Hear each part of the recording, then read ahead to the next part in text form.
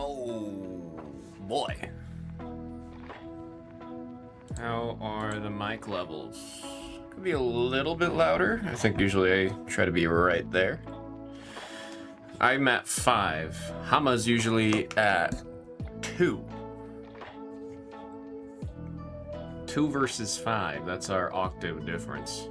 I guess octave's not the right word. That's our decibel difference. Decibels. How's everybody doing?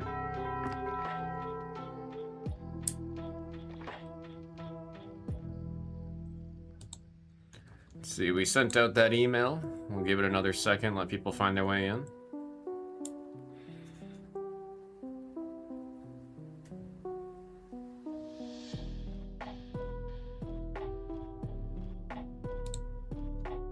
And let everyone find the way in.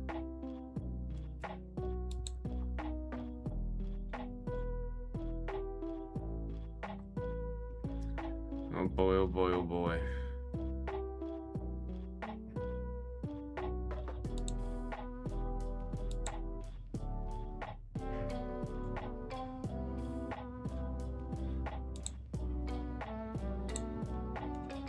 Noah's Athletics. Repping the red, white, and the blue.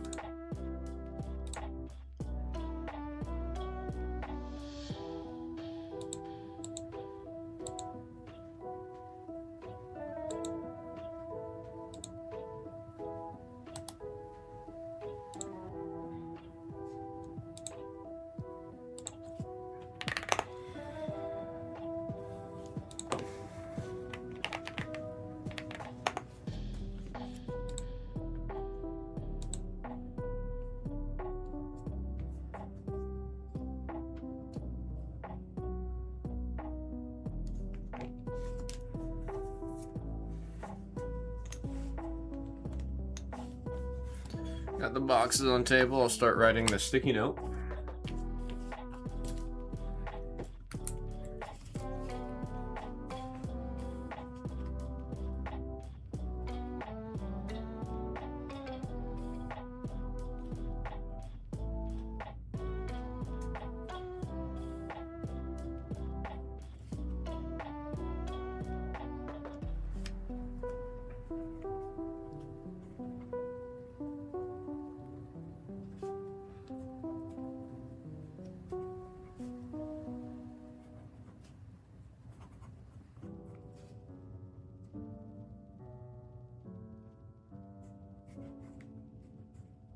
This one's random number 6.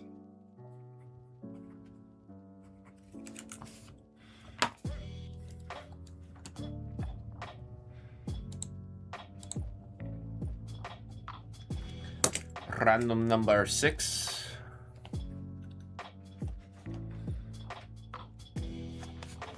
Hello.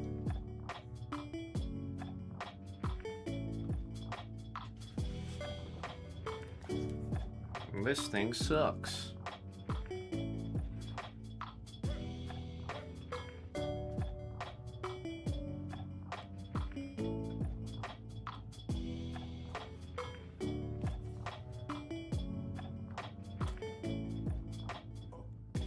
Never understood why the remote has such a tough time with this TV.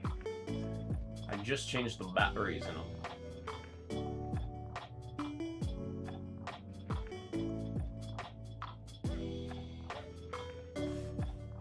Metallic. Oh shoot, let me get you your wrench.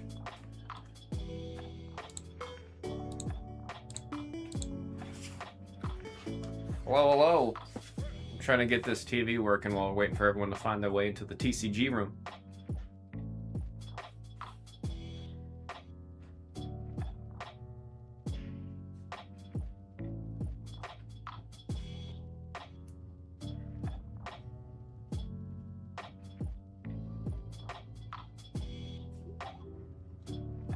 Man, this room will literally go from like freezing cold to really hot very quickly.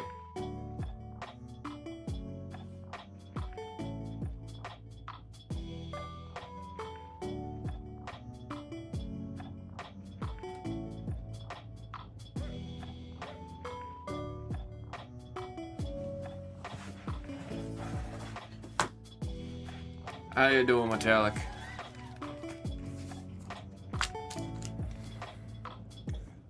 Let's say we're getting to a point where I think we're just gonna start opening. We got the Ascended Heroes on the desk ready to go.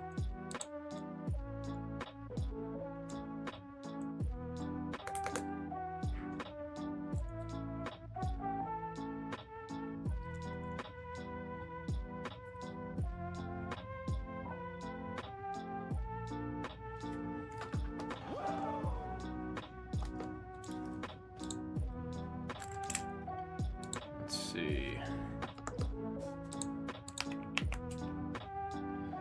T-Trace, yep. I think we'll get going. We'll get started. We will get started. Folks, this is Pokemon Mega Evolutions Ascended Heroes by the 3 booster bundle. We got random number 6 right here in front of us, everybody. We gotta see how many times we're rolling the dang die. That is 8 times. Wishing all of y'all the absolute best of luck on this one. We got 8. Where's my mouse? There it is. 1, 2, 3, 4, 5, 6, 7, and right there is 8 times with the 8 pips. Here is our order. Still haven't seen an SAR come out of Ascended Heroes, so hoping that today will be different.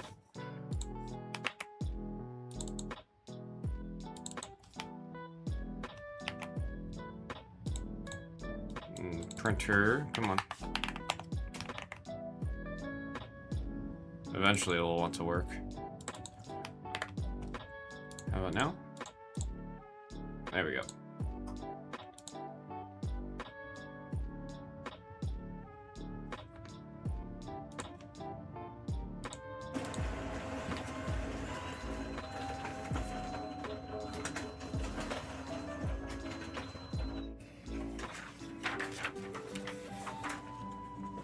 Alrighty. Got my knife this time at the ready. Cut Lucario and Charizard right through the neck like that. There ain't gonna be no fainting, that's a kill. That's a kill. Also, I did finally bring the little Sylveon I was talking about that I've been meaning to bring for the past 3 streams. Good luck on box number 1. We got a waitress. They got a Pikachu. It's a nice sign to see. Number 5 with the Pikachu with the electric symbol right there. We got Larry's Kamala and Dragapult EX. The stinker that is reigning supreme right now in the meta of Pokemon TCG. The most recent tournament I followed, this was the winner. I didn't see... There was one tournament that happened while I was in Korea that I haven't looked at the results of yet. I know Dragapult is still a force to be reckoned with. Oh, spoilers. We got a Sneasel number 4. And right there is a Dustox. The 0 spot on the illustration rare right there. That one's going out to Jimmy Fan.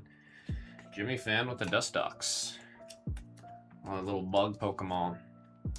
Also, I just realized the double rare, I didn't show the number. This Dragapult is also the 0 spot for Jimmy Fan. We got the Terapagos and a Flame Energy.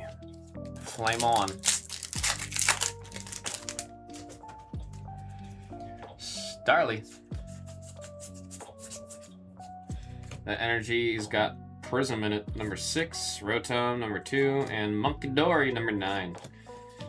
Yeah, I'm curious how much Munkidori is still prominent in the TCG space. I gotta do another little deep dive, see what the meta's looking like right now. Especially with my curiosity towards building out a Greninja deck. Misdreavus, number 5, Dustox, number 5, and there's Erica's Vileplume EX on the double rare. That one's number 3. That one is numero 3.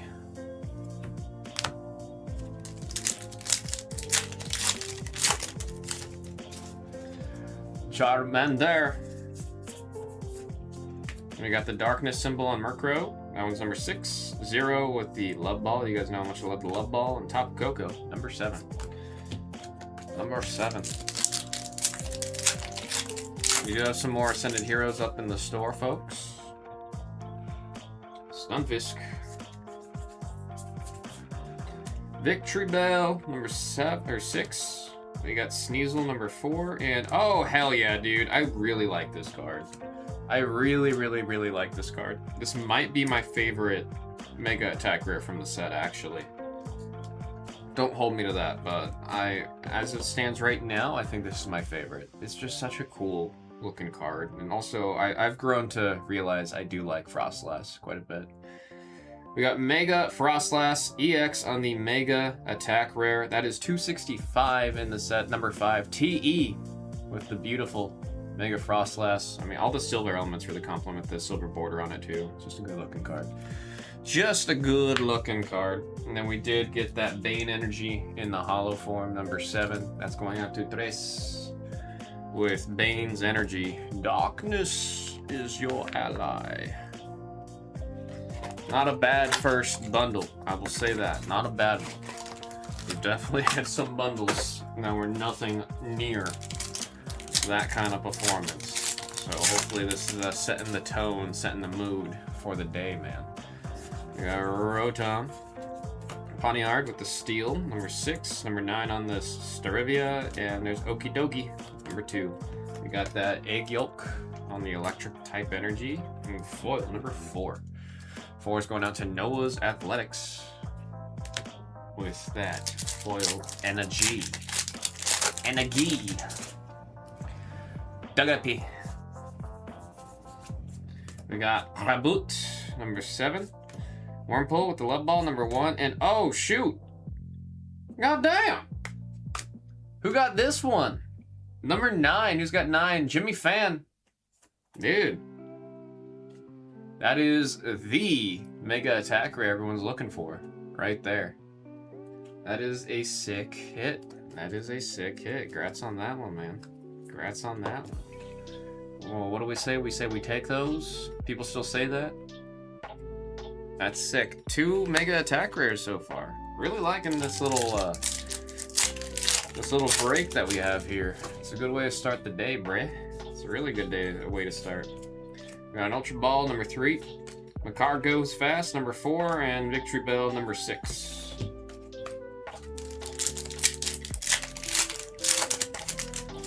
There's a Sneasel. It doesn't sneeze, but it'll cut you up. Fist Bump on the Solrock, number 6. And yeah, we're having a good time right now. Goodness me. Maril, number 2. This one's for Brandon the Picker. With the number 2 hitting the Maril illustration rare. Quite a banger of a break this one has been so far, especially considering that it is Ascended Heroes. My goodness. There's a Cascoon. Pikachu with the Electric, number 5. We got Tadlub, number 9. And Regirock EX on the double rare. That one is number 7 for the Regirock, going out to Tres. Do you think Cast Rising Booster Pick Your Type 5 through 8 goes today? It should. It should. I will say 7 and 8 were adjusted a little bit, so hopefully some of those little adjustments I made will see it go. The random numbers have been a lot more popular with yesterday as reference. However, I do think we should catch up and see some of those pick your numbers, man. We got 9, 3, and Colossal 0. No matter what, we should be seeing a decent amount of Chaos Rising today. Alright. First 2 bundles treated us very well. Let's see. Box 3. You got a lot to stand up against. You gotta impress us. It's gotta impress us. Metacham. We got the Miss Magius, number 6, Dreepy, number 8, and there's a Spidops with the number 9. I noticed took spots in 7 and 8, yeah. I mean, it's just because so much has changed since I made the first version, like the first case, during pre-release, and now that we're in full release, a lot's been going all over the place, so I made a little bit of adjustments there. 3, 9, and Reggie Steele, that one is number 5. Number 5 on the double rare. That one's going up to TE. Grass isn't with normal. Normal is doing really, really well. Normal, I don't think was projected to be doing that well. But normal, there's a lot of value with normal.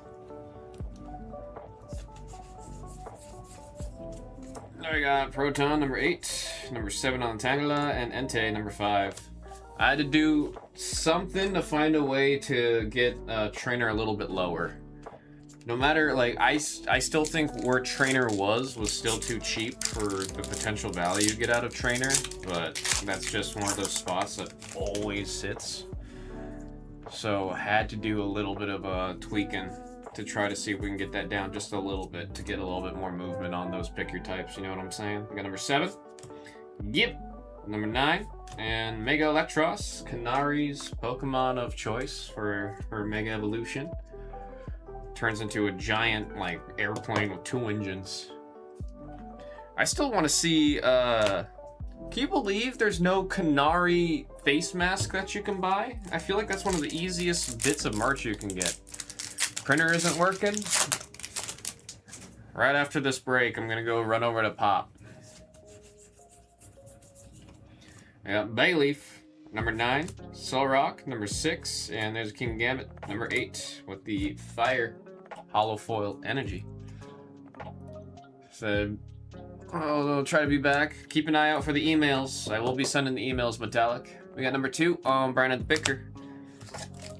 The last pack of the first break of the day. Come on. Box number 3 kind of letting us down compared to the first 2. Come on. We got Bellsprout number 4. Yeah. Zigzagoon number 0. Yeah. Oh, cool. All right. We'll take that for sure. We'll take that for sure. This little Sprigatito.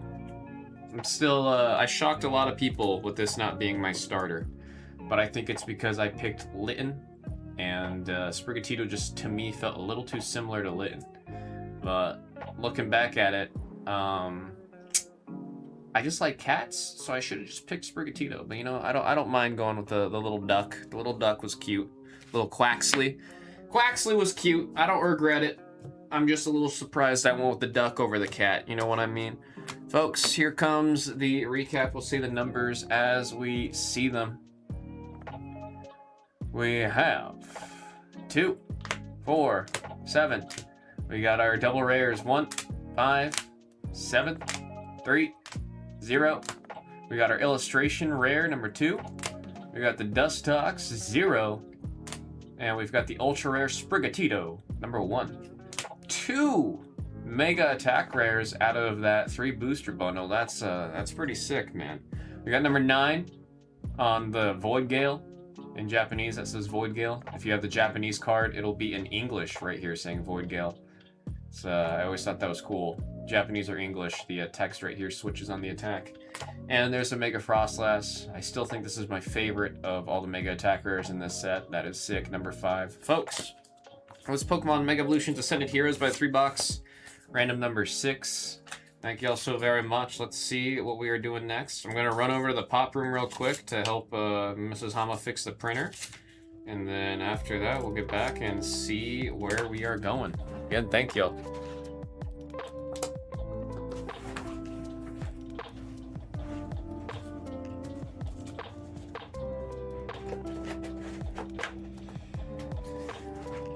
Get the break put away.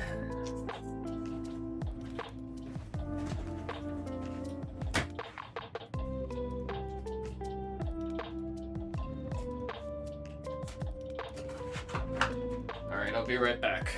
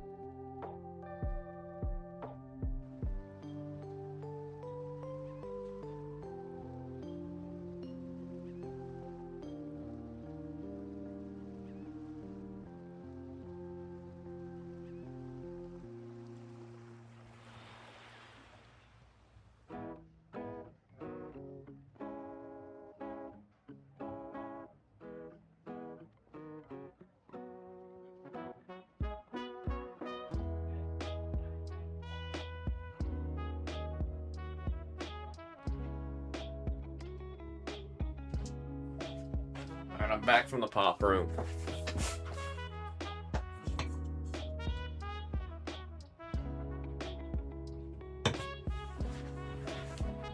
Making sure I didn't get any printer ink on my hands.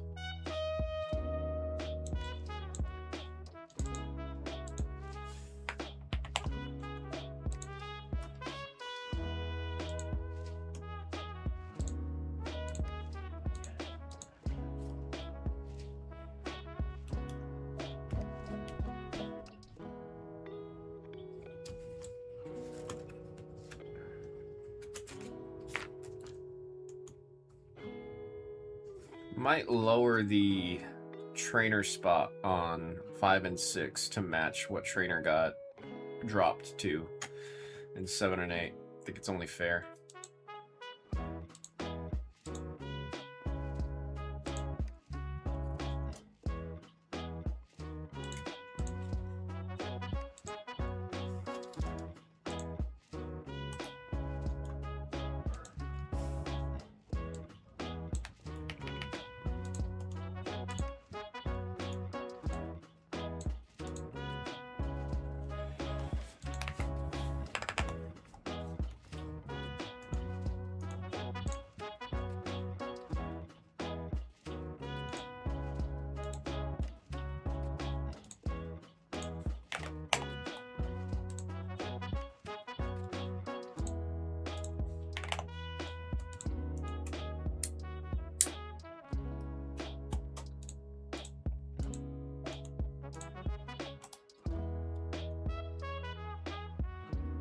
Hopefully that helps. It does look like random number 10 just went. Let me pull that up.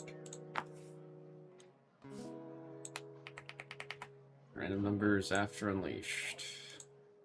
There we go. Make sure we don't have any single packs that went. Not yet. Oh, Set It Heroes is also good to go. Let's do Chaos Rising real quick. Or Chaos Rising's not quick comparatively, huh? I'm gonna be selfish here. We're gonna do Chaos Rising first, just out of the fact that it is still release weekend. Get some Chaos Rising on the screen.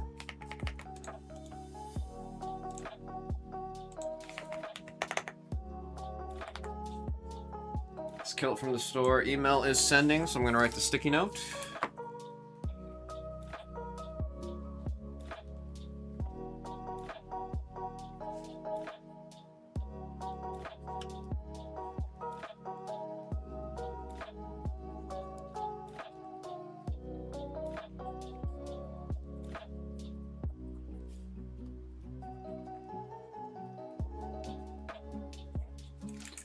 Random number 10, email's been sent. Let's get the randoms ready and I'll get the box on the table.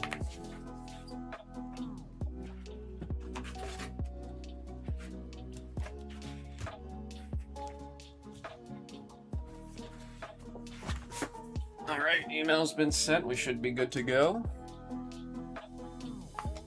This is Pokemon Mega Evolution Chaos Rising by single box random number 10. Folks, we got all of our trainers ready to go. Wish you guys the best of luck. We're rolling the die 6 times. Here we go. 1, 2, 3, 4, 5, and right there is 6 times. That is 6 times. I'll send you guys to the table so I can get the sheet printed. And then we'll see some Chaos Rising. Right after this, we do have 2 breaks of Ascended Heroes. Good to go.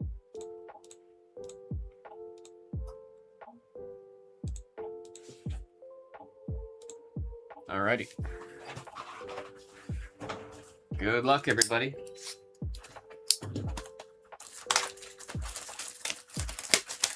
We still have not yet seen that damn frog. We are really wanting to see that stinker of a frog, man. Still wanting to see it. Still wanting to see it.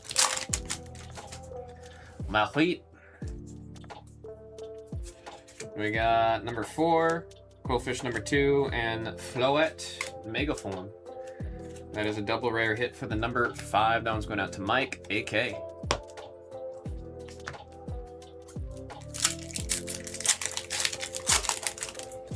a Stonky. Braxton, number 2. We got the Phantom, number 8, and number 1 on the Crobat.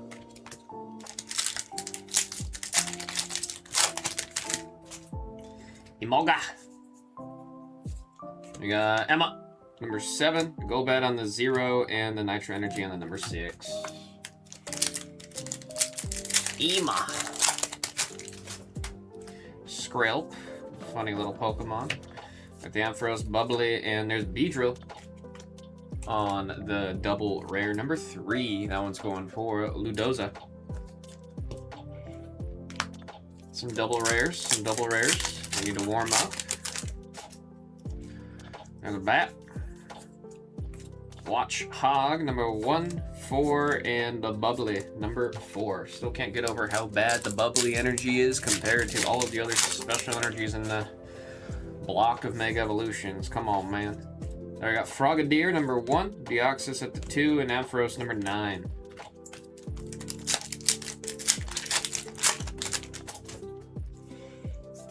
There's Peter Quillfish, Sudowoodo, Weedle, and a Goodra on the foils. There's Mareep staring at the sky. Chestnut, number 7, Matang on the illustration rare, helping out with the construction. Worker going over here. That's number 4, going out to Junior for the first illustration rare of the break. Delphox. One of my favorite fire types. I think. I actually have to sit down and look at all the fire types. Actually don't know if I like Scorbunny more or Delphox. That's a big question for me. Mega Greninja. This is what the whole set's based off of, and I am heavily considering building out this deck. Maybe even this weekend. Number 2, Zerricane with the double rare. There is Beldum, magnetic Pokemon, Goomy, Floette, and there is Xerneas. Got a hair in my eye. What the heck? Where is it? There it is.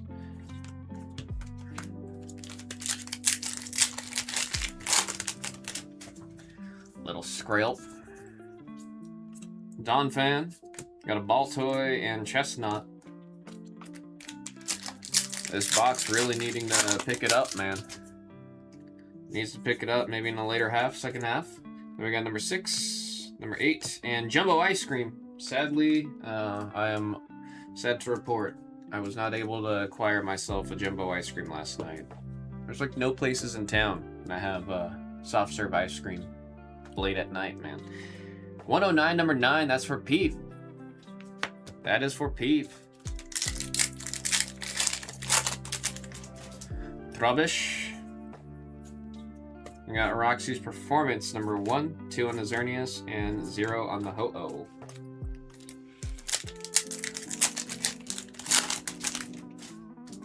Emolga. We got the Ninetales, number 9, Tauros, number 9, and a Gourgeist. Psychic type hit right there. On the double rare, that is the number 1 for Junior on the double. Seeing too many doubles right now. I want to see some of the other rarities, man. Especially SIR. We haven't seen a gold yet out of this set. We got the Chespin, Quadland, and Trevenant. We evolved there. We did evolve right there. Little Froakie. Emolga, Meowstic, and a Magnetic Energy for our hollows. Beldum. Patrat. 0. We got the Watchog. We evolved, everybody. We evolved. Watchog, that is 97 in the set, going to number 7. That is for Dominator Booze with the illustration rare hit right there. Right off of the evolution.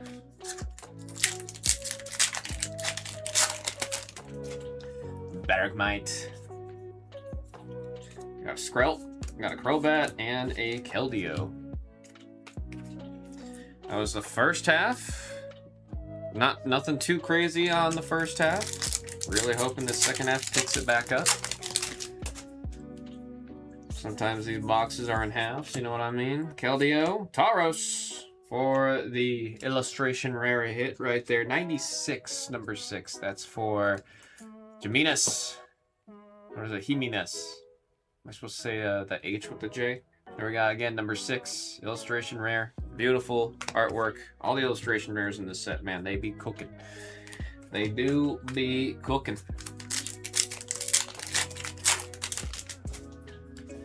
Next pack. We got the Chespin, 5, 8, and Xerneas on the number 2.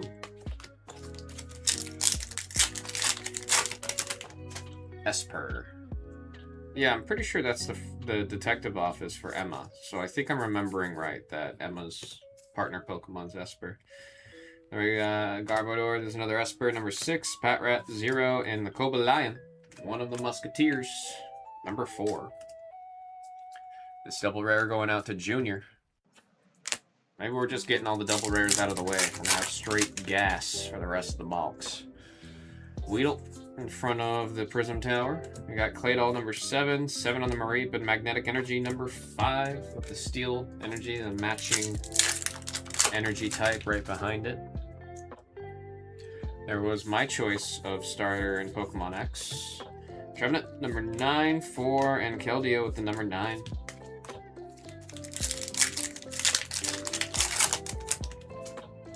Watchog, it's watching over you.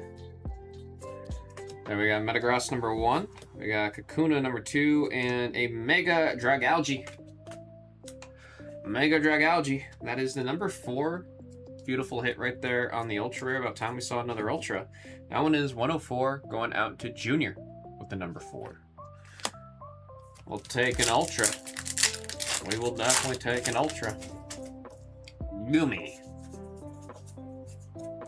Felipe, number 9. We got Nitro Energy, number 6. And, wow, 2-for-1 Shrimp Combo.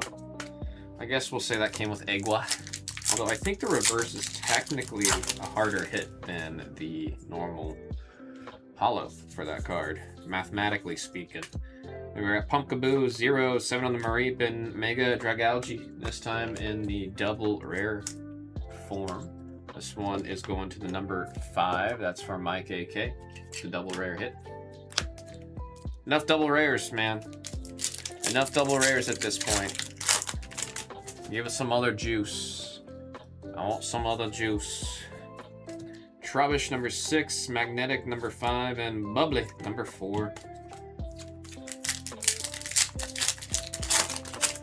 I feel like we see the special energies in the reverse slot a lot more often than we should. Wimpod, look at that Sliggoo. That face with no thoughts, just a slight smile. It's gonna go poison you. There we've got number 5 on the illustration rare from Mike AK. Starting to pick up a little bit, ultra rare into an illustration. Weedle. We got a Sliggoo 7, special red card number 2, and a Crobat. That is the number 1 on the Crobat.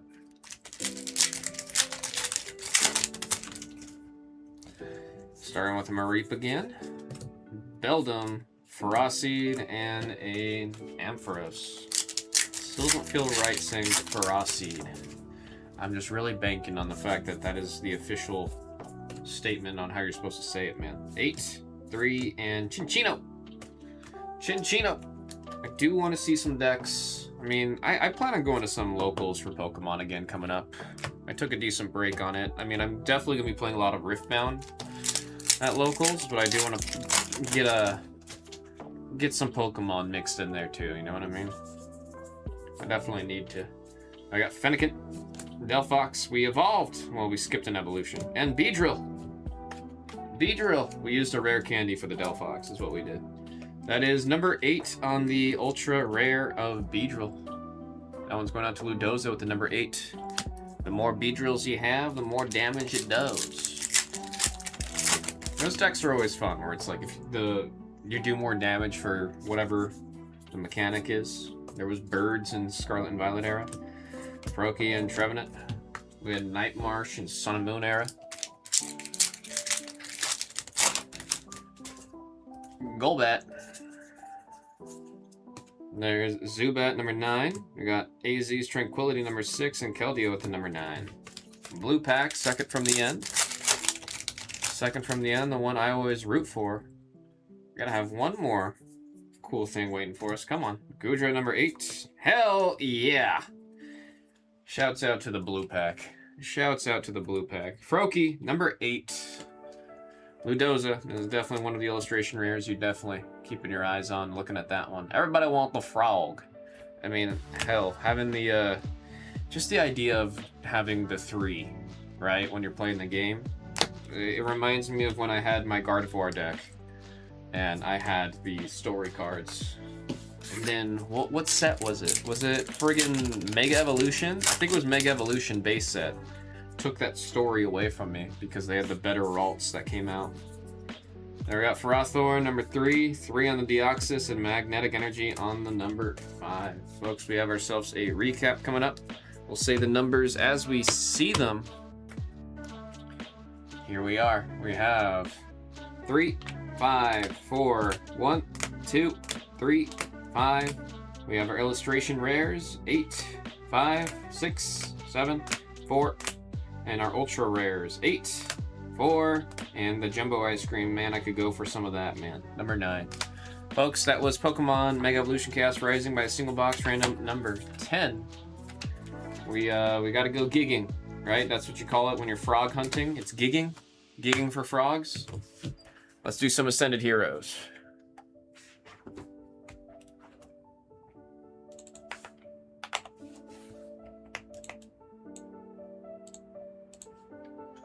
Let me put that on the screen real quick, and then I'll put this break away.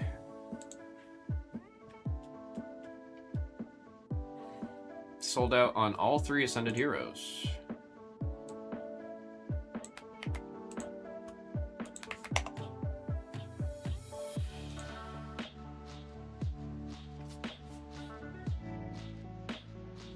Let's see, killing the break. This supposed to be number 6. Oh wait, I never killed number 6, right? Yeah, we already did number 6. I just never killed number 6 from the store. Oops.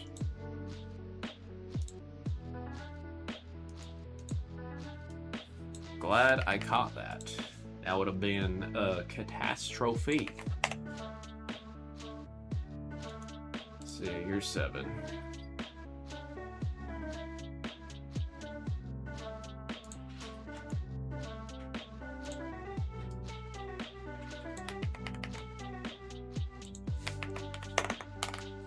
Number 7, and let's send that damn email while I put the break away.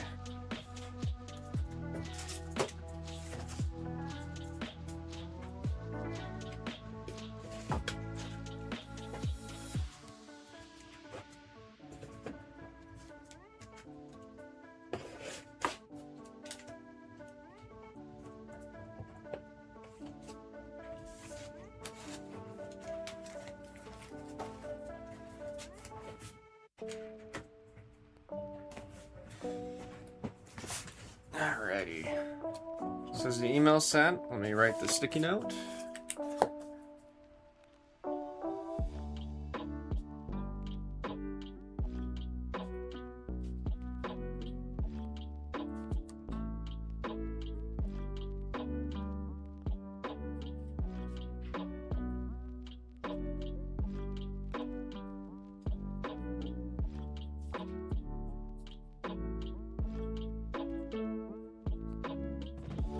Number 7.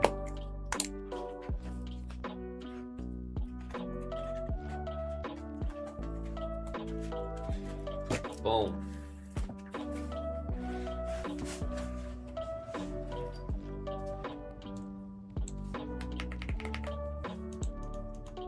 And really quick, let me catch up on those 2 we just did 2 breaks, right? Yeah, let me upload those 2 breaks. You need to get out of the habit of falling behind on uploads.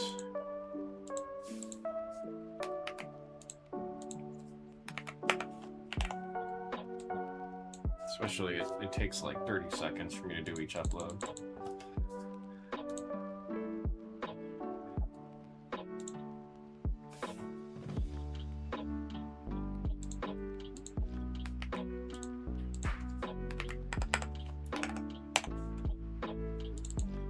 Just did number 10. Alright. Got those uploading. Email's been sent. Let me pull up our random and we can get going.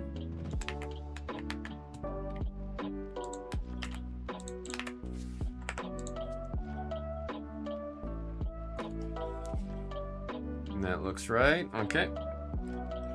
Pokemon Ascended Heroes by the 3 booster bundle. We got random number 7. We got all of our trainers ready to go. We have the die telling us to roll how many times? 7 times. 1, 2, 3, 4, 5, 6, and right there is 7 times with 7 pips. Pip, pip, hooray. Kinda little wacky with the way things ended up there. A little bit of sandwiching going on. Send you guys to the table so I can get this thing printed. I always try to shortcut that and then I make it harder for myself. Let's see, get this printed.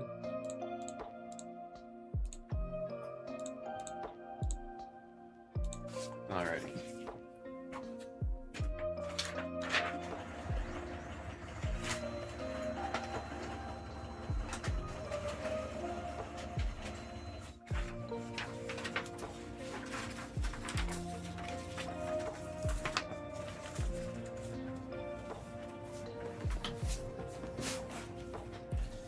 Alright, again, good luck everybody. Let's get all the plastic off first. Very quiet room today. Super quiet room today.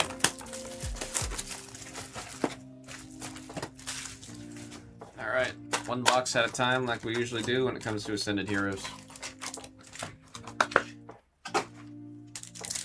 Ooh, this one feels real heavy. This is a heavy pack. Don't get your guys' hopes up. This is like a heavier pack. I might be tripping. Felt heavier. Then we got number 6, Dreepy number 8, and I guess I'm totally tripping off of that. It felt heavier, man. It really did. Totally broke everyone's ankles there. My bad, y'all. My bad. There we've got 9. And no, Togekiss. We haven't seen this one in a minute. We have not seen this one in a minute. Togekiss number 5. Who's got it? That one's for Tres. Illustration rare. Not a bad start. Not a bad start. 2 packs in.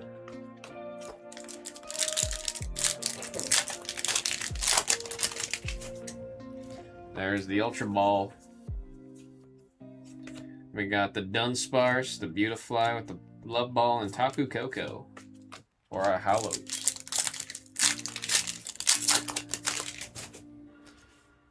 Team Rocket's Diglett. We got Riolu number 2, Skitty on the Love Ball number 5, and Stunfisk. I like to call this guy the Angry Bird. Looks like an Angry Bird. It's crazy how that IP was just like on top of the world for so long and then just gone. That era of mobile apps, man. I don't know if we'll ever get something like that again. Who logged all the heroes? Tried 3 times checking on Koditsa Jr. I do think I'll list another break or 2 of heroes today, possibly. So stay tuned, man. We got 4, 7, and Victory Bell number 6. We got the Hollow Eyeball. That one is number 5. How you doing, by the way, Junior? How's it goes it?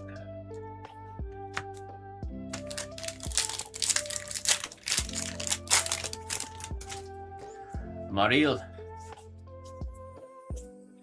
There's a Dustox number 5, Phantom number 5 on the Pokeball, and Electros Mega Evolved. That is number 1 on the double rare going out to Brandon the Picker.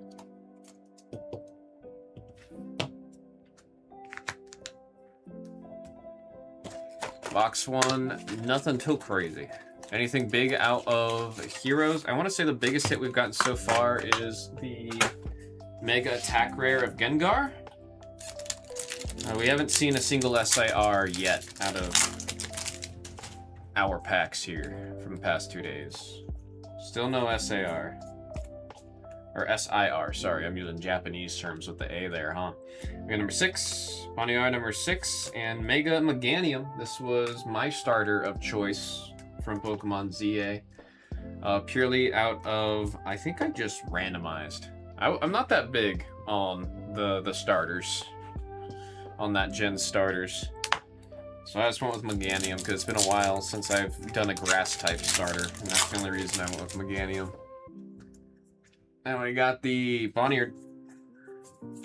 We got Haunter, number 4, Frostmoth, number 3, and Specterior, number 8.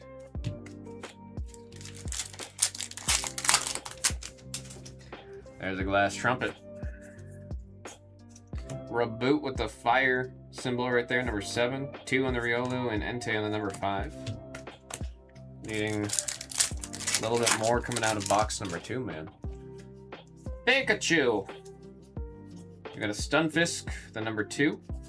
Reboot with the front ball, number 7. And once again, my favorite Mega attack rare out of this set, Mega Frostlass. That is sick, man. That is sick. 265, number 5. Tres! With the Mega Frostlass EX on the Mega attack rare. Do love it. It's just, it looks good. It's very visually pleasing. You know what I mean? It's very easy on the eyes. Jacloak, number 9. We got Dragonair, number 1, getting some dragons. And Spidops, number 9 with the eyeball hollow energy. Second one that we've seen. That is number 5 for the hollow energy, going out to Tres. Doing some numbers with number 5. Lately the number 5's been kind of going crazy. I feel like most days it's not the number 5, but both yesterday and today, 5 is the number to have, huh? Slugma, number 3. Helioptile, number 3. And Hops Trevenant, number 6. There we got the steel. We got our third box here. I think the first break we had today of Ascended Heroes really set the bar high. Makes you forget what a normal Ascended Heroes break-in goes like. There's a Surfer. We got 0, Golduck on the Love Ball, 0, and Specterior number 8 on the foil.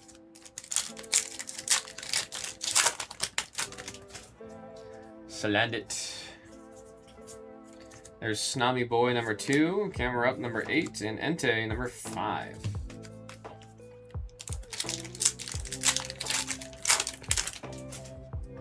Kilo Wattrel. Or no, it's Wattrel, pardon me. You gotta evolve to get the Kilo. We got 9, 4, and Spidops in the number 9.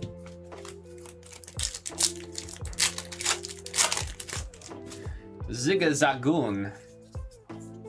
Dratini, number 0, Rushy Ram on the number 4, and Hops Trevenant number 6. It's crazy I'm having a dragons in this set. I mean, it's gonna be skewed because of the good old Dragonair, or not Dragonair, friggin', why am I blanking on it now? I'm embarrassing myself. Ban it! On the illustration rare. I got one of those packs where the illustration rare is first in it. 234, number 4, Brandon the Picker with the illustration rare. About time we see another one out of this break. Love the design on this one, man.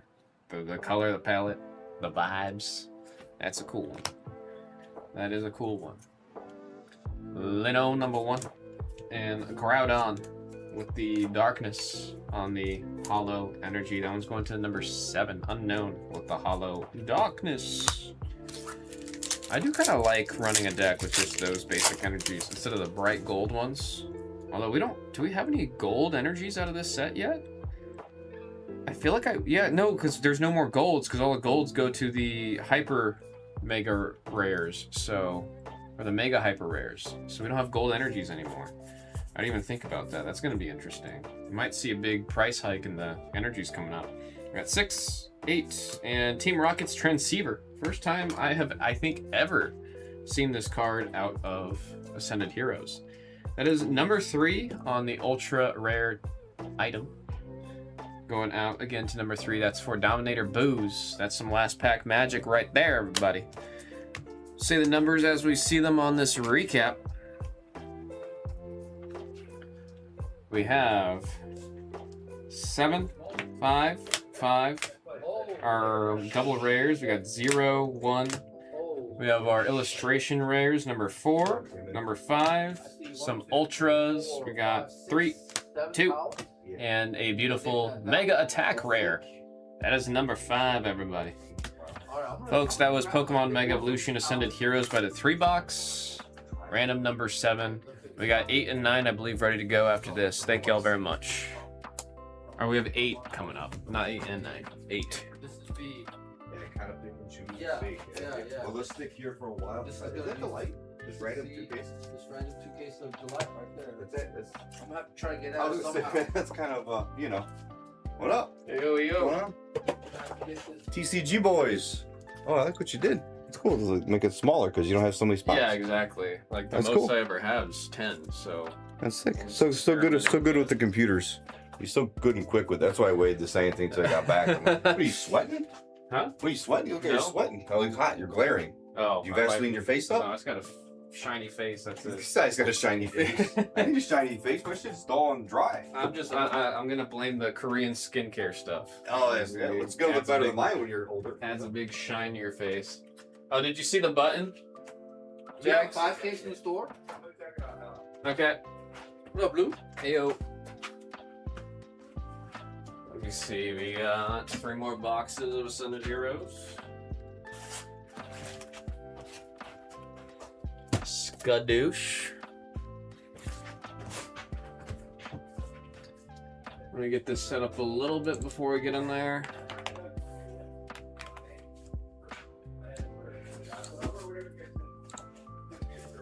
Send that damn email.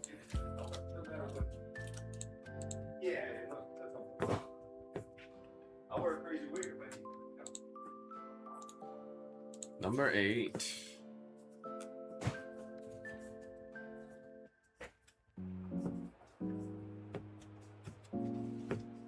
I don't know if you're still there, Junior. I think we could probably do 1 more Ascended Heroes today.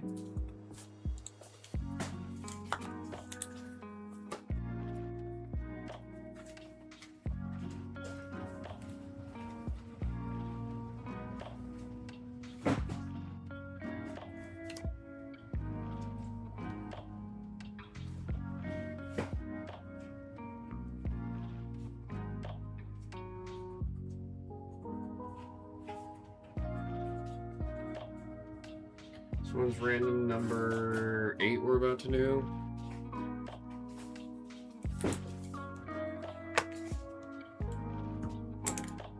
Okay, email's been sent.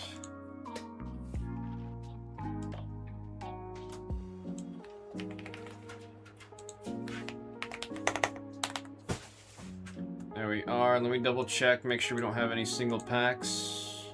Don't see any.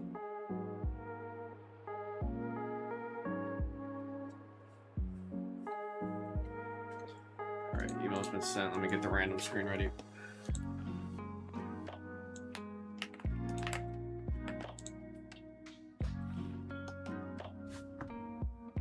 Okay. Oh, I gotta upload the break we just did. Trying to develop good habits. Trying to develop good habits.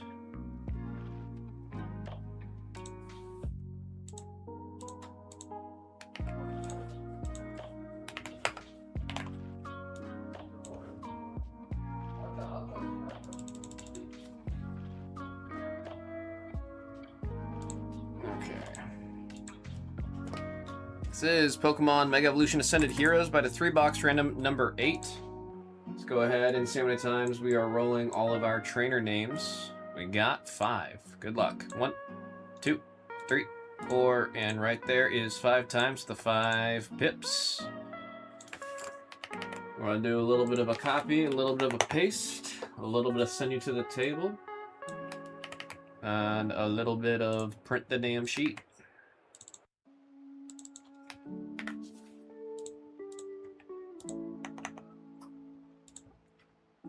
Okay.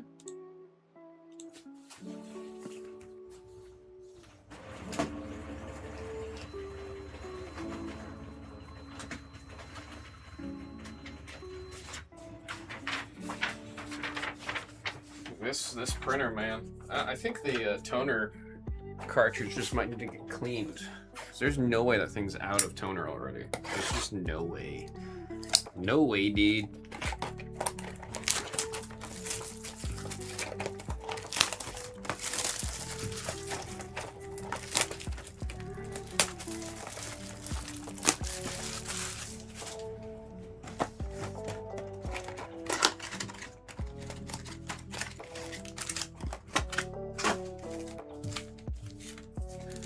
Alrighty. Still waiting for a banger out of Ascended Heroes, man. We got number 5, number 1, and number 7.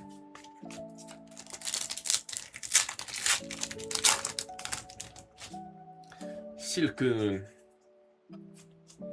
We've got 3, and ooh, really like this one. I mean, Cynthia's just got an aura to her, you know what I mean?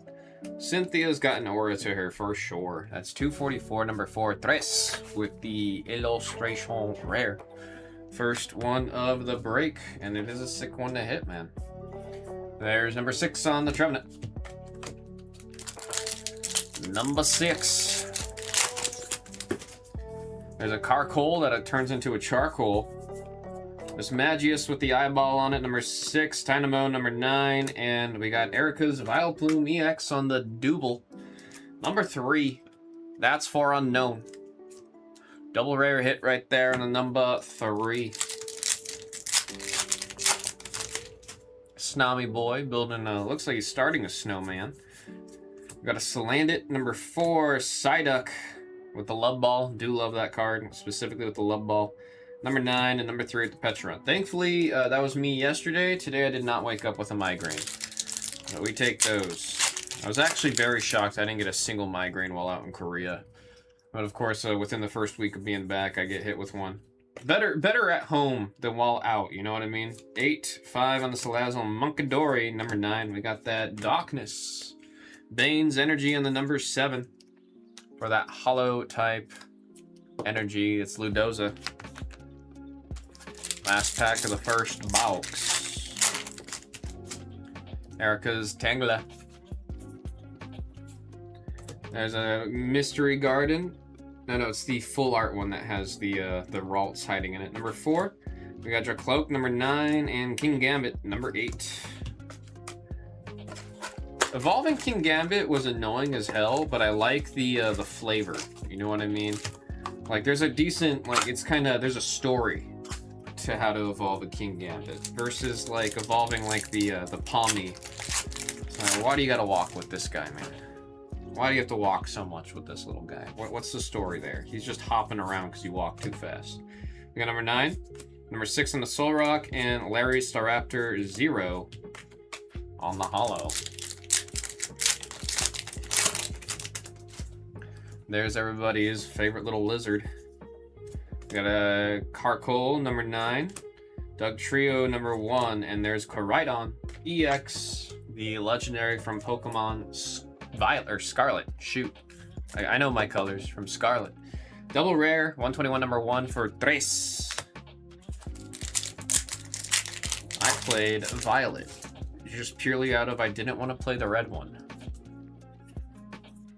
We have Hitmontop, number 2.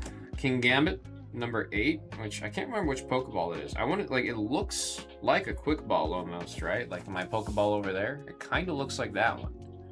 But it doesn't have the... Well, no, it does have the spikes. That has to be a Quick Ball. That has to be a Quick Ball. Number 8, and Groudon, number 8. Quick Ball is either my second or third favorite Pokeball. Second or third. I think Heal Ball is starting to work its way up on me. There we got Team Rocket's Energy number 7. And, oh, my Ina. That's a cool one to hit right there. The colors are so vibrant, man. As much as I don't like the color red, it does pop in this one. You got the whole pack of them running. It looks like the whole world's on fire. Crazy, crazy artwork on that. Number 3 for Unknown with the My Ina. There was like one day I took a deep dive on hyenas. I don't know why. I was very interested in hyenas for a solid couple hours. Learned a lot about them that I didn't know. Rayquaza number 3. I think it's because I saw somebody had domesticated one and had it as a pet. Then we got number 4 on the electric egg yolk. That's tres. Yeah, I was shocked. I didn't think a hyena was something you can have as like a pet. And then looking deeper into it, I was like, oh, there's a lot more to hyenas than I thought. I thought they were just kind of wacky. We got number 5, number 4, and oh, nice. Oh shoot, actually, is this one my favorite? I forgot about this Mega Diancie Mega Attack Rare, bros. I'm not gonna lie, I think this one is... It's not even I think. I know this one's my number 1. I'm just trying to backtrack a little bit because I've been saying the Mega Frostlass has been my favorite this whole time. It's the Diancie. It's this one. This one's my favorite Mega Attack Rare. It's blue and pink. Nothing's gonna beat that. Look, my hair is blue and pink. We got the TCG logo, blue and pink. It looks like it's a part of a logo up there. It's this one. That is 267, number 7 Ludoza with the Mega Diancie EX Mega Attack Rare. Me remembering that is my favorite Mega Attack Rare. Frostlass is a close second. Just that Mega Diancie's got the pink and blue on it, and that's gonna pull it ahead for sure. Charmander number 0, Vanillish 0, and Kilowattrel on the number 2 there. That was box number 2. We've got the 3rd and final box of this break here. Still looking for an SIR, and for sure still looking for a God Pack, bros. There's the Metacham hitting you with a kick. Stun Fisk number 2, Dreepy number 8, and Honchkrow number 7. Number 7. There's a Night Stretcher. A lot of people were on those at EDC weekend. Number 6, number 1, and Mega Lucario, the deck that I currently have built out. And the one that I'm going to be testing against to see if I like this play style more or a Mega Greninja playstyle more. Little Badoo, stinker of a meta Pokemon, very strong in Dex. We got number 4, Tangela number 7, and Trevenant number 6.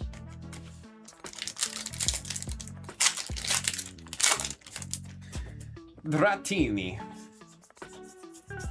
We got a Tynamo, repping the electric, number 9, Bellsprout, number 4, and Rayquaza. I need to remember to say Quaza, number 3. I was doing so good about saying Rayquaza, and then I left, and I came back, and I've forgotten. Quasar, Rayquaza, Togetic. Oh shoot, is that in the right spot? Oh my god, it is. Folks, that is a sick one. Number 2, Tres, with the Iris's Fighting Spirit. Man, we were definitely doing SIR out of this one. Holy cow. This one's a lot of fun. I love the flavor on this one. You got her Pokemon team surrounding her. It's just sick. I got a buddy who is hardcore chasing this card. That is sick. 292, number 2, Tres, with the SIR. About damn time we see an SIR out of this set, man. About damn time. Then we got the Solrock number 6 and Togekiss number 2 with that hollow electric and a J.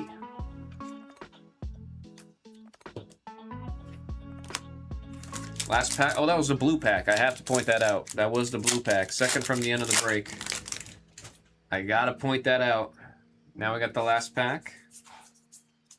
We got Pancham, number 5. Vanillish, 0. And Staraptor, 0. Man, the inconsistency of where the hit is, whether it be at the front of the 3 or in the middle of the 3 or the back of the 3, like, it's super inconsistent. I don't think I've ever seen that in a set outside of Ascended Heroes. We'll say the numbers as we see them, everybody. We've got 4, 4, 7, 3, 1, 3. We have our illustration rares, 3, 4, and then a beautiful Mega Attack Rare. I just recently remembered that this one is, in fact, my favorite. Number 7 for Ludoza, and of course, a beautiful SIR. First one of the night First one that we've seen out of Ascended Heroes in this room. Iris' Fighting Spirit. That one is 292 for the number 2. Tres with the number 2. Folks, that was Pokemon Ascended Heroes by the 3-box random number 8. I think we'll see 9 hit the store later tonight. Thank you all so very much. That is sick.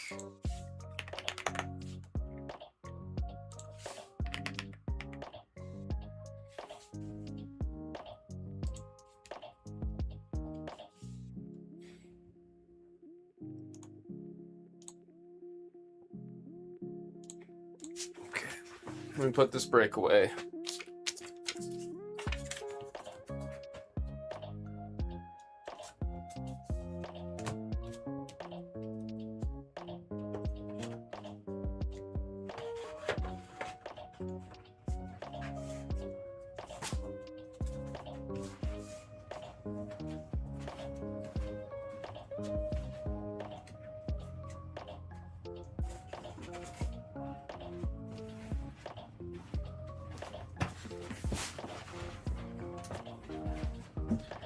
Oh man. Alright, let's see where we are chilling. Oh, we got Pick Your Type number 5 ready to go. Hell yeah. Hell yeah, hell yeah. Just making sure we don't have any 2-packs coming off. Cool. Pick Your Type number 5. Who was our killer? It was Jerry.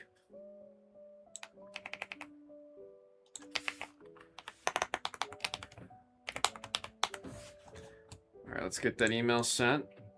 I will write the dang sticky note while I'm sending that email.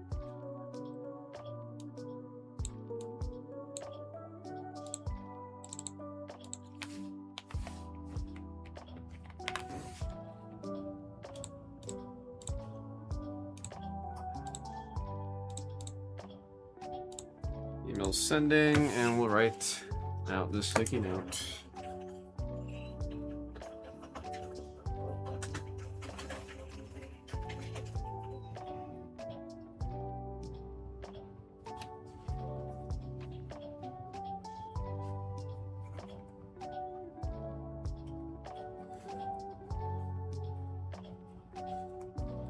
Pick your type number 5.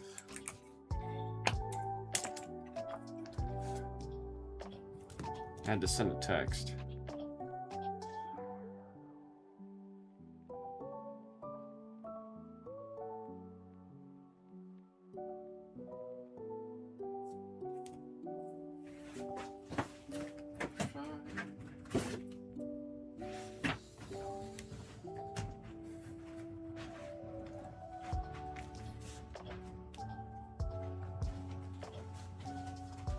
Okay. Pokemon Mega Evolutions Chaos Rising by the single box. We have Pick Your Type number 5. Wishing everyone the absolute best of luck. About time we see another Pick Your Type break for Chaos Rising. We are still only 1 spot away from number 6 going on the Pick Your Types. After 6, it'll be start to a fresh case. There you go. Good luck to everybody. Off we go. We got Sudowoodo, Patrat, and Xerneas. Do want to see that dang frog. That's what I'm looking for. I want to just see an SIR in general. Let's see one that gets the wall. There we got Chinchino EX on the ultra, or the double rare, pardon me. I almost said the number there. It's a normal type hit right there for Noah's Athletics. It's a release weekend. I like to beat the sorts on all SIRs on release weekend. Then we got a Molga, Kakuna, and Delphox.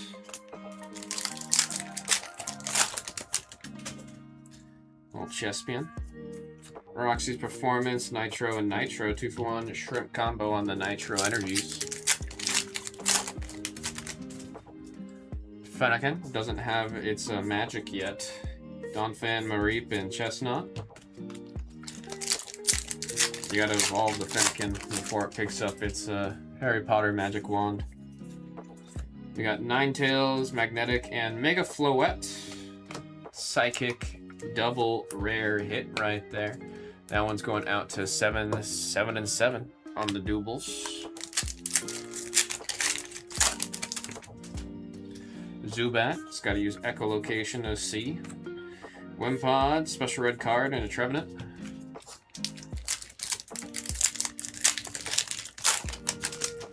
Braxian, see? Picked up the little stick, now it's a wizard. Ferocity Matang for a steel hit right there on the illustration rare. Still going out to 7, 7, and 7 with that combo spot. First IR of the box.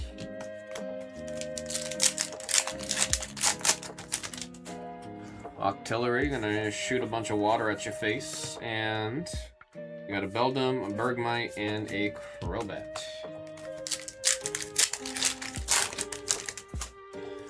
Garbage Pokemon. Carbonine, Delphox, that bubbly.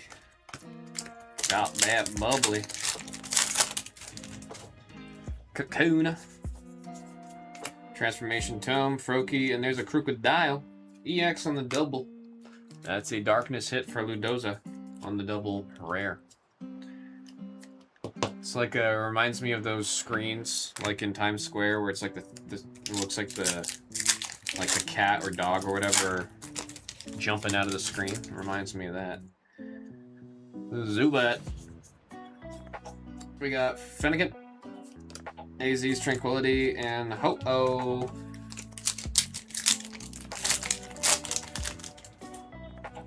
Quill.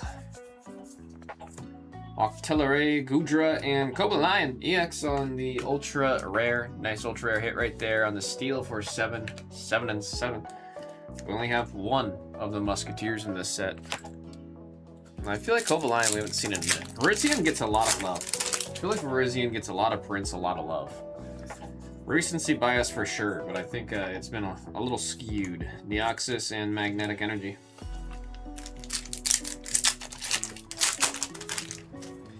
There's a toy, that's a ball. Deoxys, Quillfish, and Chestnut.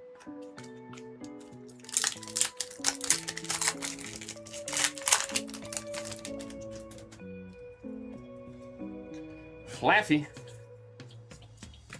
Phantump and a Watchog. Watching over the Prism Tower, making sure nobody's messing with it.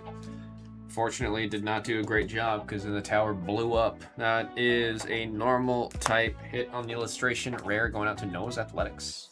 Here's Keldeo.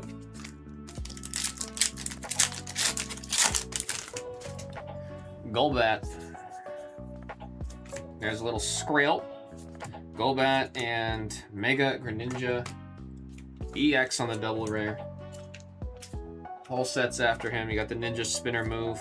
I mean, both of these two got me really curious about playing it. Main Street with the Wada. Main Street with the Wada. Slagoo. There's a Ho-Oh, Bubbly, and a Nitro. That was the first half. We've seen a lot of double rares. We should see a couple more ultras, a couple more illustrations, and then I do want to see an SAR, man. Garbodor, Tool Scrapper. Card is Rude. That's an ultra rare hit right there for the trainer spot. Jerry Forced picking up that spot at the end there. That card is Rude. If you want to play a card and see your opponent make a very distraught and sad face, you play that card. Slagoo, Floette, and there is Crobat.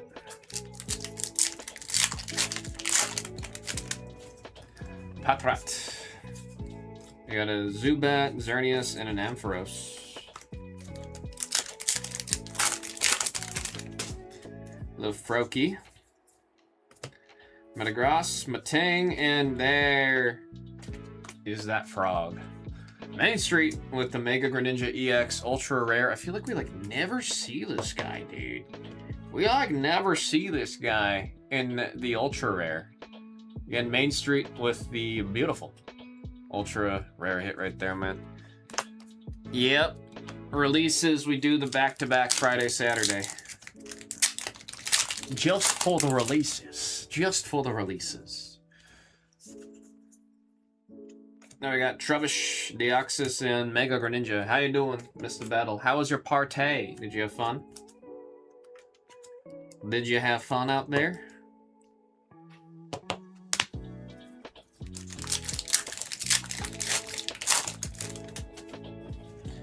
Braxian. Now we got Flaffy, Crobat, and Goodra.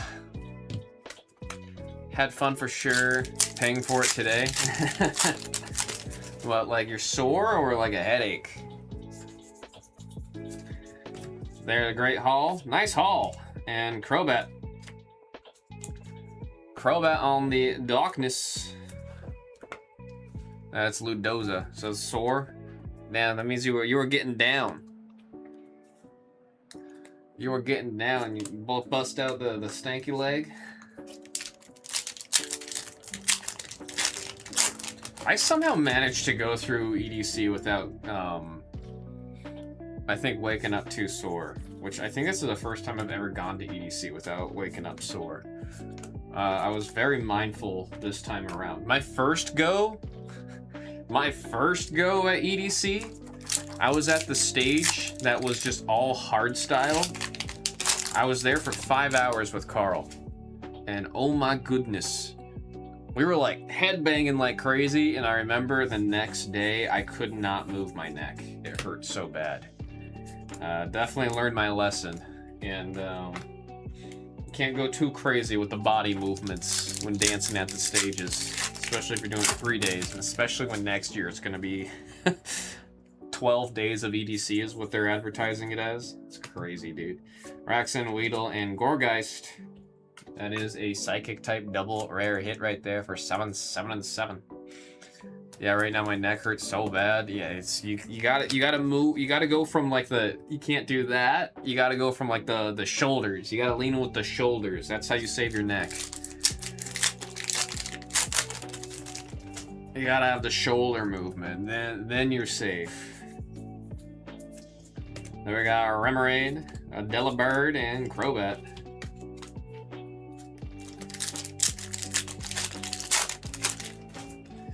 Octillery. Gonna be shooting all that water. Ema! Prison Tower and Xerneas. You gotta get some like what is it called? Salunpas? Are you supposed to say Salunpas? Salunpas? Salunpas? Salunpas? Just adding a little bit of like Salunpas, make it sound a little foreign there.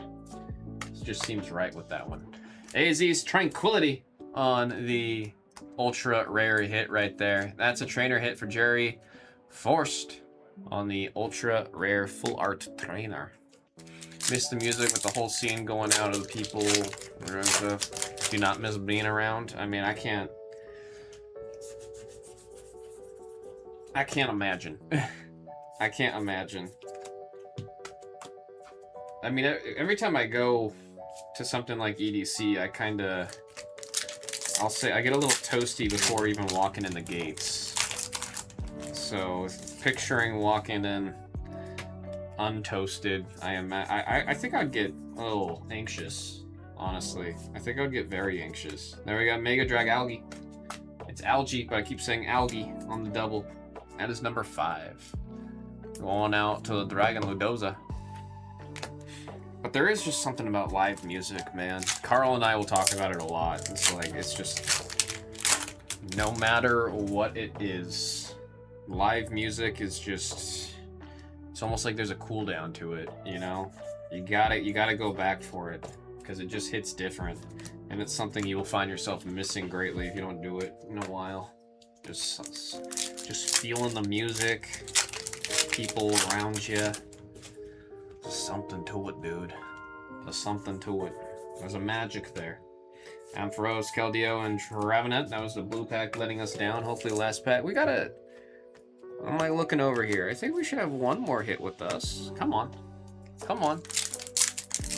Probably like every other day when I lived in the city, so being away for a long time and going back, it was weird. Oh, I mean, as soon as it's out of practice, you're gonna have a different outlook on it, huh? Vulpix. Ah, there we go. There we go. Main Street getting 2 frogs. A little bit of gigging going on. Gigging for frogs. That is the stage 1 evolution of the good old Greninja right there. It's just, they're so vibrant, man. I do love the look of all the frog cards in this set, bruh. There's Keldeo. Definitely some last pack magic there. Say the name and rarities of the Pokemon as we see them. We'll just say the rarities. We got our double rares. We have our illustration rares. And our ultra rares. 4 ultra rares? Yeah, not bad. 4 ultra rares. Folks, that was Pokemon Mega Evolution Cast Rising by single box pick. Your type number 5. Thank you all so very much. 6, I believe, still has the 1 spot left. Price has dropped on PYT number 6, so be sure to spot it. Thank you all very much.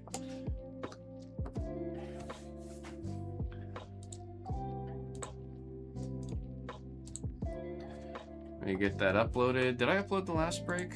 I told you, I'm trying to be on top of the uploads today. I need to break the habit, just like Linkin Park said.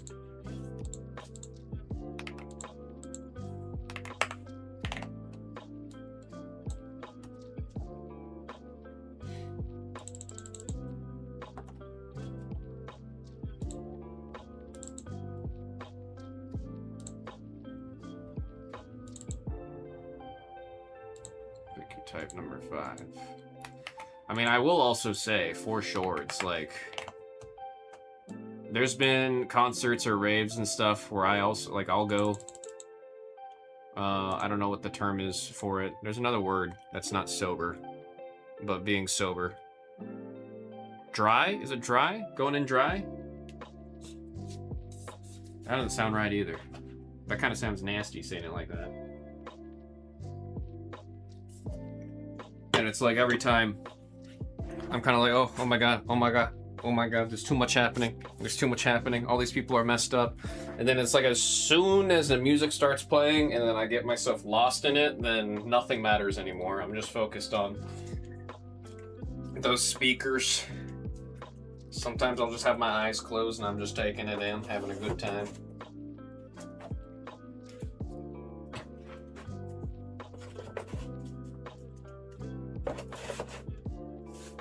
My favorite's like when it gets like it's kind of like a darker genre.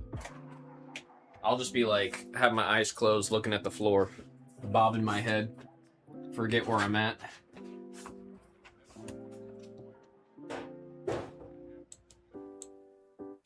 Let's get the screens updated. It came up right now. He's like, "Can I have your beer?" He said, "Yeah, take it."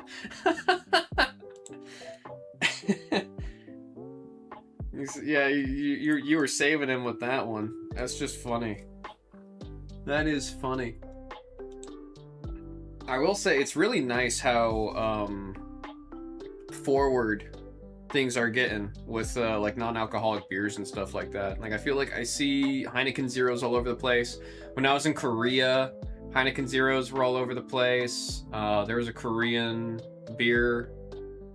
Oh, I forgot the name of the brand. I just know it's got like it's blue and it's got clouds. But that one was all over the place. Like I'm actually kind of it's cool to see how positive and forward like the push is for the non-alcoholic beers and stuff like that.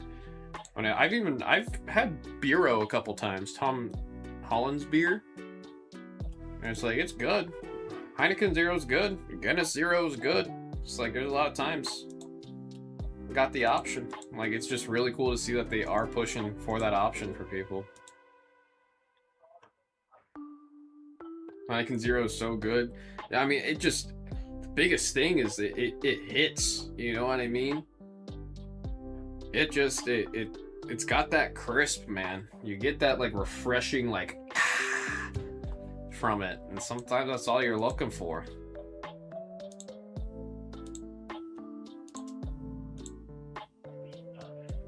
There was a solid minute Heineken was my favorite beer.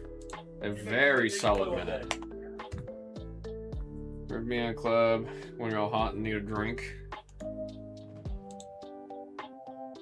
It's like I'm really happy that like the whole stigma is finally like calming down. I don't know what I was watching a video essay that was actually breaking down talking about like the stigma around not drinking or being sober and everything, and how we're on like such a coin flip right now. Like all the big booze companies are actually freaking out, blaming Gen Z for being the reason of things going down, when it's actually just as a whole, a lot of people are starting to move away from it.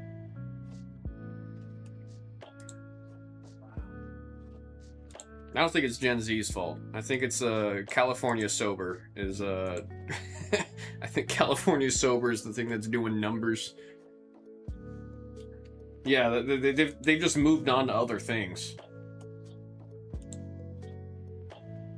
It's definitely like California sober is the #1 cause of what Big Booze is worried about, and it's crazy for them to blame just strictly Gen Z on it. Especially when, like, half of Gen Z, I think, still can't drink. That's like blaming Gen Z on the housing market. Maybe sober better for your health. My general getting older, it hits your body.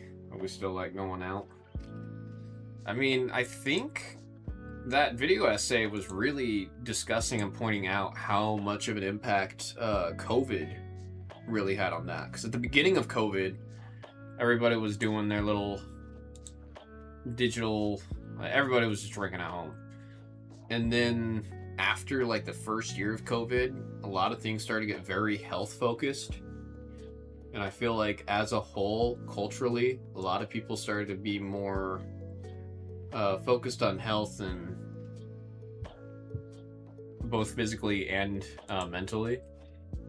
And that's definitely, like, just, it's kind of reshaped a lot of stuff. During COVID, I would go and hoist it at home. I mean, it's freaky to think how long ago that actually was, dude. In my head, that was like 3 years ago. It was actually 7. That's disgusting, dude. That's disgusting. That's almost a decade ago?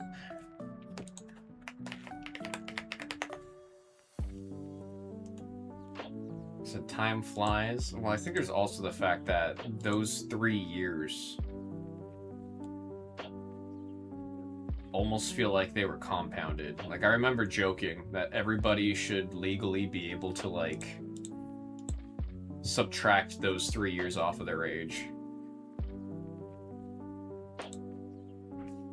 But it's also, I never got, like, I don't know if I'm lucky. I don't think I'm lucky. I think it was just different.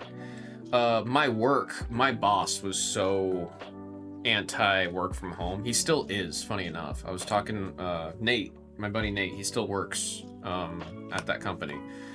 Super anti-work from home, even though everything we're doing is easily stuff you could just do working from home. And then it's a kind of job where if you're at home and you're slacking off, it's very obvious. So it's like, there shouldn't be the worry of people slacking off, because if anyone is, you'll notice it right away. But anyways, he was so anti-work from home. We were not given that option during COVID. We were all required to still come in. And the company was paying for weekly COVID tests for everyone, because he wanted to make sure, like, the CEO was so headstrong on making sure everybody still went to work and in person. So those like whole like 2.5 years of everybody working from home or not working or whatever, like that whole thing, I never experienced any of that. I still had a 9 to 5 that entire time. And it was kind of weird. It felt very taboo. It felt super taboo, especially for like right in the thick of it. Like, I think there was a point in time where, like, it was actually a mandate, like, you were not allowed to leave your house unless, like, it was something absolutely necessary. I think that did happen at some point during the shutdown. And I was still going to work. I do think there was, like, a point. It was, like, a 1 or 2 months where it was, like, do not leave your damn house unless you absolutely have to. I'm here driving 35 minutes on the highway to get to work every day.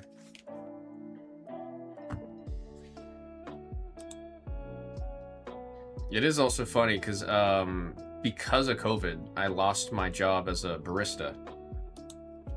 And it's like, I think I would have worked there for another 2 years, honestly. Because even though the pay wasn't that great, it was just like, I really enjoyed being a barista. Making the drinks and everything. Like, I cared way too much about the drinks and everything. I was actually helping the owner make new recipes, make new drinks, come up with ways to make things more efficient or more consistent. Like, I really poured my soul into it, and it wasn't like it was not a money thing, because I was not getting paid all that well. It's just I genuinely had a really, really good time working there. The roads were bare. It was awesome. Yeah, I remember we go out and you're like, oh, it's a ghost town. Oh, a friggin' ghost town. Just drive down the freeway, not see a single car sometimes. I can't imagine in Cali.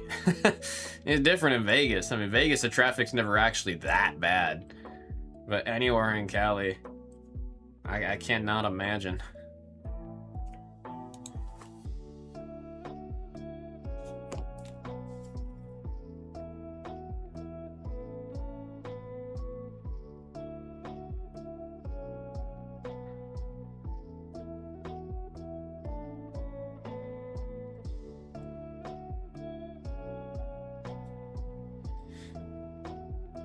So it's bad here, the traffic. I mean, like,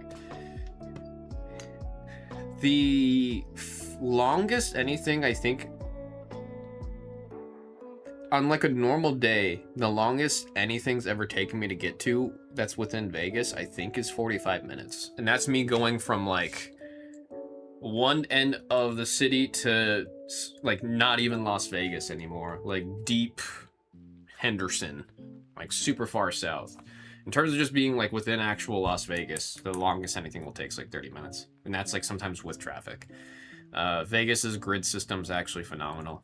I realize every time I leave this city how spoiled we are in Vegas when it comes to driving.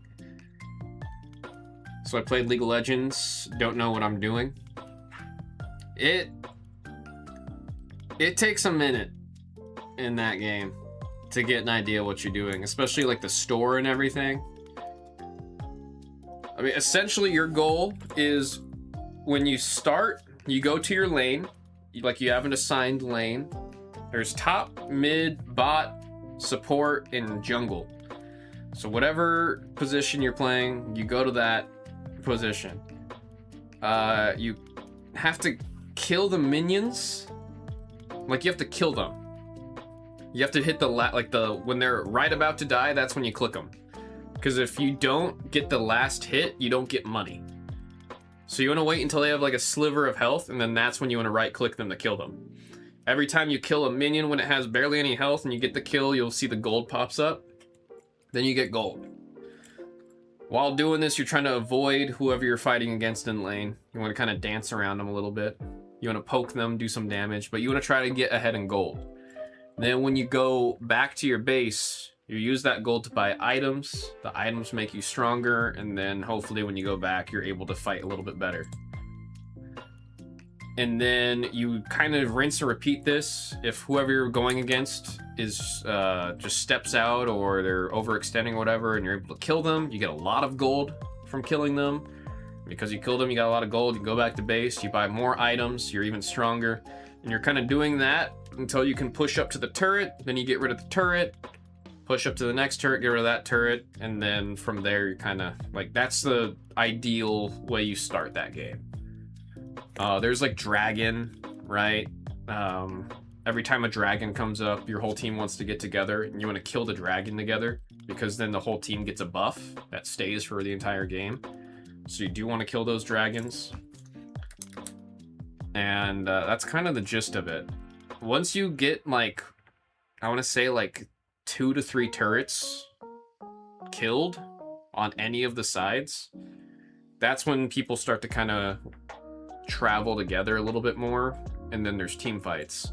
But in terms of like the beginning of the game, especially if you're playing mid lane as Lux. If you're in mid lane, all the action will come to you, so you don't have to worry about rotating or anything. Your goal is literally just click those minions right before they die, get a bunch of gold, and get out there. I mean, I can send you, let me find it, Lux.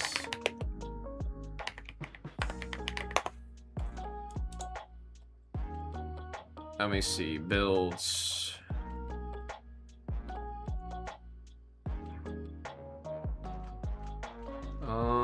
Let's not, I'm looking for a mid lane Lux. Wasn't I was going forward and getting wrecked. Oh, I gotta go back and buy stuff. When I'm doing that, I was going, yeah, you have to like, you want to hug your minions. It's funny because there's like a meme in the League community. Because when you do the tutorial, the lady, the voice, she's always like, stay behind your minions. But it's because you do want to, you want to stay behind where the minions are fighting, and then especially you're playing Lux, so she's got range. So stay behind them, and then right-click the minions right before, the enemy minions right before they die. But try your absolute best to always stay behind them. And just doing that alone, you'll do much better. Because the minions are almost like a safety net. And then if the other guy is not staying behind the minions and stepping forward, your minions are going to damage it. You'll be able to use your abilities and get them low. And if you're behind yours, you're just going to be in a better situation. But like here, this is a site I've usually used whenever I'm looking up builds. If you look on the right side, it'll show you what items you should be buying. And you could just follow that. Every game, when you go back to the base, just look at this little chart here for what items you should buy and just stick to that. And then now you do not have to worry about whatever items you're getting. I've played League for a long time. I never got to a point, no, it's a lie. It took me a long time to get to a point where I was actually using my brain on what items I was buying. Most of my time playing League, I just had something like, I had this website pulled up and I was just buying whatever items it had. It wasn't until I was pretty deep into playing ranked that I started to think like, okay, I should buy this item because it's helped me against this or blah, blah, blah. But you can get by for a very long time just like using a website like this and just buying whatever it's telling you to buy.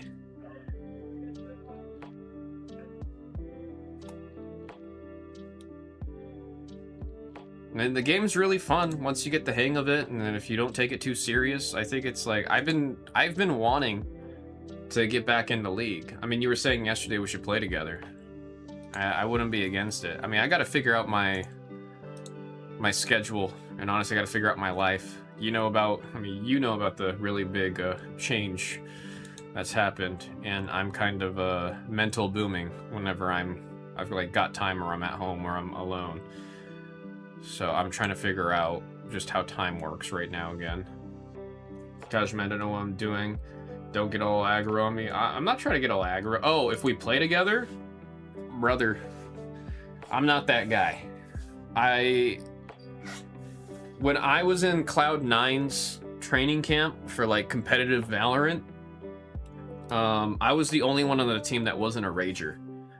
And I remember the coach, after I think the halfway point, in front of the like everyone was in the call, and the coach was literally pointing out your tilt to everyone. So like they would start with the first teammate and be like, okay, when you tilt, you do this, this, and this. You need to stop because you're affecting the team with this, this, and that, right? So he's just like openly roasting you on like, hey, you are tilting out like this, and you need to stop because it's causing problems. And then when he got to me, he was like, when you tilt out, you get quiet. And I was like, yeah. And he's like, why do you get quiet? And I'm like, because as soon as I mess up and I know it's my fault that we lost that round, I'm just in my head blaming myself and then thinking what I could have done better. And he's like, well, if you lose the round, you lose the round. Reflect real quick on what you could do better, but don't shut down. Because if you shut down, you stop talking, now you're not communicating, and now you're going to start losing more. Because now we have a player on our team that's not talking.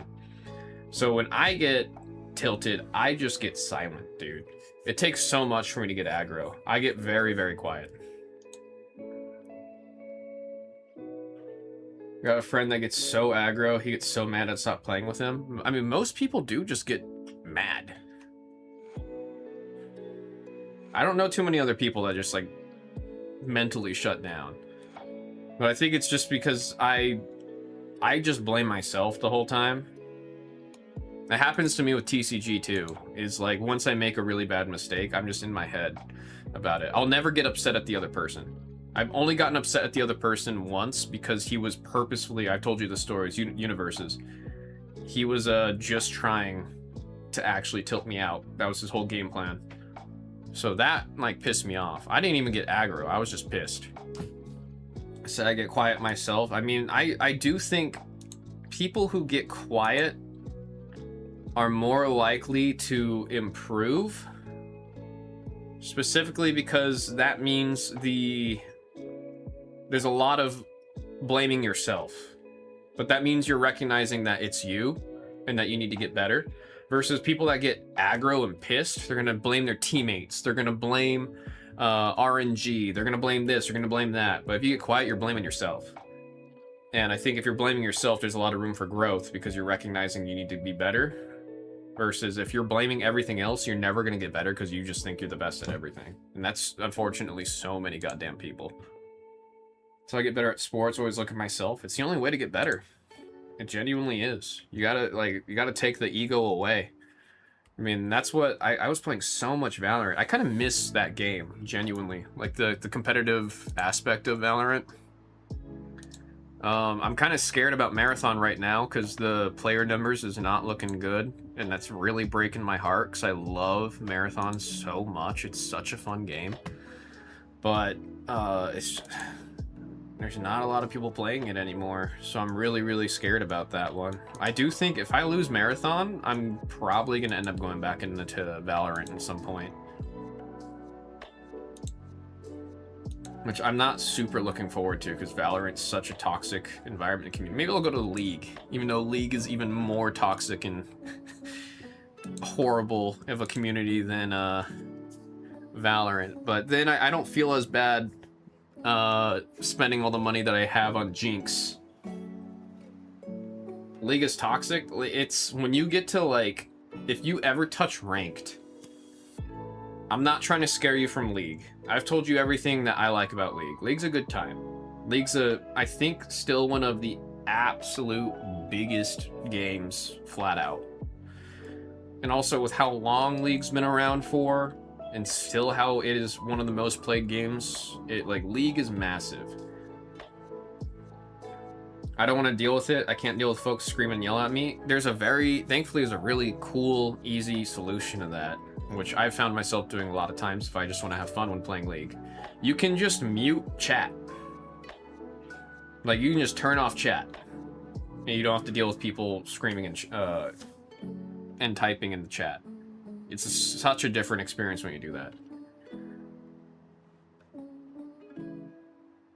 Like, they do give that option. Funny enough, the only reason League doesn't have voice chat integrated into it is because Riot is aware of how toxic people can be in that game, and it's much better off not giving a rather toxic community access to voice chat with a bunch of randoms. Yeah, there's no voice chat. Absolutely no voice chat. It's all text. And it's also like, when people are screaming and they're mad in text, most of the time it just makes me laugh. When you hear voices screaming and yelling at you, that's a whole different thing. 2K voice chat's wild. It's so toxic. Oh, I can't imagine that, because it's different when it's like a team thing, right? Like you want to talk to your teammates. But playing 2K where you're literally against one other dude and you're both just trying, like one of you is trying to win, that's crazy, man. That's just asking for trash talk and people being angry and yelling at each other. That's just asking for it. I definitely think that most of the 2K audience lives for that, though. There's team like with other dudes. Oh, I did not know that. I did not know you could do 5 people on one. I thought it was like capped off at 2 players on one team. I had no clue. I guess it's because I've only ever played 2K with like me and my brother, so. Because I actually used to play a lot of sports games when I was younger because of my younger brother. Like, my young brother, literally, like, every sport he knows so much about. Football, basketball, he's like on top of. MMA, he's super on top of. He even knows some baseball. He knows some hockey. Just like any sport, he is just like on top of it. I mean, right now he's in college right now to be he's trying to be a kicker for football. And I think he just got a scholarship opportunity recently for being a kicker. Online community is why I stopped having fun with sports games. I feel like sports games, I don't know if I could ever play that online. I mean, I'm not a fair opinion because I don't watch sports or I'm not super into sports, but I feel like the real magic of those games is like when you're on a couch with buddies. Like, that's just such a... I mean, that era's dying, unfortunately. People just aren't doing that the same as they were at one point. Like, I think about it when I was a kid, in, like, middle school. I would just invite all my friends over. I'd bring, like, 3 friends to my house, and we'd do 4-player split screen and play Halo until, like, 5 in the morning. And it's just, I look at that now, and I feel like if I was a kid now... For one, games don't get made with split screen anymore. They do not make games with split screen compatibility anymore. So I really do feel like every weekend that I invited everyone over and we were playing zombies, or, you know, one of them would bring their Xbox and I'd set up another TV and we'd do 4-player zombies with 2 split screens, and I just don't think that's really happening anymore, and that's kind of catastrophic. There's so, like, I don't know, there's such a magic with, like, LANs, you know what I mean? Like, even in high school, when split screen was starting to die, I would still have my buddies over. They would bring a monitor and they'd bring their Xbox, and we'd set up our monitors, Xbox, on the dinner table, and even though we're playing on our own consoles, we're still all in person doing a LAN party. There's such a magic to that. Even with esports, bro. You look at like the early esports games where it's like a row of TVs and Xboxes are sitting right across each other, and God, there was like no rules back then. You'd be able to do all kinds of crazy tilt stuff, like stand up and trash talk right after a round.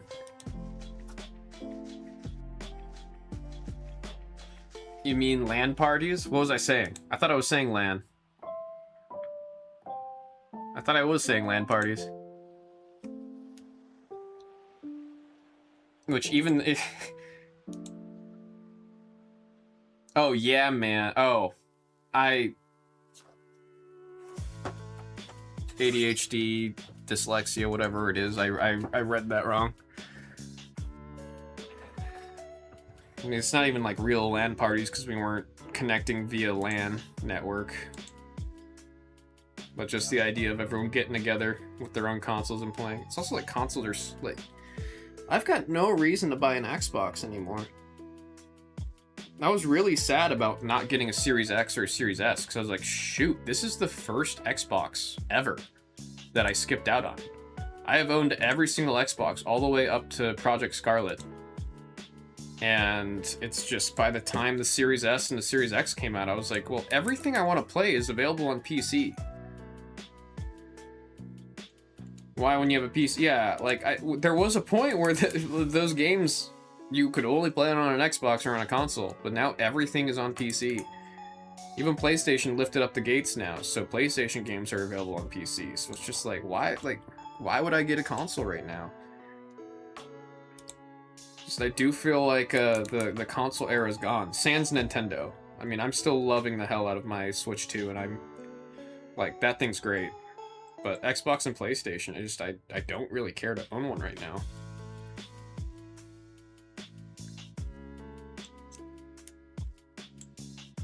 And it's like, I don't imagine they're super pressed to really push for the consoles, because I really don't think they were making that much money off the consoles anyways. All the money being made was in the games.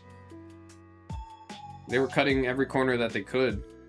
They had like very minimal margin, I believe, on the consoles just because the real moneymaker were the video games. So if they're able to focus less on the consoles and more on the video games, then I don't imagine there's going to be a crazy push for it. Like, I don't know, the PS6 and whatever they call the next Xbox might be cooked. Because I think we're supposed to get the next gen of consoles next year, which already feels too soon. When did the PS5 come out? It was during COVID, I remember, because of all the craziness. 2020, yeah, so next year we're supposed to get the next gen. Next year is supposed to be the next gen. Is Ascended number 9 in the store? Ascended number 9 is gonna hit a little bit later. I want us to get through like half of the stream, and then I'll add number 9. Trying to space it out a little bit, because we don't have too much of Ascended. I got as much as I could. Just trying to help stretch it a little bit. Like, we'll have number 9, and then we'll have 10, 11, and 12 on Monday. This gen of consoles sucked. It did, man. It did. I mean, PS5, I feel like PS5 did some stuff. This gen of Xbox was definitely awful, which breaks my heart, because I'm an Xbox kid at heart. Xbox this gen was awful.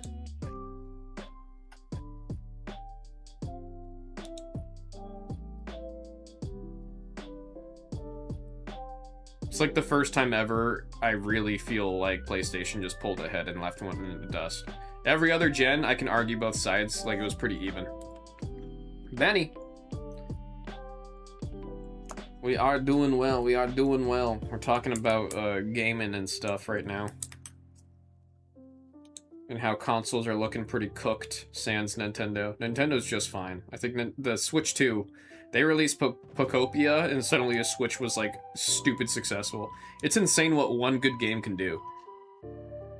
I think people forget, it really just takes one good game to persuade people to buy a $500 console.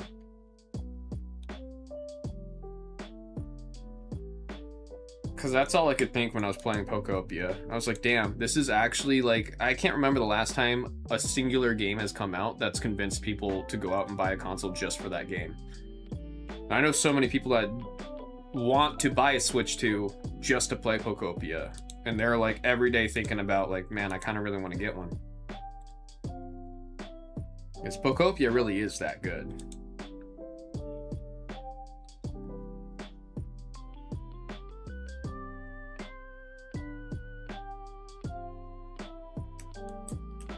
I do want to play it some more. I was planning on playing a lot of it in Korea. I just got way too, I got hooked on NTE, because NT had just come out while I was out there, and reading One Piece. So I did beat Pokemon ZA, and then I was planning on either doing more of the ZA battles so I can get Mega Greninjanite, or going back to Pocopia, but I ended up just playing NTE. Which I need to start grinding NTE, because I think Lacrimosa is the next banner, and I think that's the unit I do want to go all in on. I've been saving up my in-game currency from playing since I started playing. And I do think that's going to be the unit I want to try to get.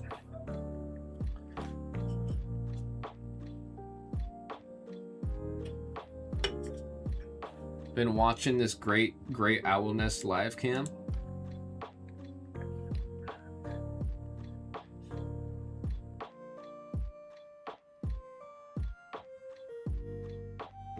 These don't look like owls, man. They're the beak. When I think of an owl, I think of like a big head and then like a very flat face. These guys a little three-dimensional. A little more three-dimensional. Oh, I went to like 3 hours ago. That's what I think an owl. Is it just because they're babies, and then when they get older, they look more like how they're supposed to?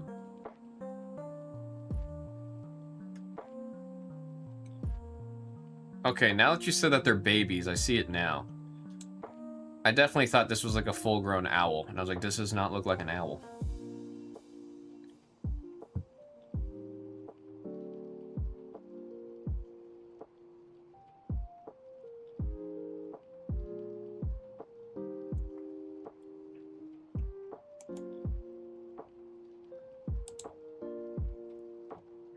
Their beaks grow big first and then everything else. So then basically the beak is the first to grow and then the rest of their body fills in and then all of a sudden the beak looks small. Big old beak.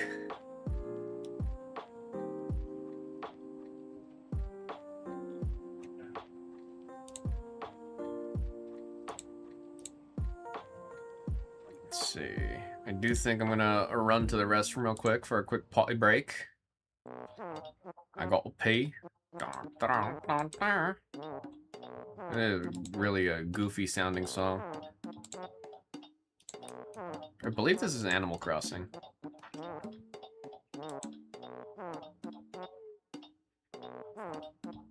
They're gonna leave the nest in about another week or so.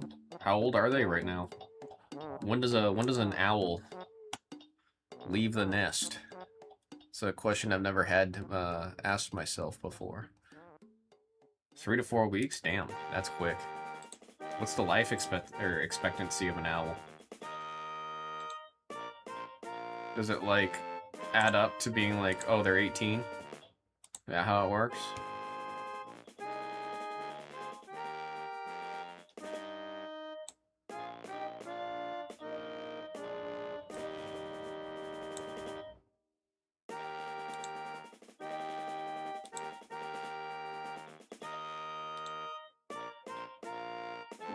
Bum.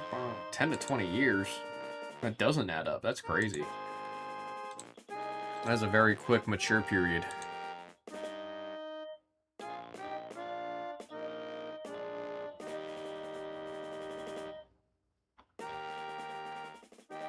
I feel like even like with a dog that has a similar life expectancy, it still takes like months. Captivity in New Zealand can reach late 20s. Oh yeah, they're safe from the ailments. Alright, I'm gonna run to the restroom real quick. I'll be right back, folks. We got everything on the screen updated. We're getting close, folks. We're getting close.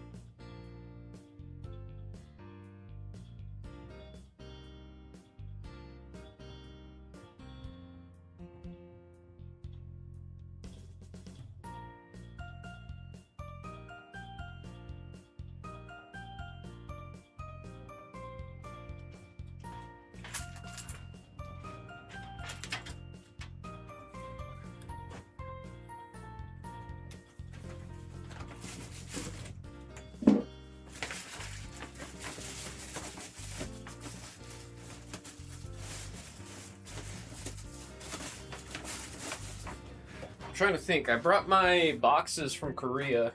Bought that for 25 bucks at a 7-Eleven. And I'm needing to record the opening for content, but I just need my hands.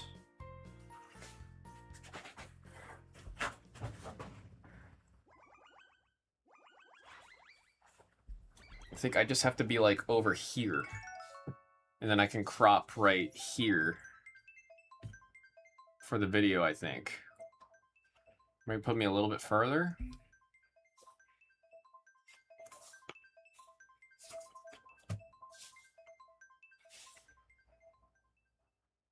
How can I stream just audio on Twitch? Like a DJ mix that's just audio, need OBS? Yeah, I would use OBS.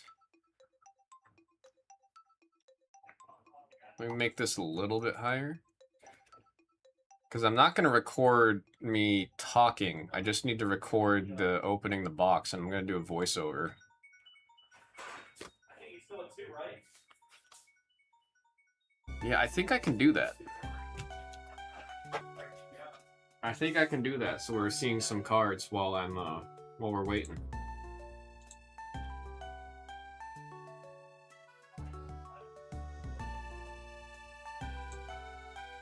Let's try it. Let's try it. Let's try it.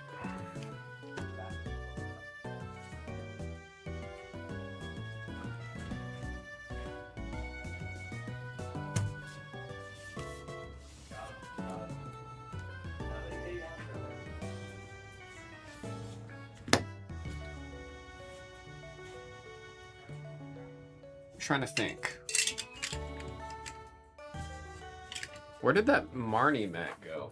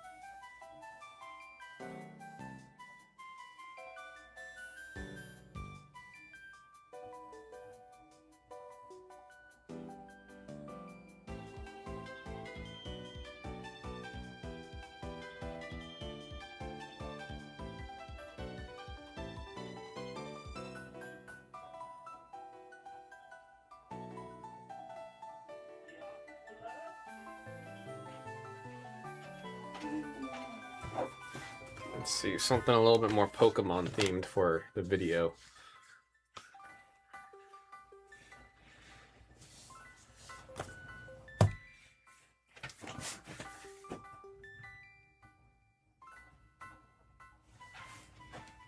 focus working? Okay.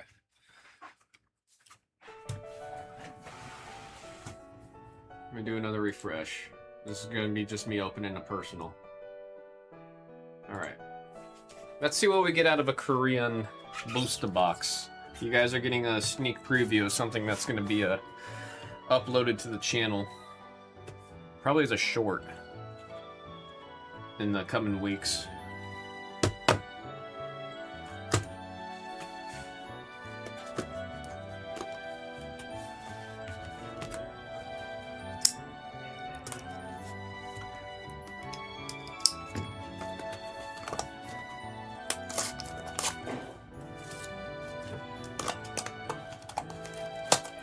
Wow, I'm really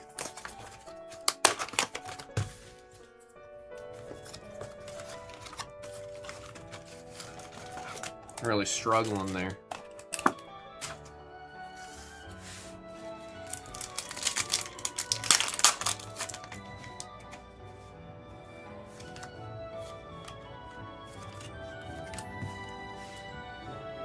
What's his name?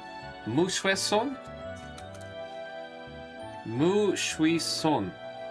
I don't know what Mu Shui means, but son means hands. Mu Shui might mean iron, because it's iron hands, so maybe Mu Shui means iron. Or Mu Shui.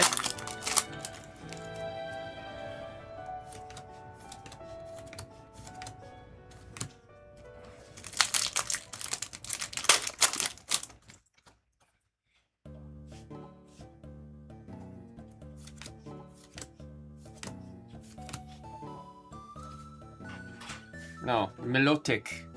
Its name is melodic in Korean too.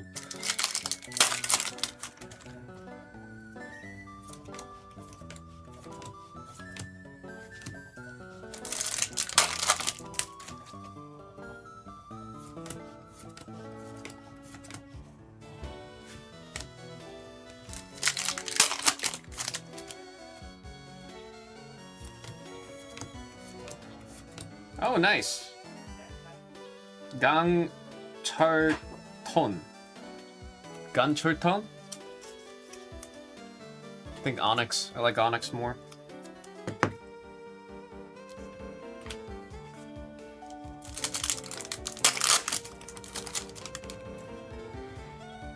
Polygon 2.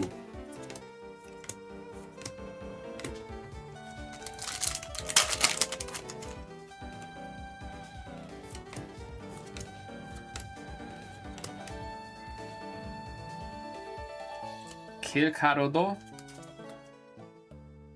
Kilgarido.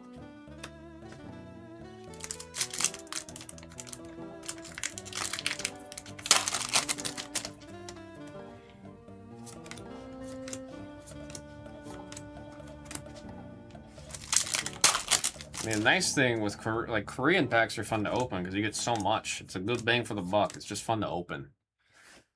The value might not be as crazy as Japanese, but it is fun to open.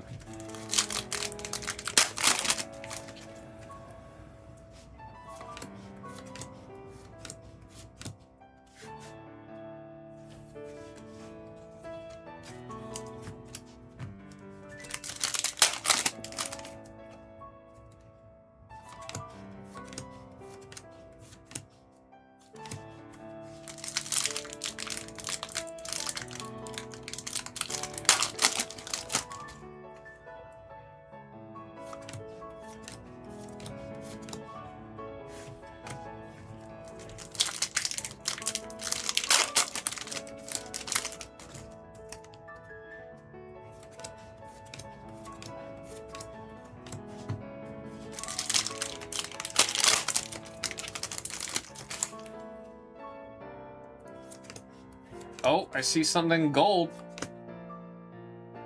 Hey! We'll take a hyper. We'll take a hyper.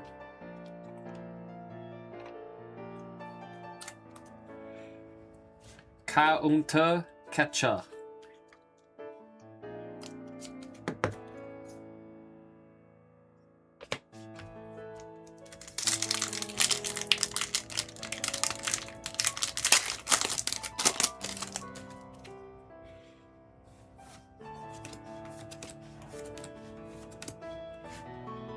Mousehold. What's Mousehold's name? Family. Family Che. That just means family mouse. This is the name of Mousehold. Family G. Family G.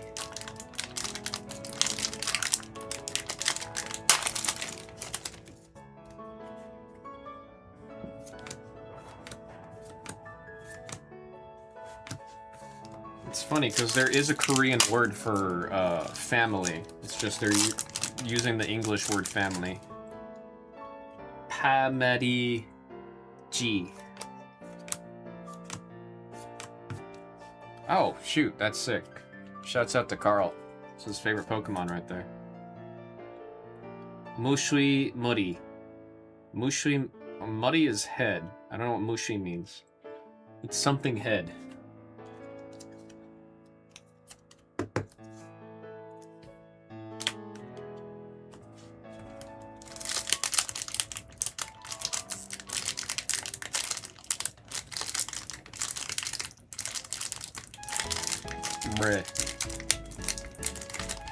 I've been doing just fine. This one's giving me a problem.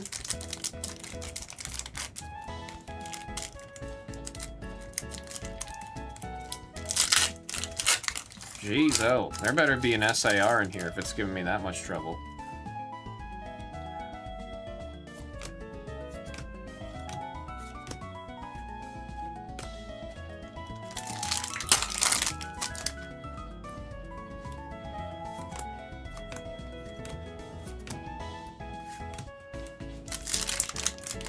I don't know about that.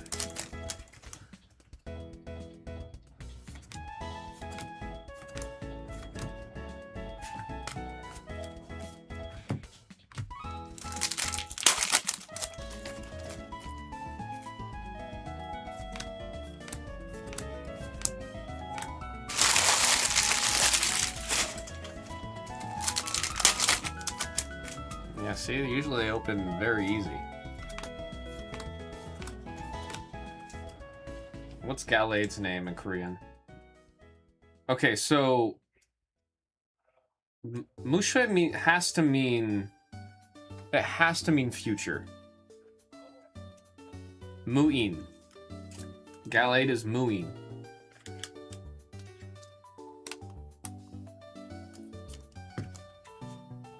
Mide means future. So I wonder what Musha means. Or Mushui.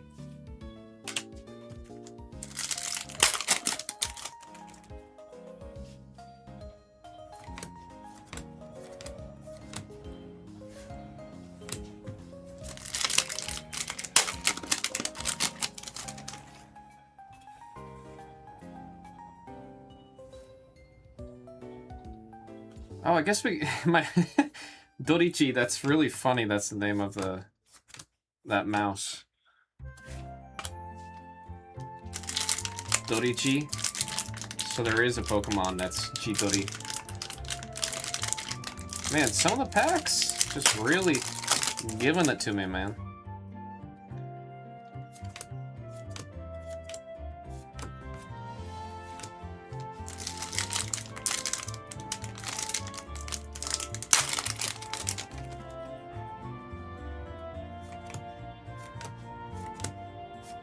Oh, nice. I'll take that one. This was one of my favorite illustration rares from this set. Vanillichi. Vanillichi. Vanillichi.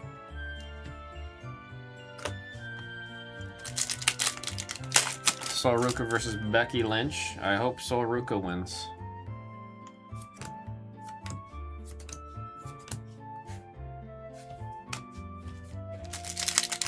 Blue pack. Second from the end.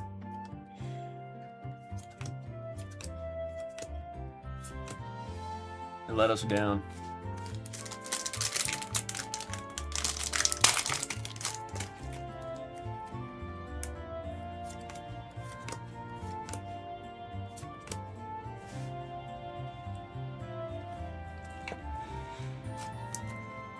Not too bad, not too bad.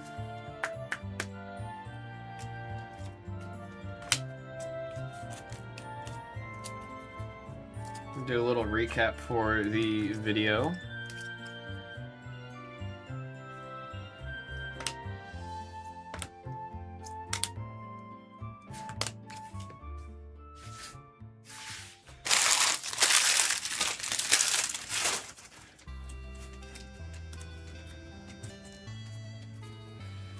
Not too shabby, not too shabby.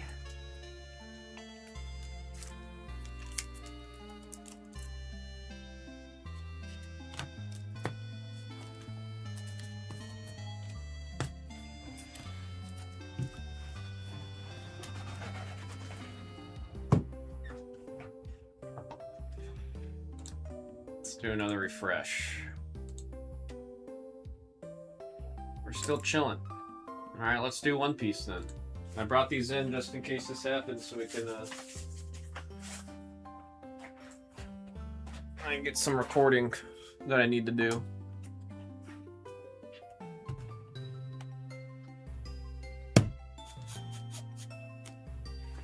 What does it say? Saje Yun? I don't know what that means. I can read it, but I don't know what it means.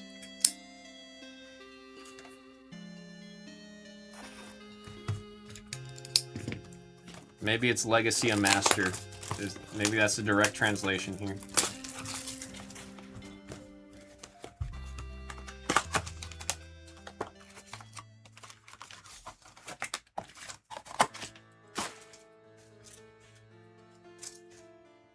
There's 8 cards in these ones.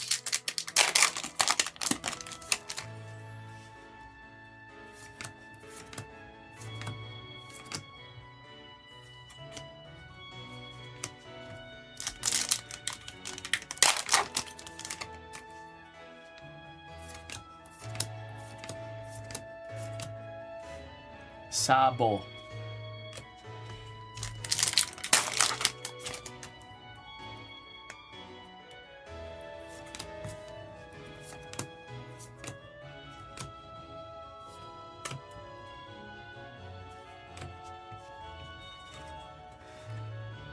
루피는 해적왕이 될 신에다. It is funny seeing these in Korean.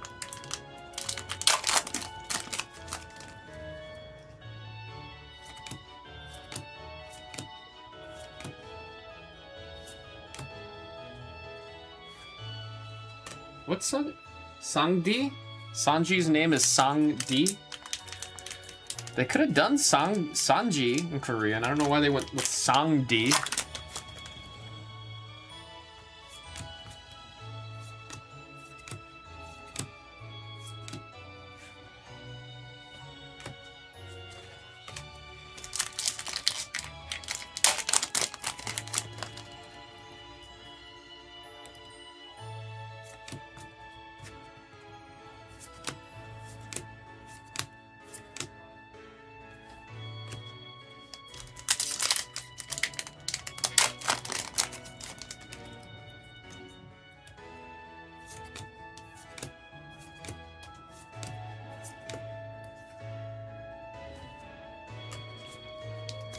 Bin Smoku Soda.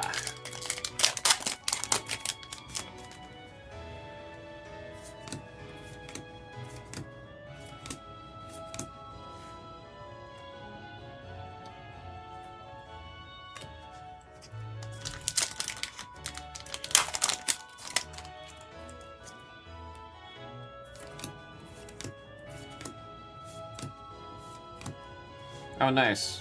We got Boa. We'll take a Boa.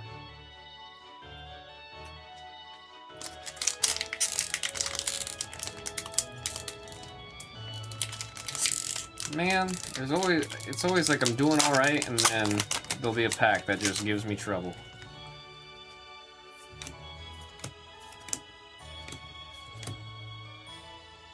Borsarino.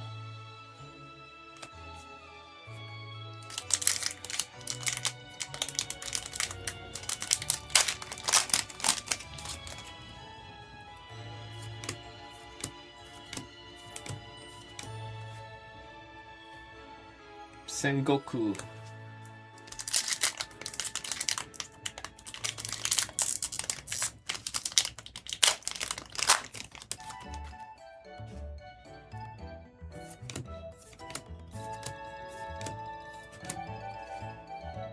I got SR. Maruko.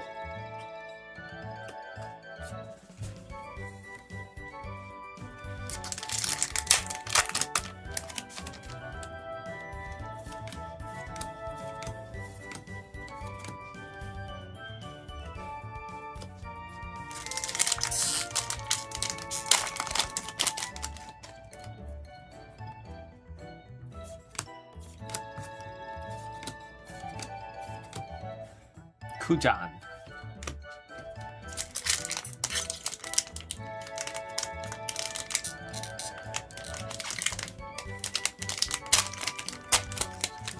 I guess thinking about it now, there's no Z sound in Korean.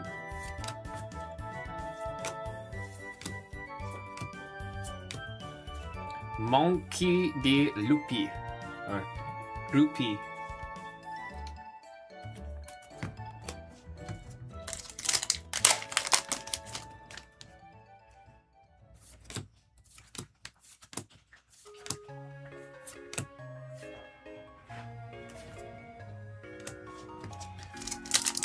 Luffy is the man who's gonna be king of the pirates.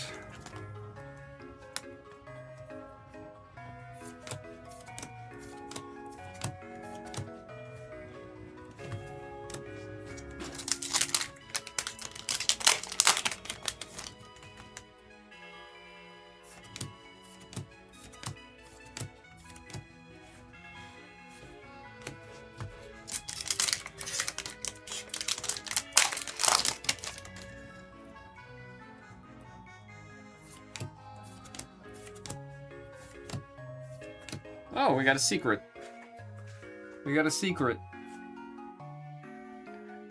Basurumyu Kuma.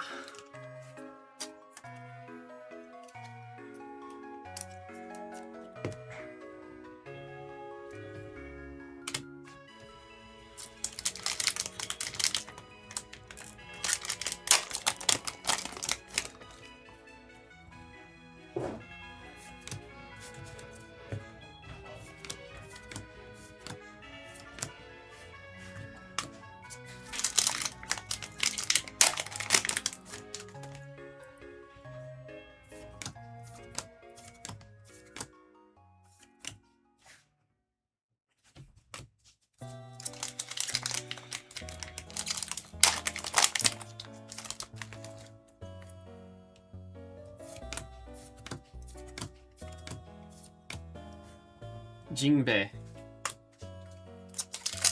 Another one. They could have done Jinbei.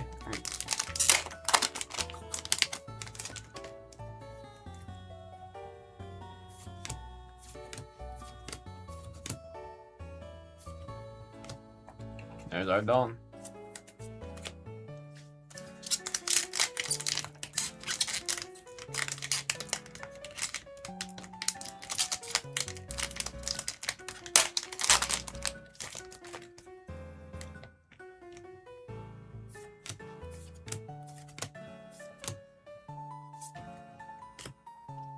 Bam.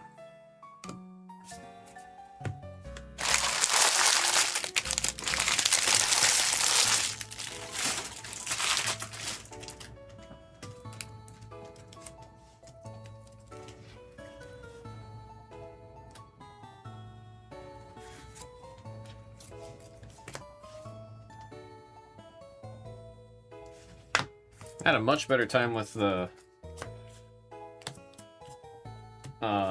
Pokemon than I did with the One Piece, for the One Piece to be 30 bucks instead of the versus the Pokemon being 25 bucks.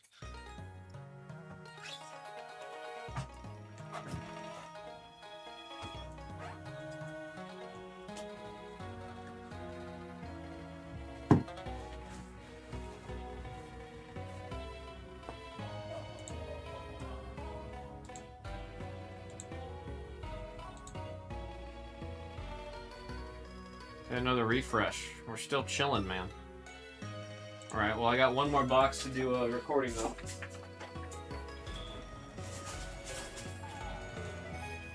I got one more box.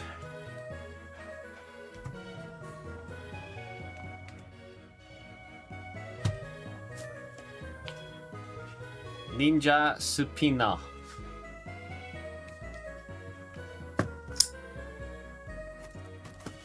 These are actually directly from the Pokemon card game store in Korea.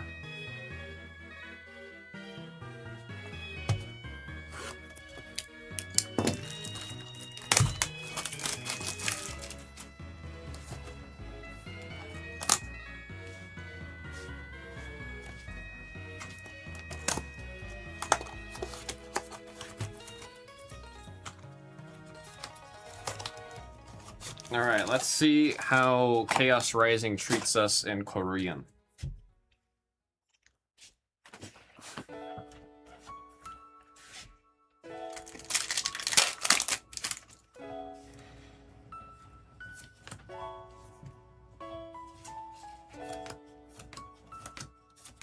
Oh, hell yeah. I've been missing that we didn't have this in English. It was a promo instead of being an actual card. I'm really happy about that. This was my starter when I played XY.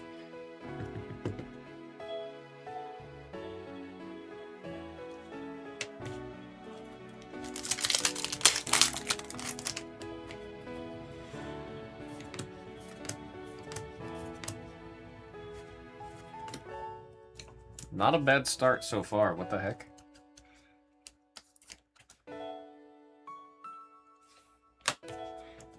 Officially a TCG player now. Learned Pokemon Wear Away. Oh, hell yeah. Love to hear it, man. What are you playing? What are you playing right now?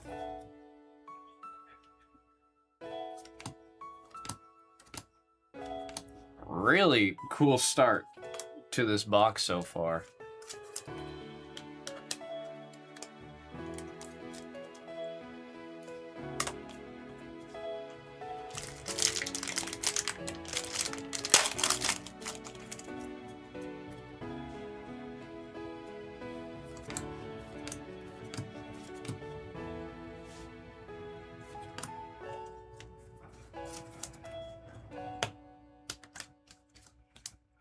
We're like 444 so far on hits.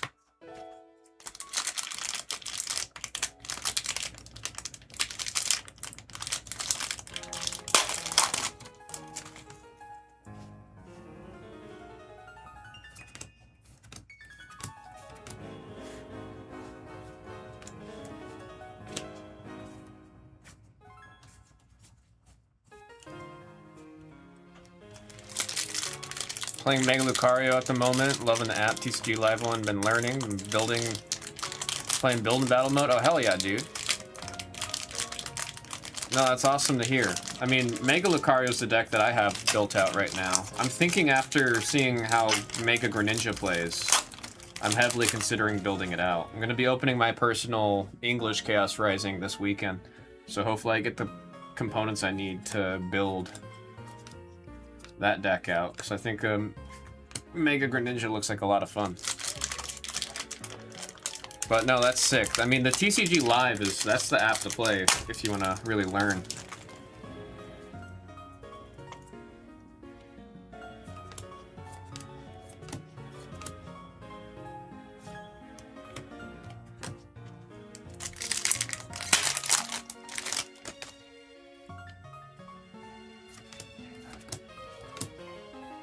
Oh my god, I didn't hit record.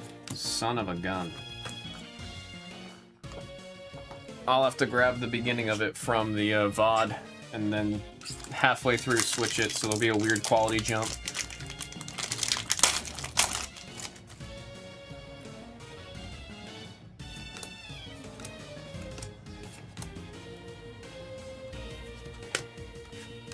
Thank God there's VODs.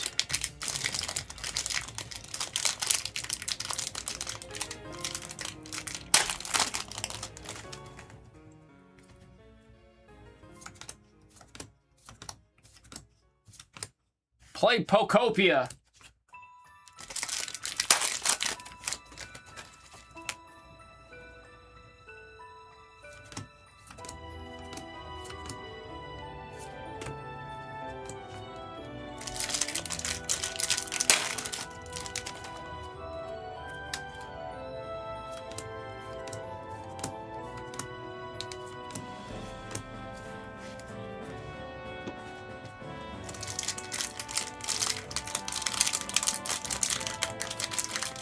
I'm about to get my scissors out, man. I don't know why these packs are giving me such a hard time.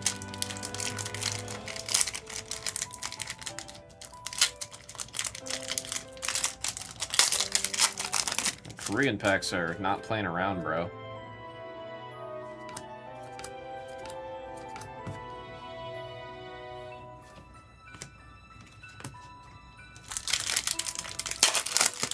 See, if they all open like that, we're cruising.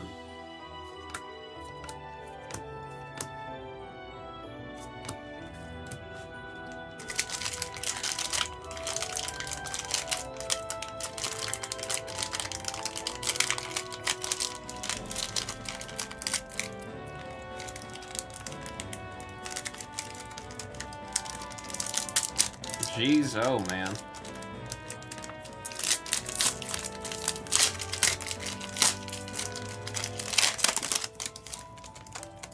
I don't think I can complain about English packs opening anymore after this.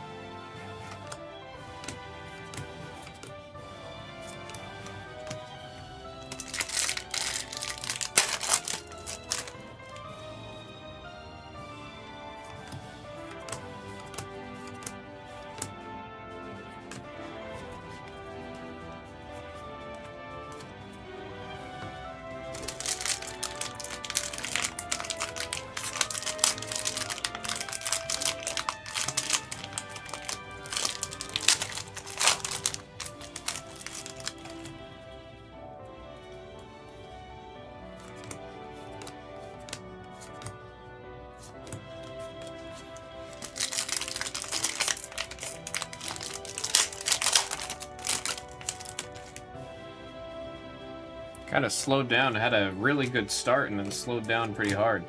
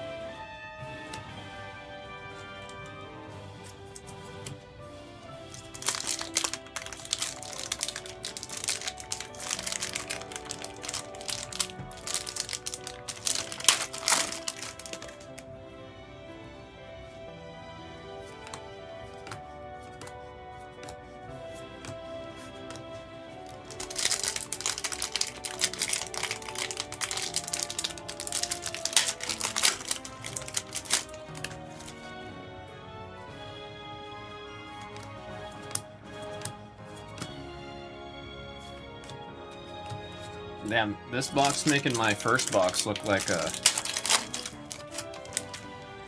God's gift to Earth.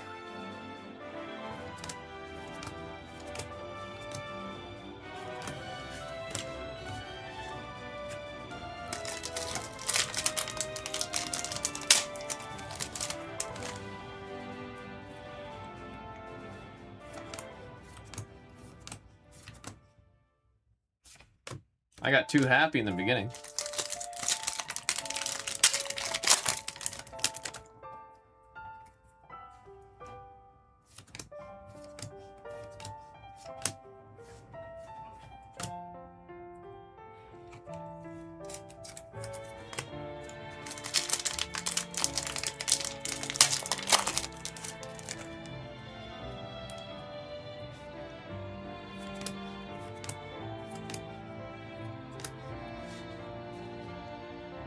Oh, Dragalgi. What's this name in Korean? Mecha Drekam? Durekam. Oh, its name is Drekam, and then Mega Durekam. Drekam.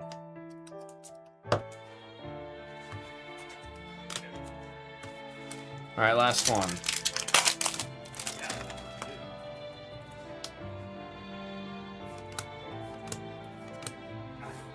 Oh!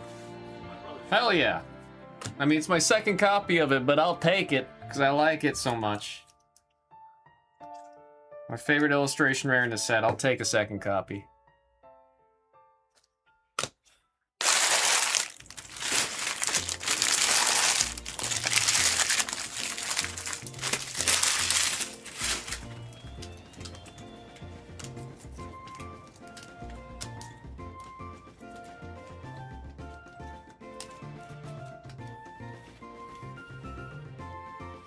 Do the recap for the video.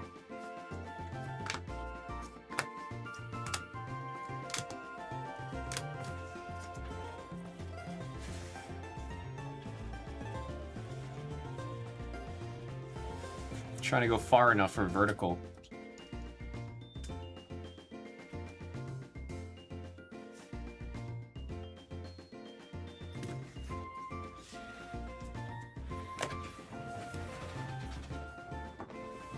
The first 4 hits, last 0 hits. Yeah, it was like a sandwich.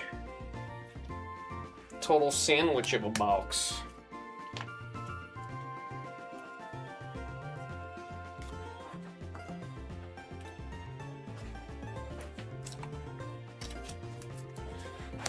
I always have fun, like, if you can get Korean Pokemon, like, at the actual cost, the normal cost, it's a lot of fun.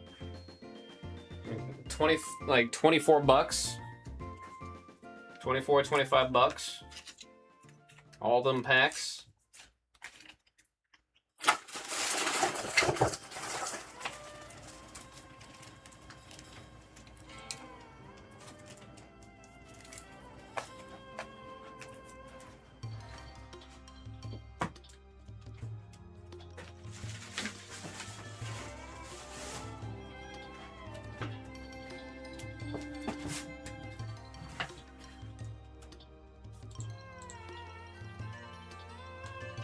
Let me start a poll.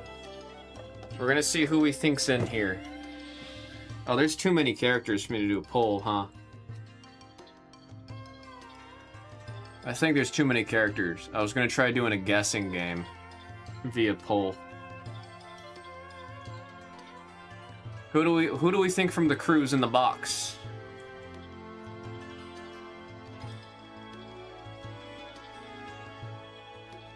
We have all 10 members of the crew. Battle thinks Chopper.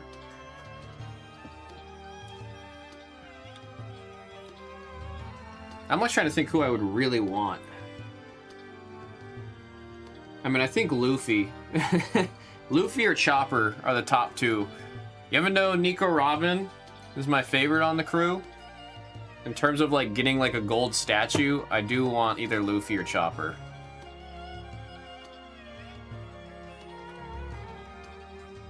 I was given this last year when I went out to Japan.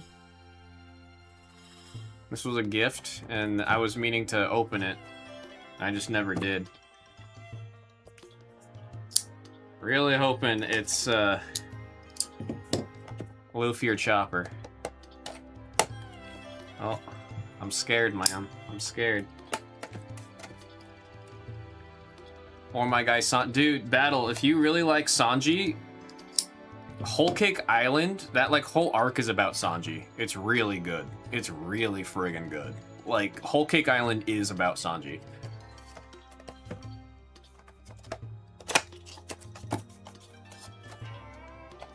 I know you have quite a ways to get there, but just know when you get there. Alright, I'm not gonna peek. I'm not gonna peek. I'm gonna do this. We're gonna flip it upside down.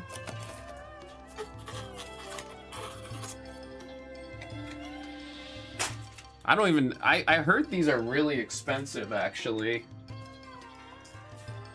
I heard whatever this is specifically is actually a really expensive box. I don't even know how much it is. That's just what he told me. So maybe I messed up by opening it, but I want it for the room. It's gonna join our display.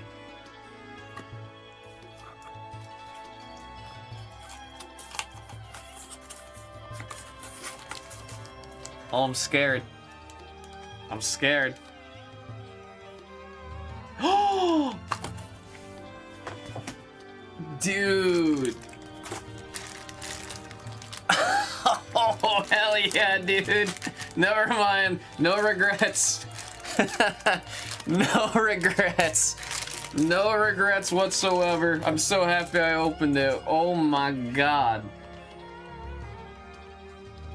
Oh, that's sick. That's so sick. I'm so happy about that. He said no regrets. Yeah, I'm very, very, very happy with that. What the heck? Damn. I'm so happy about that. I'm so happy about that. Is that rare? I mean, it's just a 1 in 10, I'm pretty sure. I think it's just, you have all 10 of the crew. Although, I don't know what this... Let's use ChatGPT to see what Luffy's saying there. Maybe it's like, I'm rare. Maybe it's like, try to find me.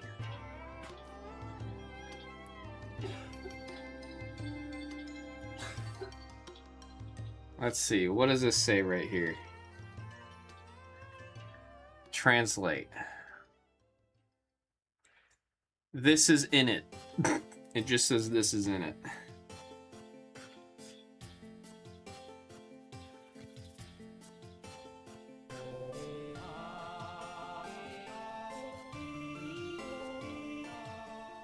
Let's try searching the web. Let's do the good old Google Translate.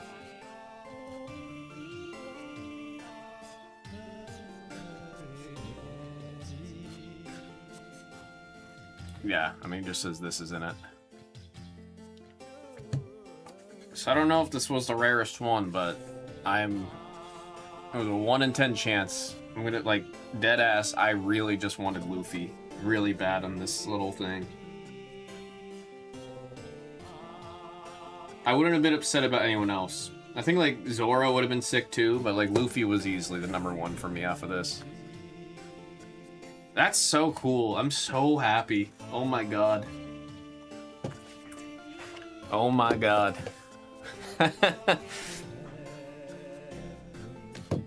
Y'all got a live, genuine reaction on Gacha.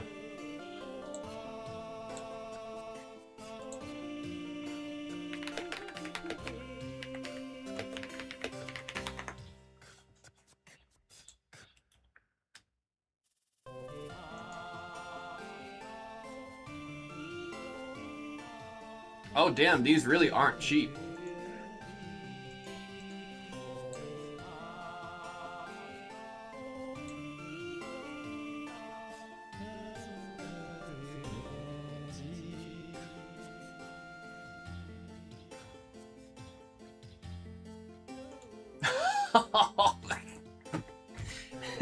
I'm about to tell you guys some devastating news and revelation here.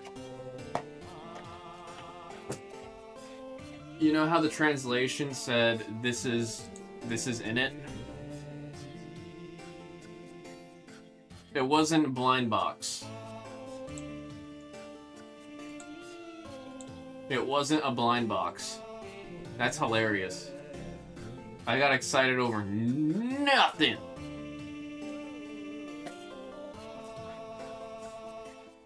Don't think, yeah, Ascended, I'm holding on to Ascended until 7.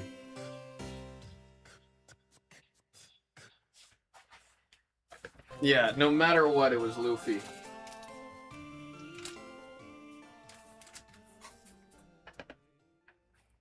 Was this thing supposed to come with a card? I don't see a card. I'm seeing other people posting pictures of it and it has a card.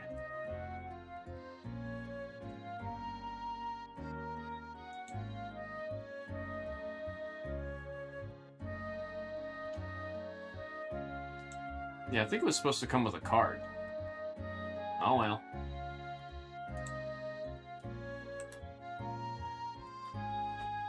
That's very funny.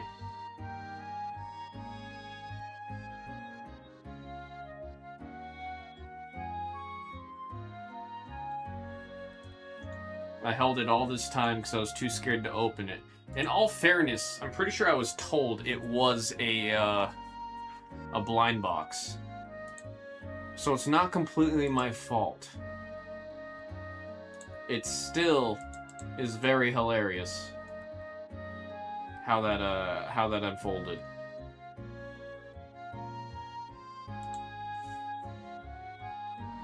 Well, he is forever a part of our set deck now.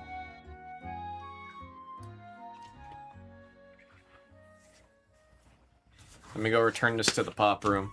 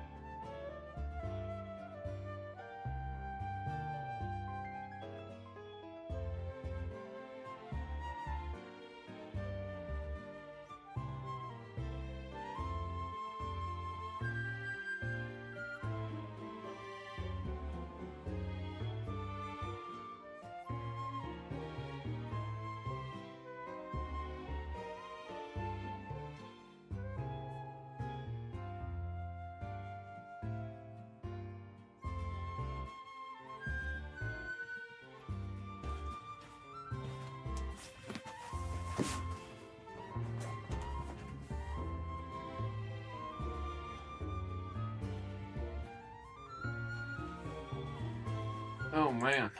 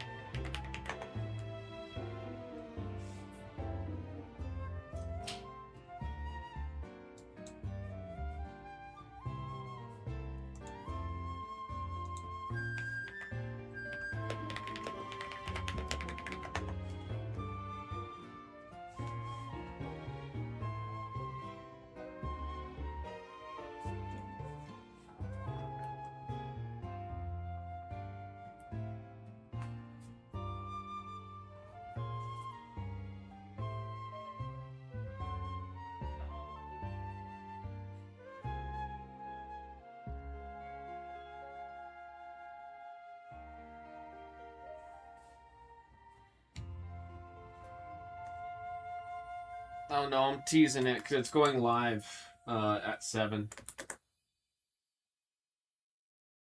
I'm teasing it.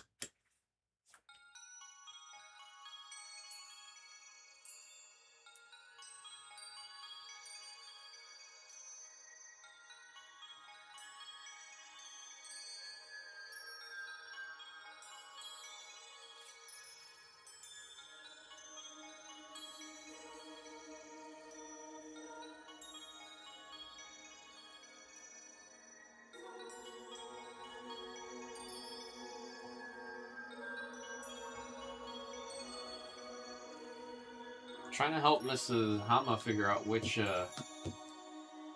character they just pulled a sketch of.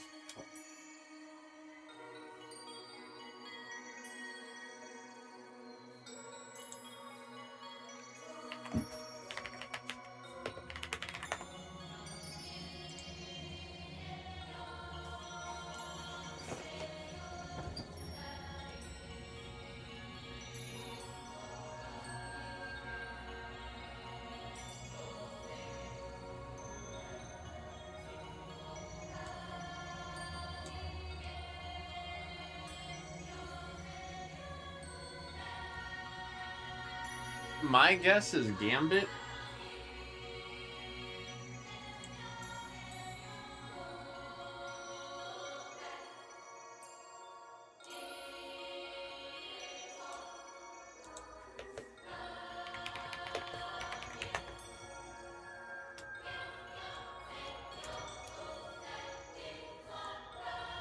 I just can't find a source.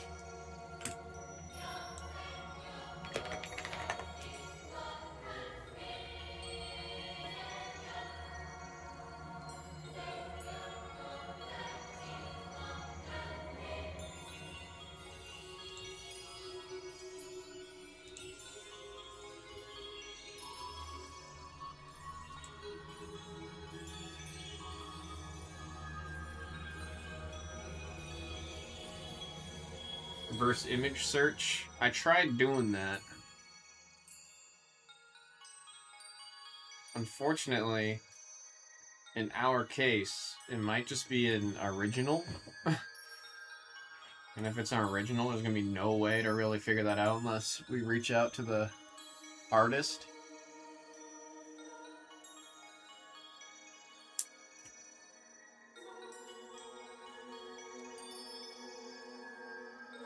I can't really read what that signature is.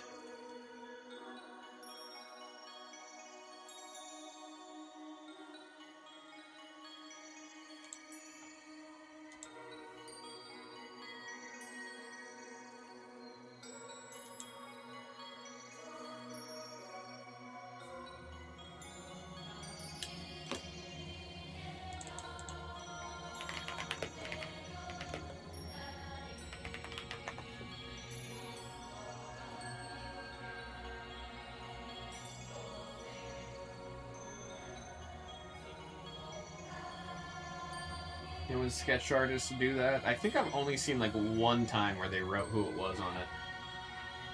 Oh, get your name out? Yeah, there's some that will sign it and then they put their Instagram handle under it.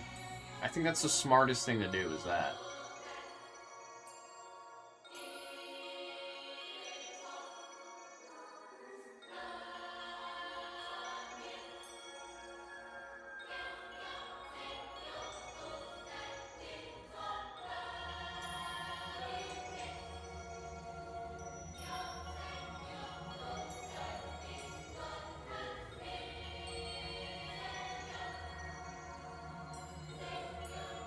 Unfortunately, I don't think everyone that's doing it is thinking that far ahead. I'm like looking at different Gambit comic covers right now to see if I can find something similar.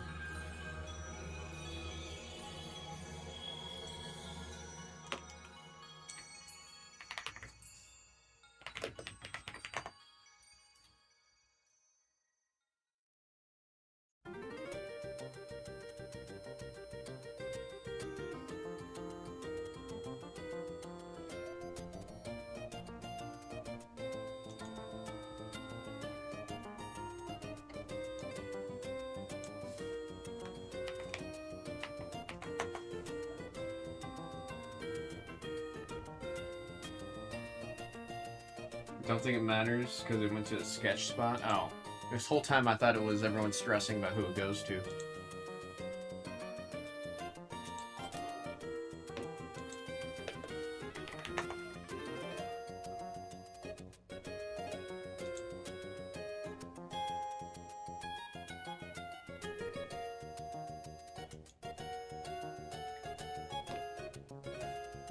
Instead of Ms. Blue, I forgot to move the camera.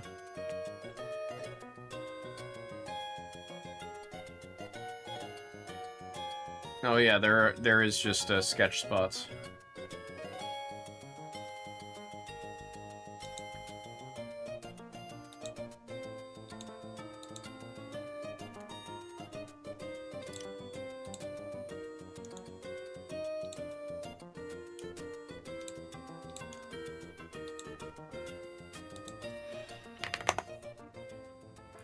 It's a curiosity.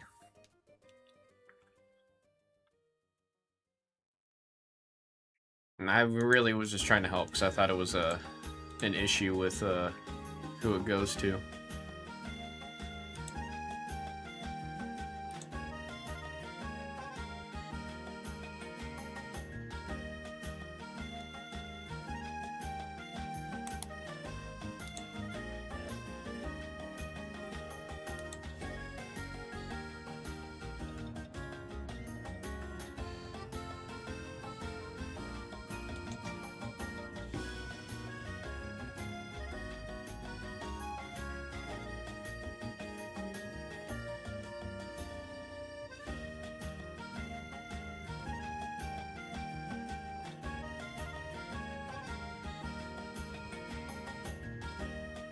It's like the color, that specific shade of purple in the jacket, you know what I mean?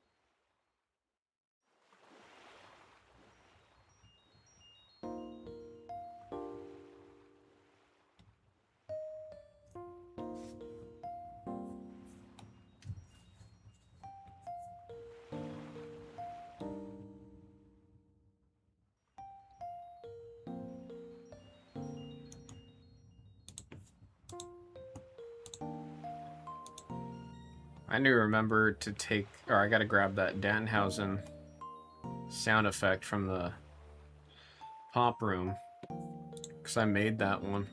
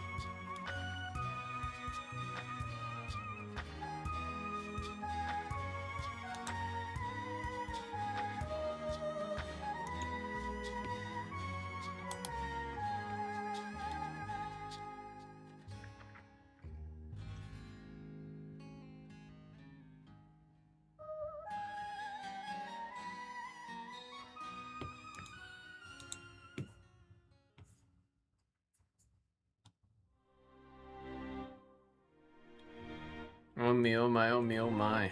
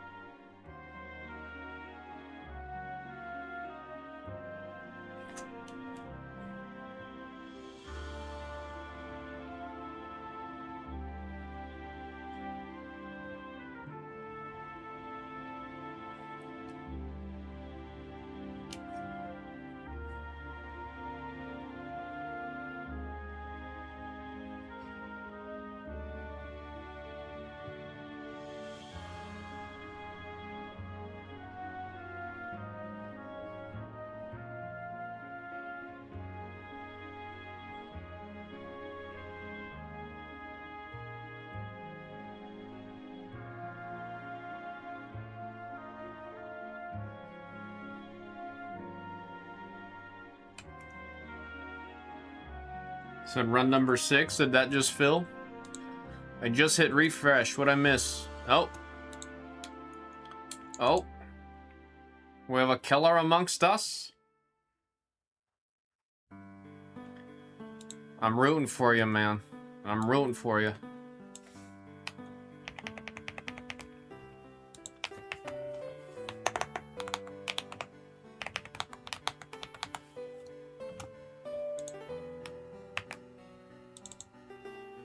Close out Mojo. Killer Mojo.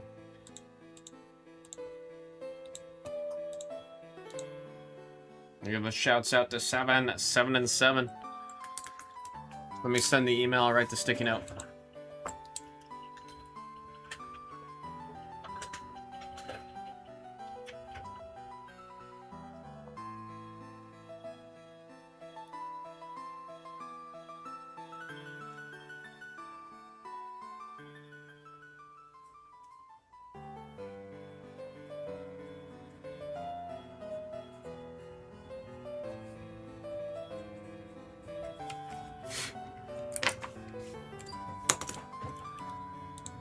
Alrighty.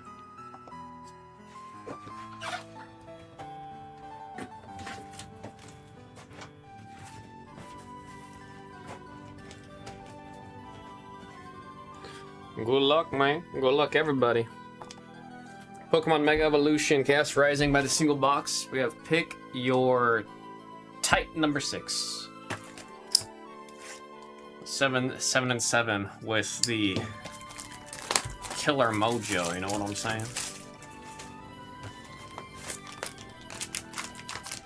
We gotta find an SIR to join the wall. We don't have anything on the wall today. We don't have anything on the wall. There we go. Great haul. Quilladin and Crobat.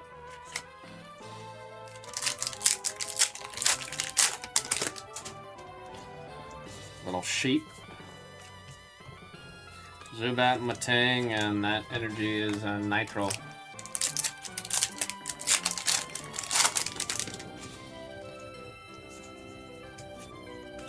Frothorn, Nitro, and Mega Dragalge. Double rare hit right there. Dragon. It's going out to Jimmy Fan with the Dragon spot.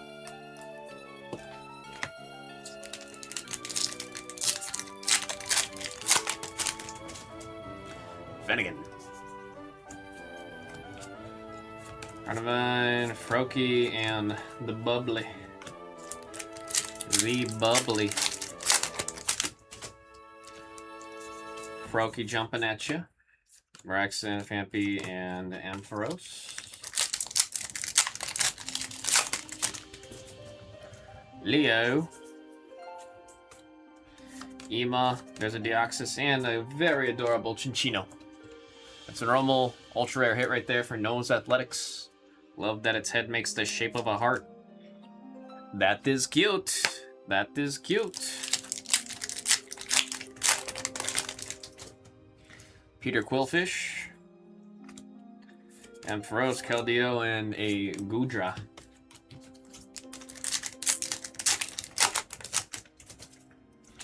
Chilling in the water, that Fampy is. Watch out, we got a Weedle and a Cobalion for the double rare hit right there. That one is a steel type hit for Phobia.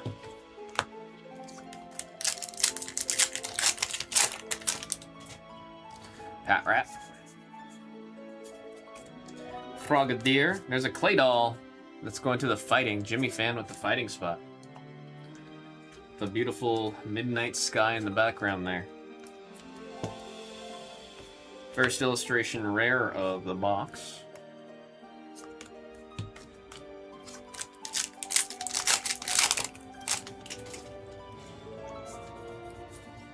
We got a Sudowoodo, Prism Tower, and a Xerneas.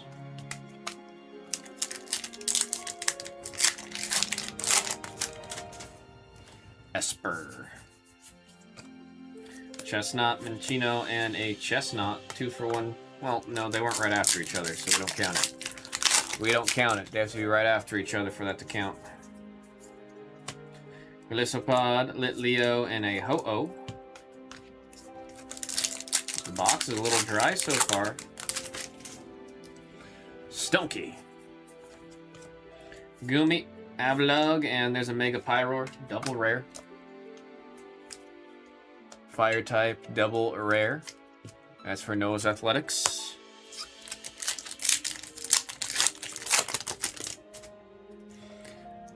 Got a Pat Rat. That's in the right spot. Good luck. Oh. I'm jealous. 7, 7, and 7. That's Killer Mojo for sure. That is my chase of the set right there. Sick, dude. Sick, sick, sick. Roxy's performance. If it sits, it hits. If it sits, it hits. My goodness. I'll say this is my #1 realistic chase right here. The pink and blue. I just love the card. It's such a sick card. Such a sick card. You said close out Mojo, be kind. And kind it was. Kind it was. Remoraid, Deoxys, and Magnetic. No, Fuss. Oh, there we go. So just had a feeling. You had a feeling. You listened to it, and it paid off this time. First SAR, man. That'll beat. Told y'all, every SAR for the opening weekend, for the first 2 days, we're gonna do the beat the sorts on all SARs. So that'll beat.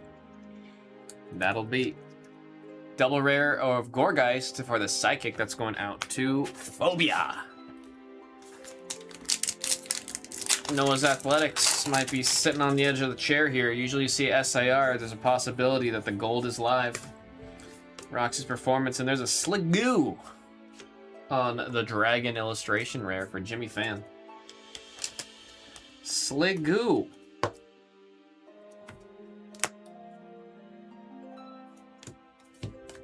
It's funny, I literally just had to see a little bit of the pink in the corner and I knew what it was.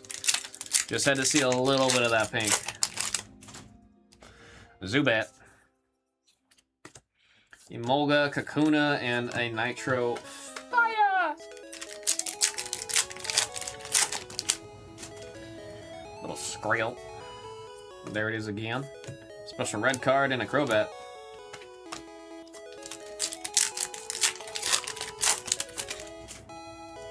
Farah Seed. Transformation Toe, Magnetic, and Energy Retrieval.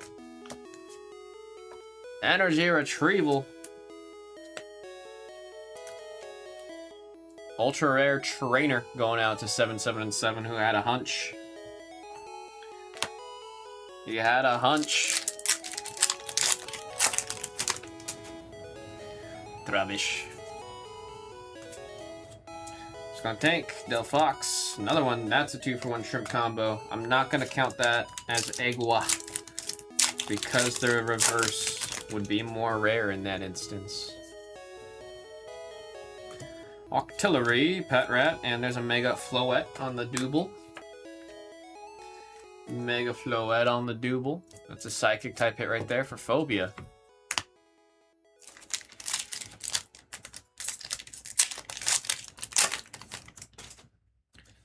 Zubat flying around. There's Deoxys, Quillfish, and a Chestnut.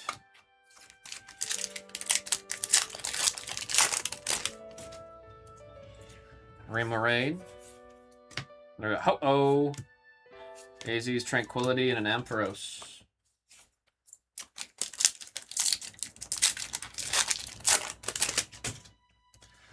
Farah, dude. Phantom. Tauros. Going to the normal. That's Noah's Athletics with that combo spot. Sick art this one is. This was, I think, the first illustration rare we saw on this channel for this set. Boobly. Boobly.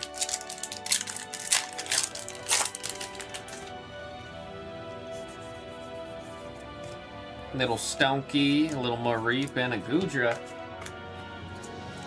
It's just funny how it goes from Sliggoo to Goodra. It goes from no thoughts to being a very sentient poison dinosaur.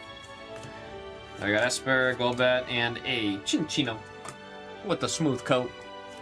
Good luck hitting this guy. 50-50 shot every time. Do you kill it or do you not? Gotta heads or tails.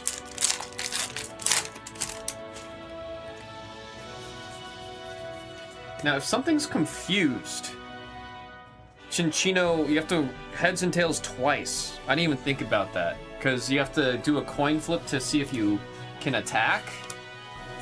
And then you have to do the coin flip to see if the damage actually hits. Yeah, prevent that damage. I wonder if there's a deck that plays around Chinchino and then confusing your opponent's Pokemon. That'd be such a frustrating deck to play against. Oh my god. Claydol, Bergmite, and Magnetic. Can you imagine? Anytime you want to attack, you have to flip a coin twice. You have to win both coin flips, or you do nothing. Litleo. A little Wimpy Pod. Meowstick, and a Xerneas.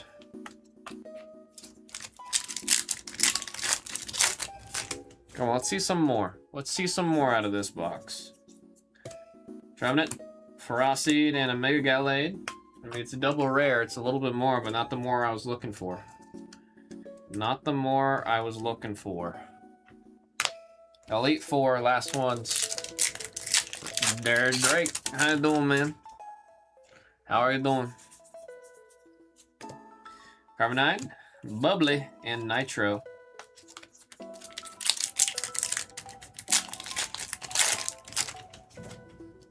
That'll the what up. We got a ball toy. Ah, there's Frauky. There's the little frog. Noah's Athletics going gigging for frogs. I actually don't remember. I'm going off of memory that frog hunting is called gigging, but I don't remember if that's the actual word for it. Water. Noah's Athletics on the illustration rare hit right there. Keldeo. Blue pack, second from the end, the one I always root for. Rob Geo confirming it. Rob, how you doing, man? I gotta get you a shield. We got Felipe, number 9. Froakie, number 0. I don't gotta see the numbers. This is a pick your type. Pop Channel pulled Michael Jackson's sketch out of Deadpool Chrome. What? Are you talking about the one with the red background? Fennekin? Yeah. Deoxys, do we have last pack magic? Come on. I mean, it's a double rare. At least it's a double rare. Beedrill, grass combo, that's going out to Noah's Athletics. Way too many double rares out of that one, man. It did give us the SAR, but damn. Here we got the double rares.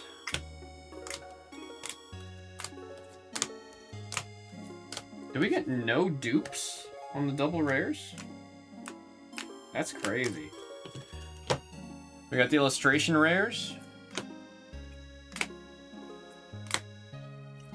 And the ultra rares. And of course, Roxy's Performance. One of my favorite cards out of this set. Love the pink and blue. That's a sick hit right there for the trainer spot. That'll beat. Opening weekend, that'll beat. Folks, that was Pokemon Mega Evolution Chaos Rising by the single box. Pick your type, number 6. Pick your type 7 is going to be a start 2. A brand new case. Thank y'all again very much.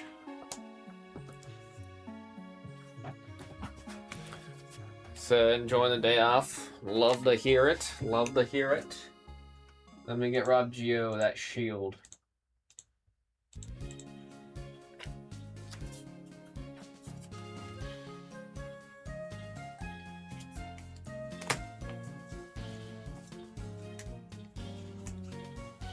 So, too obscure. Looks like Michael Jackson to you. Our guess is I guess I shouldn't say our. My guess is Gambit. That would be my guess.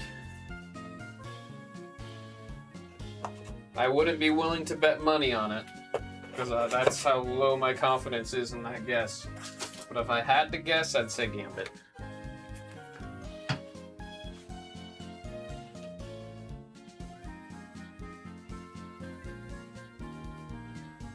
Tram said Richter? I don't even know who that is.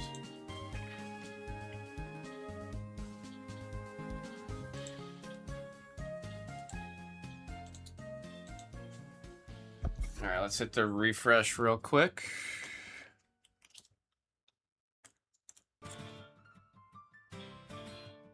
How are we on the 2-pack? Still no orders on a 2-pack. So it's that MJ sketch for now. I mean, I'm not opposed to that.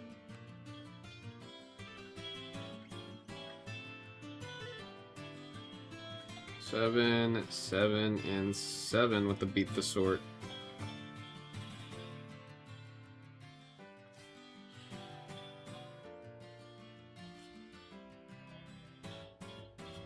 And that was pick your type number 6.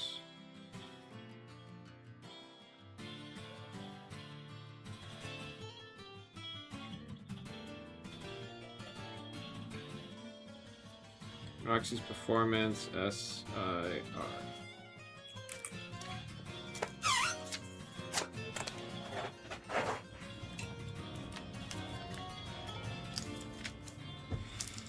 Our first card to join the wall.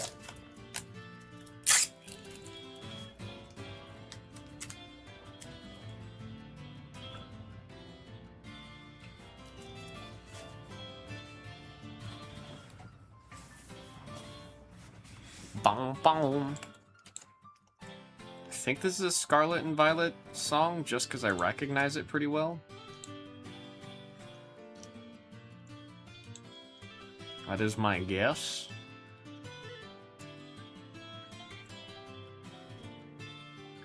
Reminder again, folks, once we get around 7 o'clock, we're going to have the last Ascended Heroes for the day get put up.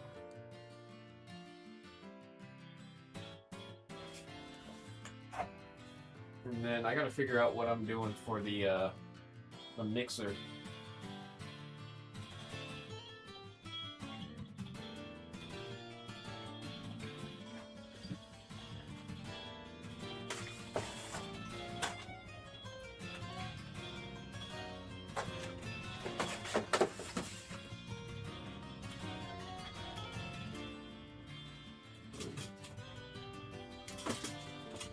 Might end up being a mixer. Let's see, that's 7. Then I can do 7 there. So we got 7 mixers. I think I'll do that. It's gonna be a Chaos Rising booster box, a little bit of Ascended Heroes, and then the first partner pack. Da da da.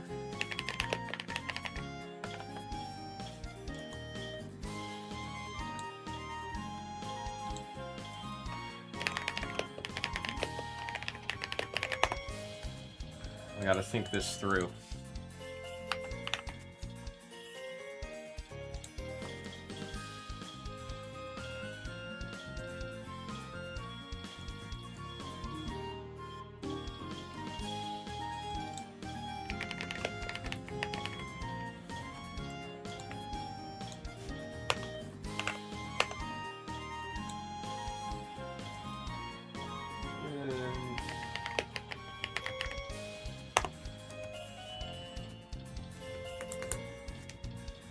It's loading. It's loading.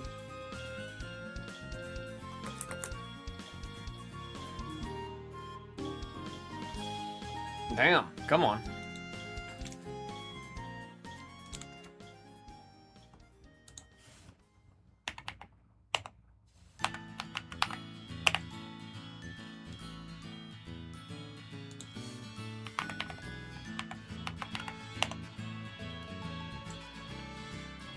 $42 a spot?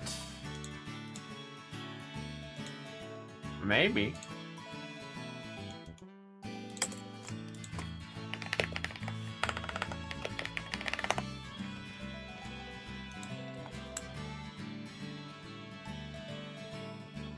I don't think that's too bad. Let's see.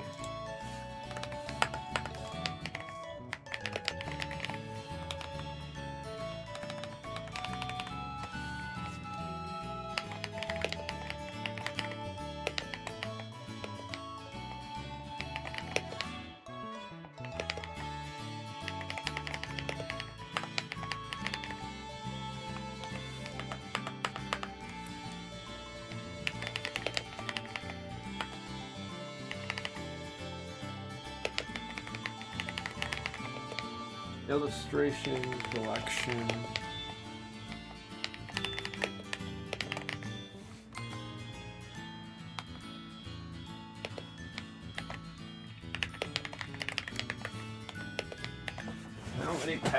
this. 4.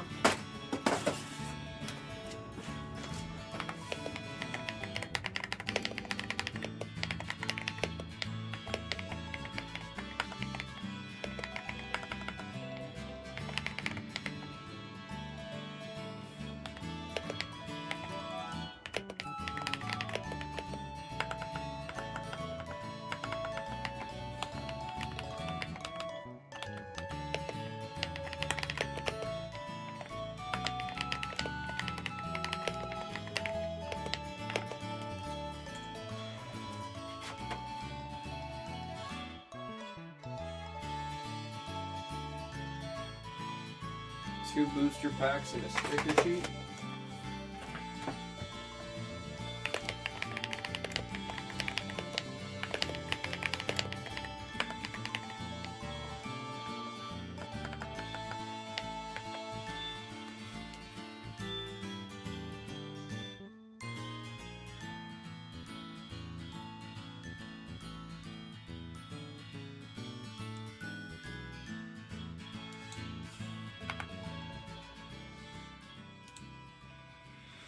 All right, let's try it. I'm gonna list up the mixer.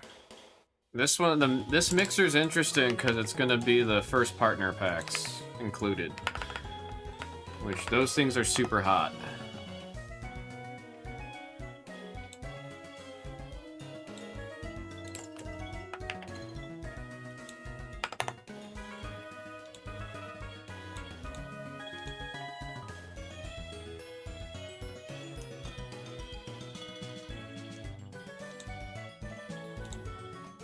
Those things are super hot.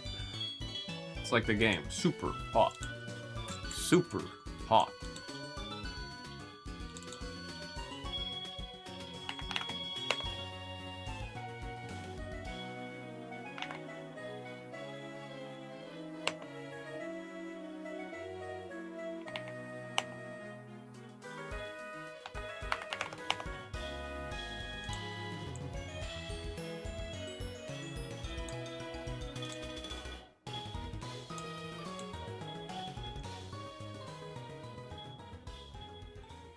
The blue mixer has been added. Folks, the blue mixer's got a Chaos Rising. I'll just put the stuff on the table.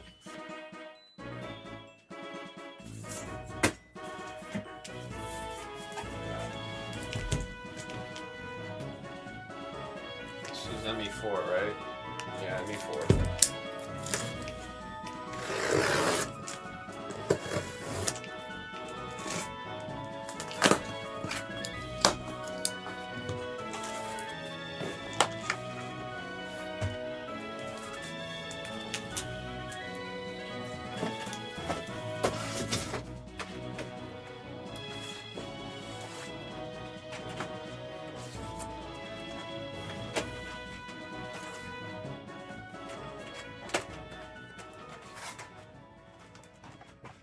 This is what's in the mixer. Also, this thing's like a, it's hard to show it, but it's holographic, or what's the word? Lenticular. It's a lenticular jumbo card. It's really cool. It's actually kind of freaky how good the lenticular is on that card.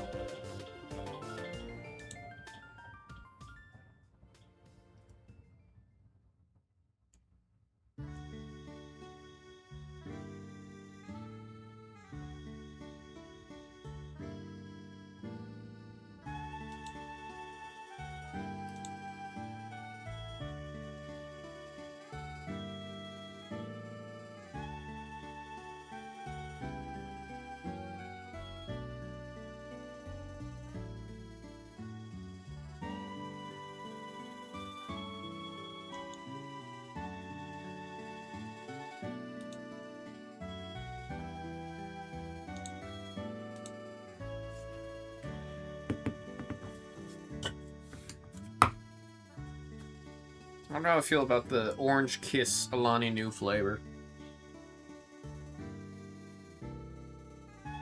Like, it isn't bad. It's just not great. But it isn't bad.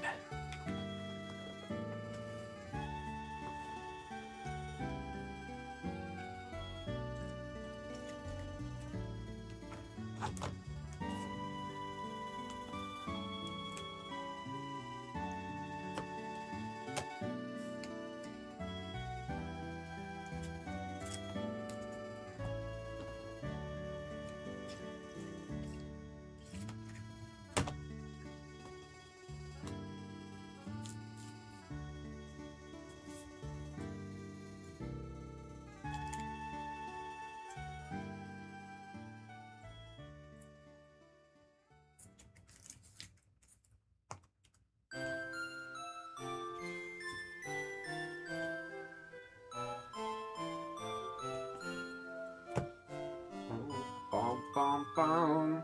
Bottle.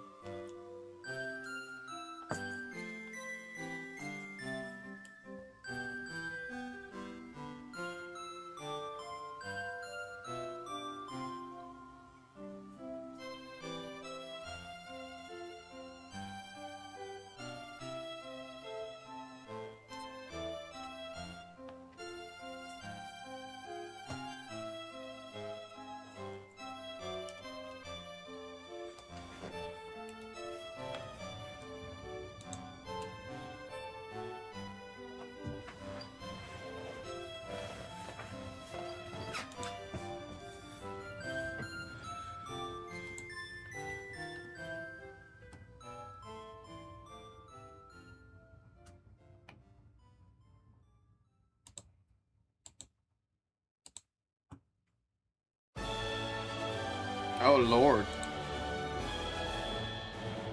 Too much energy that one had.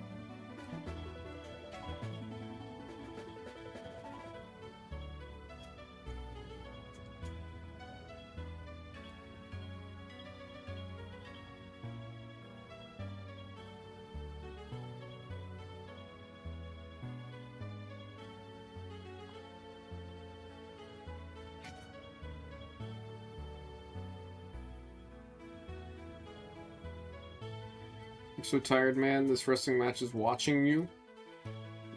What do you mean it's watching you?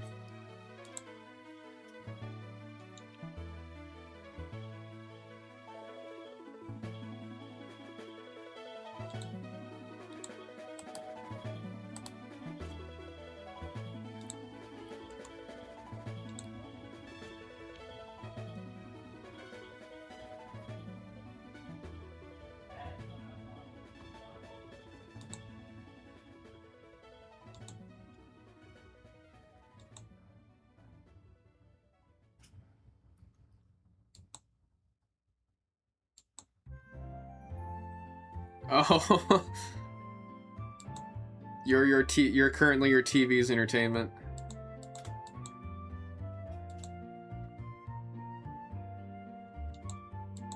Unfortunately, it's like late enough where like a nap might screw up everything. Like if I ever nap before like 5, then I'm gonna really struggle to sleep later.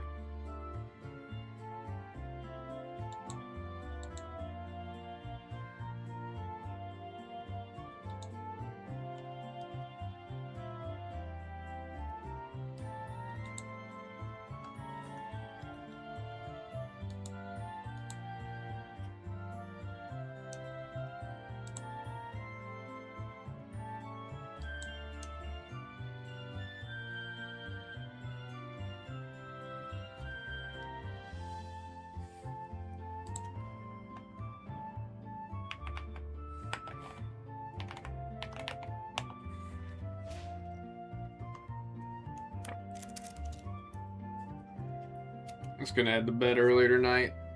I probably should be doing... I don't know, I've been on like a decent schedule.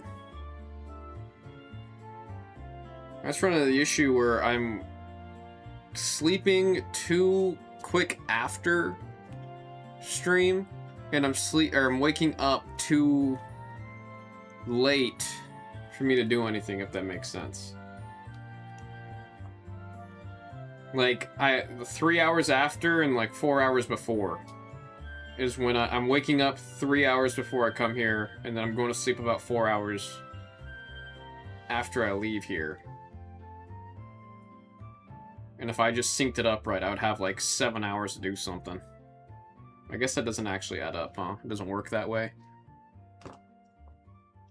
There's a better way for me to manage what I'm doing, instead of just kind of mental booming while I'm just sitting at home.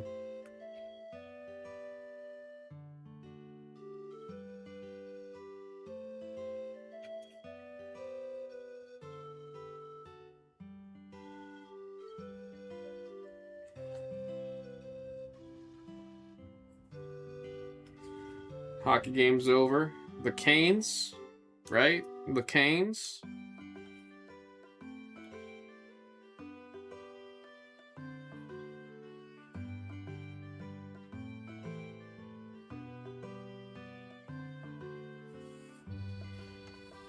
Who are they against today?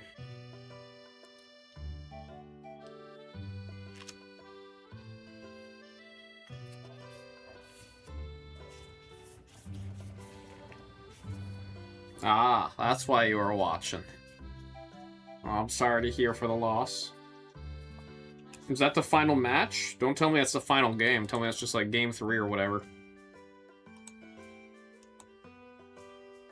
I know there's supposed to be an important game for the Knights tomorrow. No, it's game 2. Okay.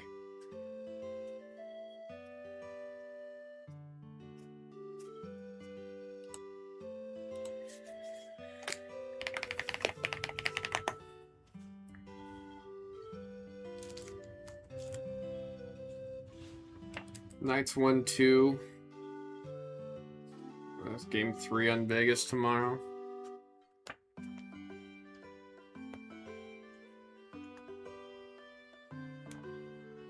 Four, 2, 3, 1.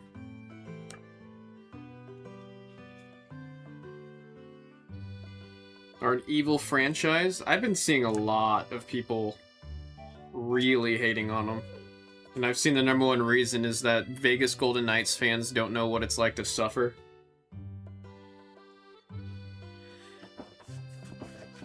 That's like the #1 reason why everyone hates the Knights, right?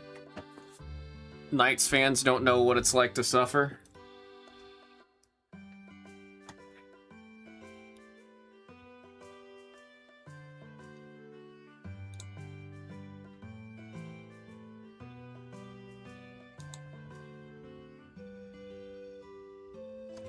Royalty Stephanie Vakir 101 booklet auction's about to end. It's sitting at 9,600. Wait, shoot me the link. I want to follow that. Partially also their organization's really rude to other teams. Like, how are the other teams interacting? Like, what's that interaction that happens?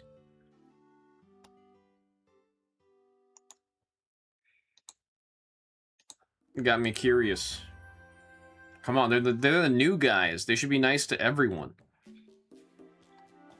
They get a couple Stanley Cups under their belt and they're just rude? Is that what I'm hearing's happening? Can't be doing that. What the hell? Trade's ability to talk to coaches and press stuff. Damn. Is it like an ego thing? Not a good look for a new team. The Krakens aren't being all rude. Unless the Krakens are being rude, then maybe there's something else we gotta look at.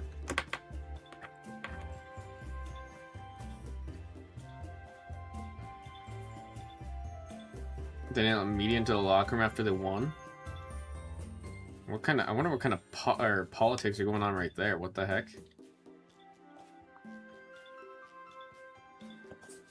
Oh, there's the link. I want to follow. I'm curious. I'm curious. Ends in 1 minute. Let's see how much this goes up. 175 people's eyeballs on it. 15 people today looking at it.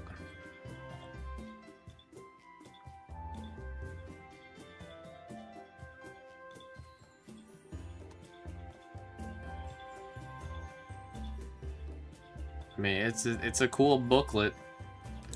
That's for sure.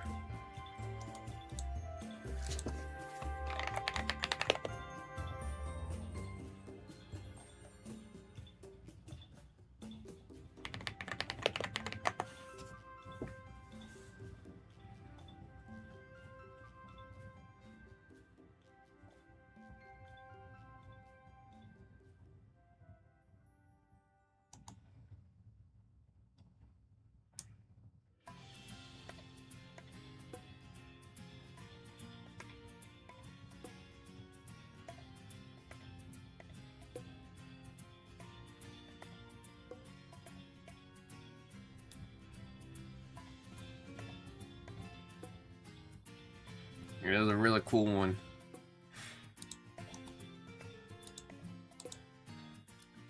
I'm curious when we're gonna see the very evil Danhausen in the ring. We haven't seen very evil Danhausen yet.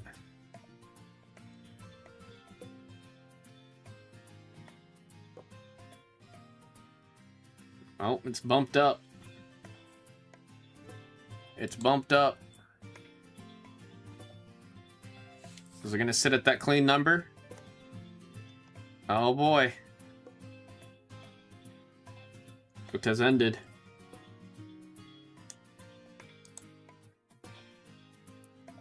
It stayed at the 10. A nice, clean, even 10.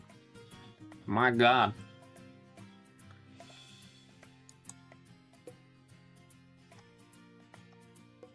My goodness.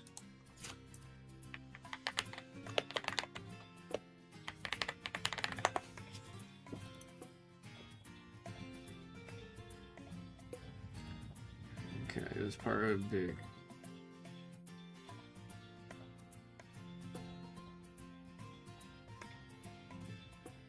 Oh Jesus! I did not know or hear about anything like that.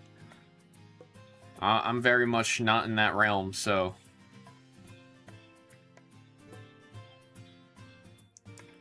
I hadn't the slightest.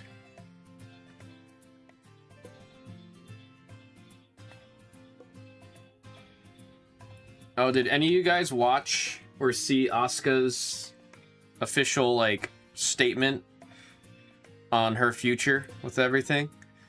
She just posted a video yesterday or 2 days ago on her YouTube, and I watched it last night.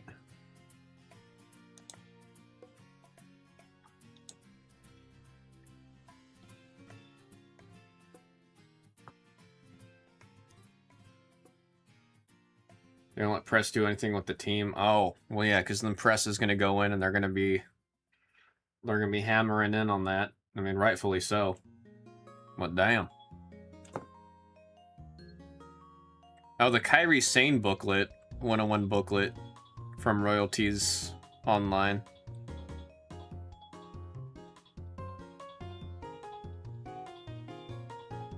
Oh, Oh, and that's from 2023. Oh no, it's referring to the 2023 one. This should be from 2025.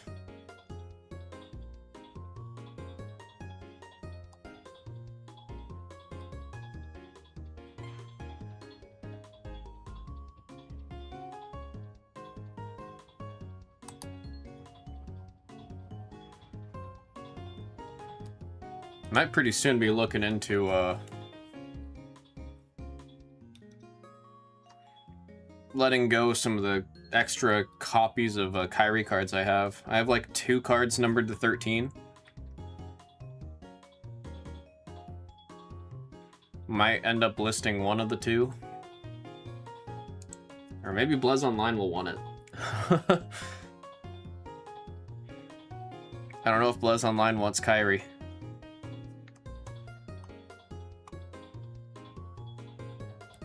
Yeah, the mixer's got a... It's the 3 items on the table right now are what's in the mixer.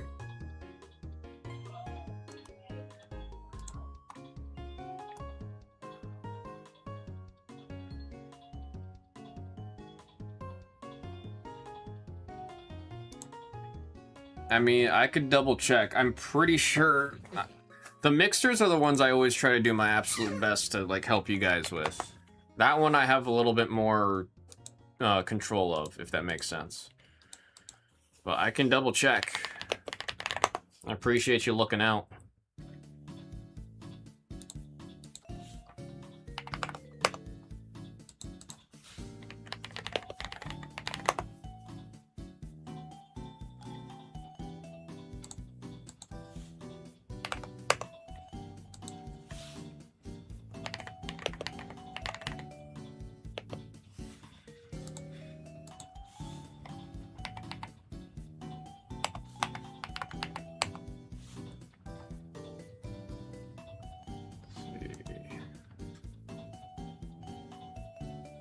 Yeah.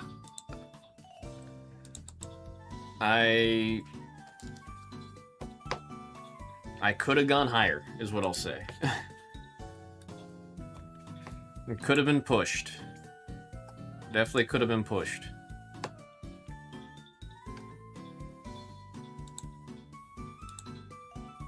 But I will keep it at the price it's at right now for this whole batch.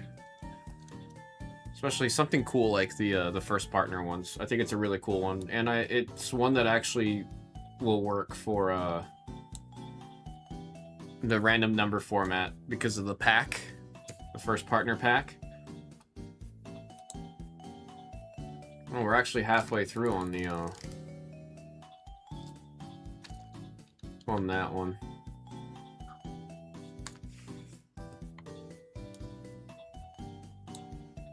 Let me do this.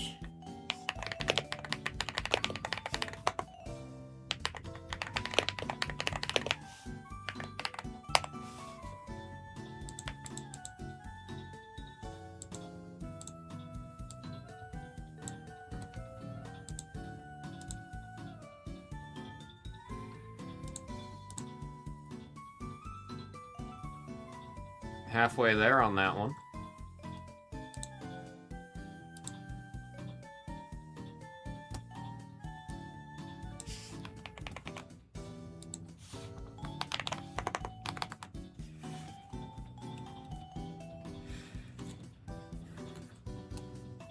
The hardest thing with the first partner ones is just getting your hands on them.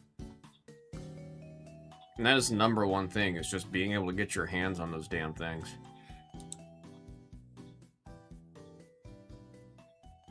Alright, it's a little past 7, I think. I mean, I promised you guys I'd be doing or listing Ascended Heroes when it hits this time, so we're gonna get ready to list the last Ascended Heroes of tonight. And then I'm gonna run to the restroom. Take a quick piss. The old piss room is what I call it.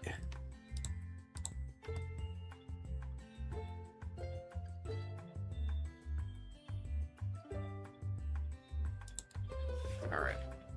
I will be right back.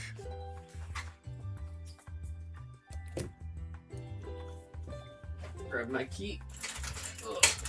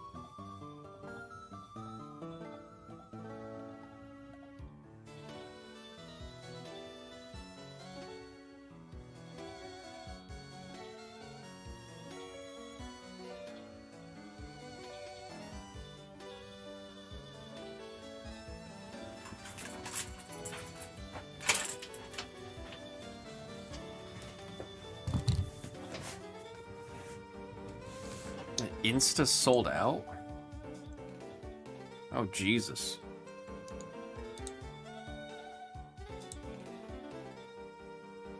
Hardest thing's gonna be is trying to get more, man. The hardest thing is gonna be trying to get more. That's crazy.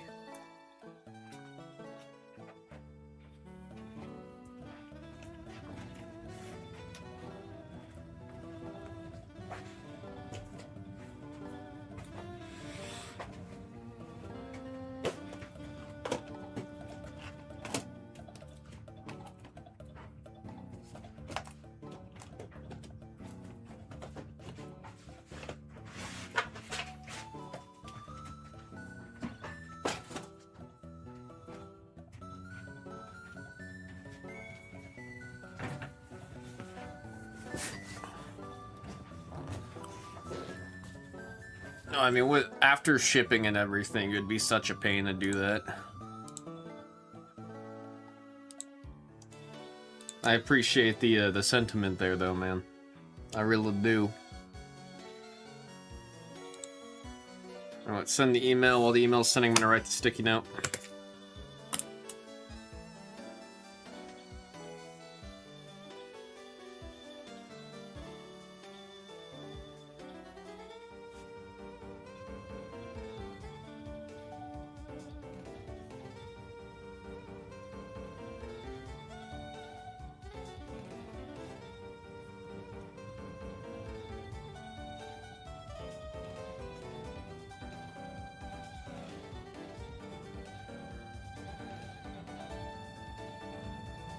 Random number 9.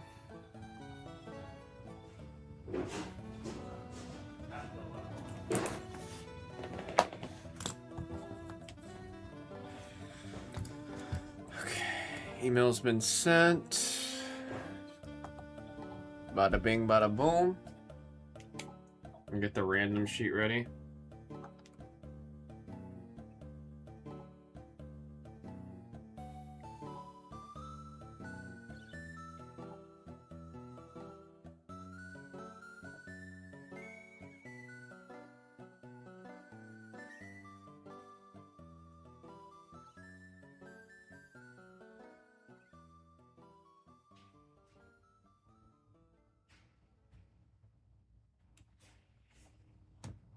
Black and white bundles, 7 bundles, and Fusion Strike. Where'd you get the Fusion Strike packs?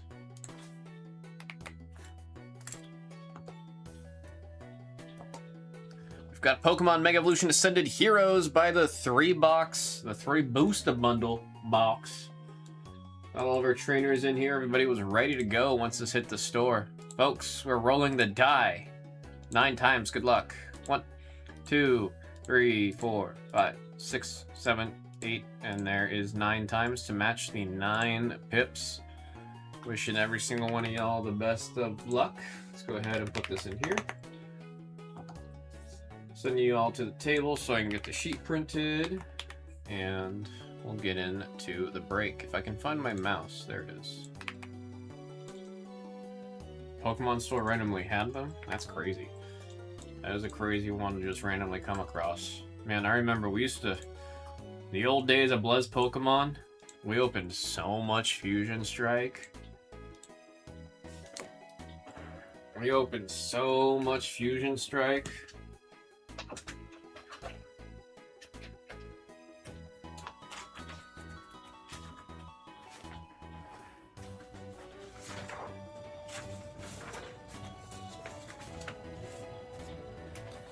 Alright, good luck, folks.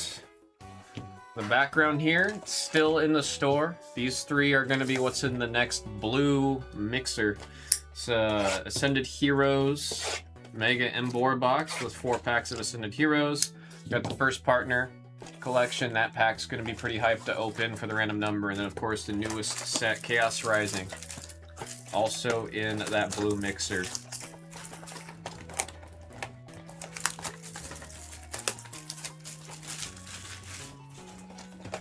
Alrighty, let's start with box number 1.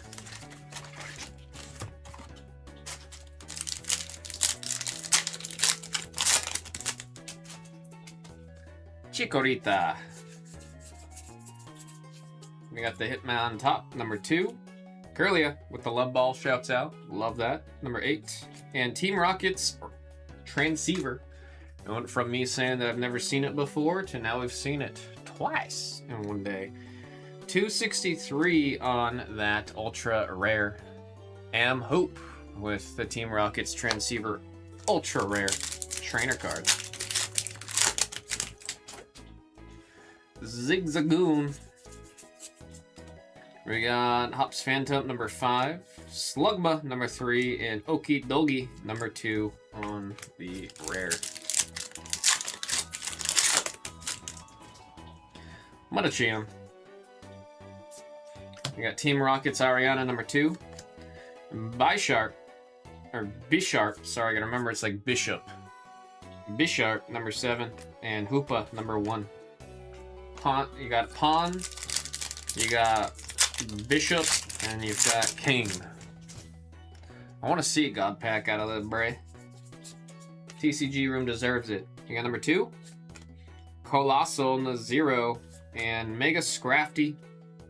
Got the hands in the pockets. Got a little bit of an attitude is what it gets. Number 5 on the double rare. That's for Ponzu. For the DR. Double rare. Anyone call it DR?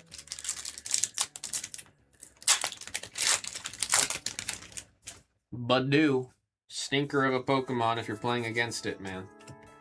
Metacham number 4. We got number 4 in the Heliolisk. And Tarapagos. There's that fist bump on the Hollow Energy. That is number 6. That is number 6. I want to see one, David Trang. I really do want to see it. Last pack of the first bundle. Have you guys seen the clip of the dude who hit 2 God Packs in the tins? You know what I'm talking about? The tins? The tins that have 2 packs in it and both packs are God Packs? What the hell? I need me some of that. Zekrom number 5, Rayquaza number 3, and Azumarill on the double rare. That is number 4. Said yes, that was insane, dude. Especially when he was like doing it, like I'm pretty sure he was just on his break. It was like his lunch break at work. This is when he was pulling that, and then he couldn't scream and freak out because he was literally in his cubicle doing it. What a wild story and ride. Yeah, in his cubicle. He's like doing the thing where you're like screaming, but you gotta be quiet, so he's just going. Can't let out a sound. There was me yesterday. Hoopa, number 1. Puchina, number 8. And Honchkrow, number 7. We got that Egg Yolk Electric Energy. That is gonna be going to the number 4. Unknown with the Hollow Electric Energy. Again, these hollow energies are the only ways to get like any hollow-esque energy because we don't have gold energies in this block. I don't know if we ever are gonna get, because I think everything in the Mega Evolution line is gonna have only Mega Hyper Rares. I don't think we're getting normal Hyper Rares. 1, 4. We got number 7, and Tarapagos number 8. Low-key kind of stressing me out because I usually like using the gold energies. Now, I don't think I have I don't have any water gold energies. And if I'm going to play Greninja, that's going to suck. Carkol and Registeel, number 5. Number 5, that's going out to Ponzu on the double rare hit. The Terrestrial Festival God Pack. I miss opening Terrestrial Festival and Prismatic, dude. I still want to open more Prismatic. I know people don't like Prismatic, but I still want to open more of that. I really liked that set. You guys know how much I love the Eevees. Clefable, number 5. Colossal, no 0. And Trevenant, number 6. Come on, box 2. Come on, box 2. I mean, I've in a break, I have seen an Ascended Heroes God Pack. We know they exist. I've witnessed it before. We got number 2. Heliolisk, number 4. And there's Dragapult, the meta dominator right now in the Pokemon TCG. That is 0 on the double rare hit right there for Brandon the Picker. 3 of the Umbreon SARs. That does sound right. That does sound right. All came back 10s? Damn, dude. Love to hear it. I mean, now you grade anything, you're not going to see it for 9 months. We got number 6, 1, and Petrarunt, number 3, box number 2. SMH, man. It's okay. 3's got our back. Box 3, please have our back. Holy, I just looked at the hits over here. We need some saving from box 3. We don't even need just a little, we need some saving. We got a Stunfisk, number 2. Animo, number 9. Erica's Vileplume. I mean, if we were getting excited over double rares, we'd be singing on cloud 9 right now.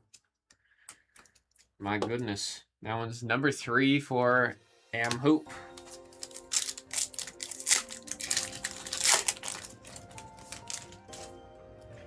Gasly. There's Obstagoon number 2, Vikavolt number 6, and Executor number 8.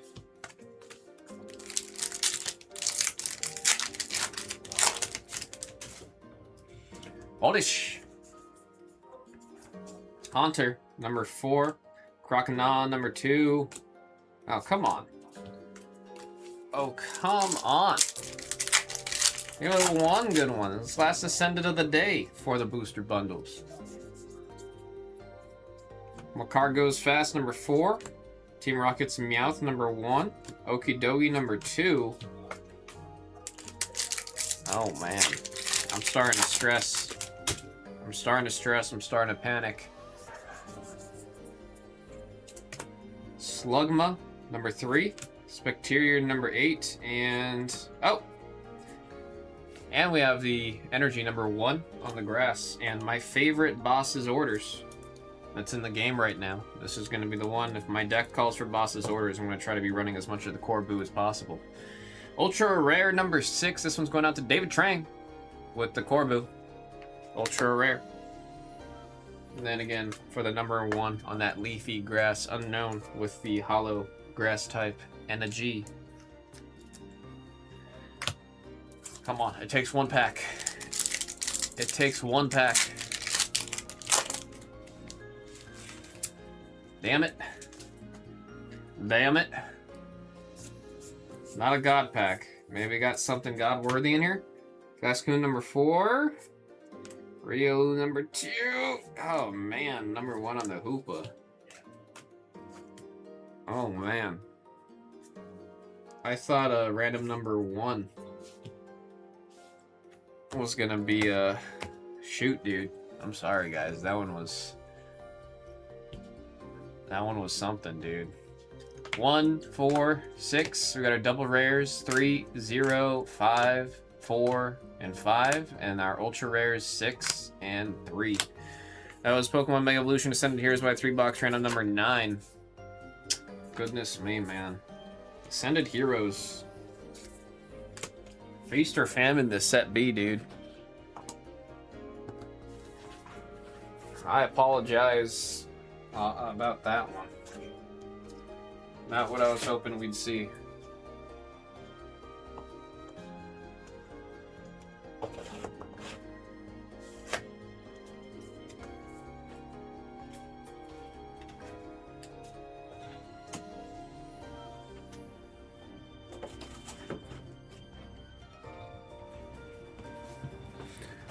Definitely gonna need to try to find some more Ascended Heroes some way, somehow. We only have enough for 5 more breaks. We're gonna go back to putting them up on Monday. I think Monday we'll have... I want to say 2 or 3 on Monday, and then the rest will be on Wednesday.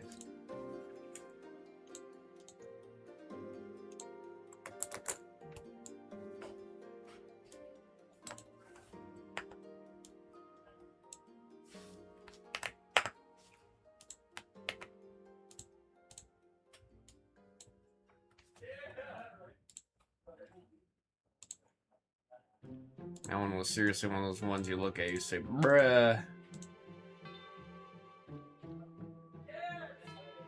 Get these screens updated.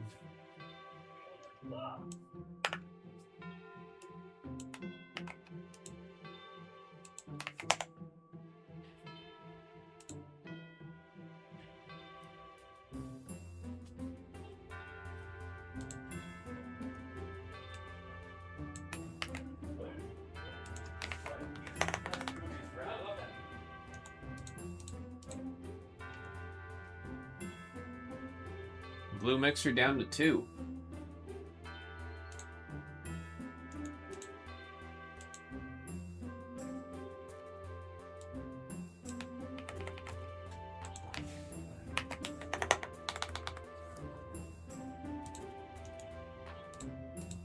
You get lucky on the first partner pack, that Series 1 pack. Pretty sure most of them, if you hit one of the cards, pays for most of the spot. Especially the Charmander, I think alone's like 40 bucks.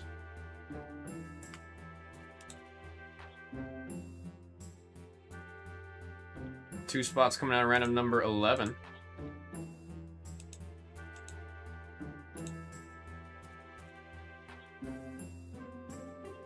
Website's just loading for me, come on. Let's see who's got the 2 spots in 11.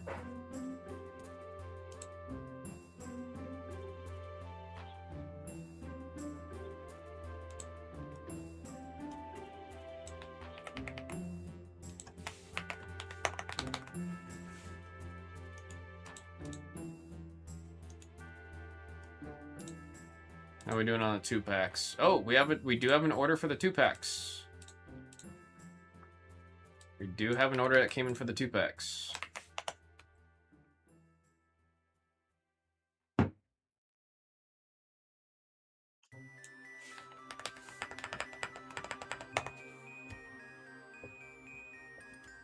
It's loading. What is happening here?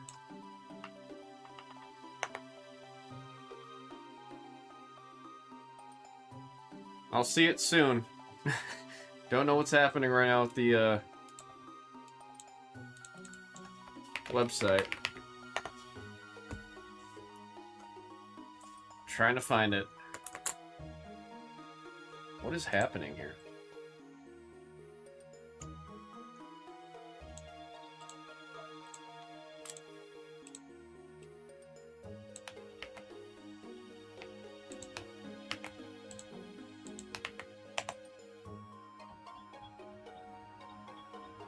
I see who it was.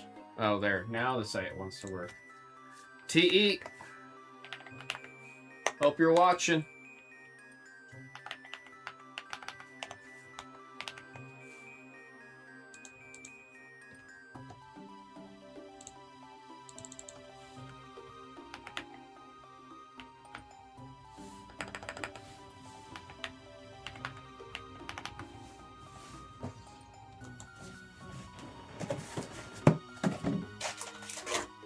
We shuffled all the packs. It actually happened near the end of yesterday's stream. If you want to see that, there's 3 booster boxes that were all shuffled up.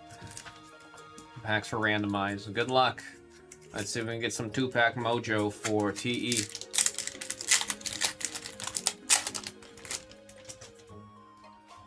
Stunky.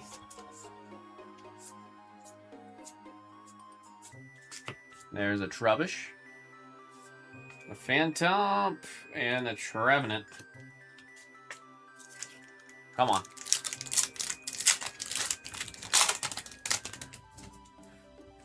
Come on. I'm always rooting for the 2-packs. There's Remoraid, Ferocid, and we got a double. That's Gorgeist on the double. Damn. As always, T, I appreciate you getting in there in the 2-packs. This is the start of a new idea that I have, and this is what we're doing to test it all out.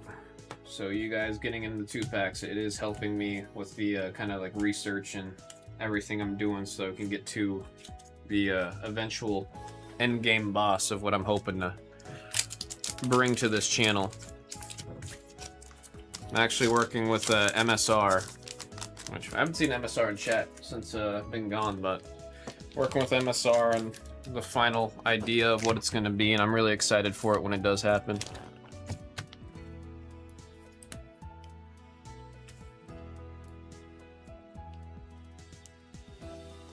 TE7819.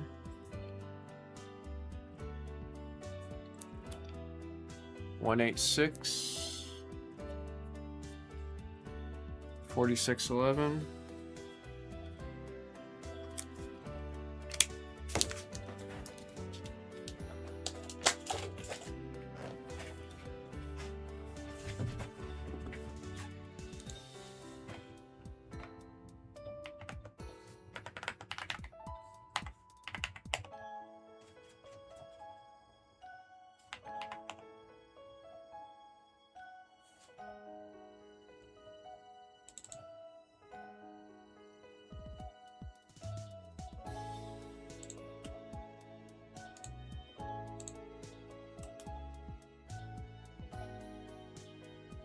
Sold out on the mixer, everybody. We are sold out on the mixer. I'm gonna get number 63 in the store real quick, so we have another one of these. I think they're cool. There's a lot of times the mixers just have cool products in them that we can't normally offer.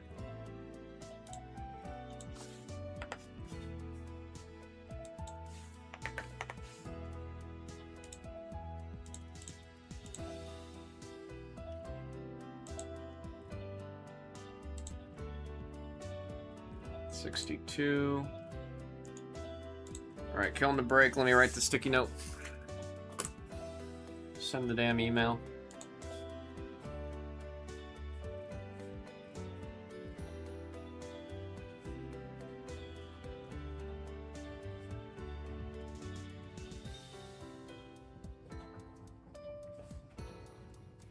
Random number 62.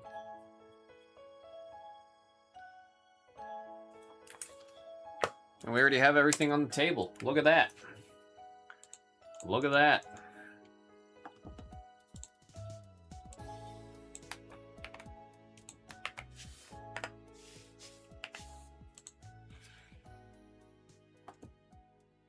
Make sure I have everything. Okay, I think we're good to go. This is Blues Pokemon Mixer random number 62. We have all of our trainers that got in. And we have the die that are telling us that we are going to roll 9 times. We've been getting so many 9s the past 2 days, man. 4, 5, 6, 7, 8. And there is 9 with the 9 pips 9 times. I'm going to send you guys to the table and get this thing printed.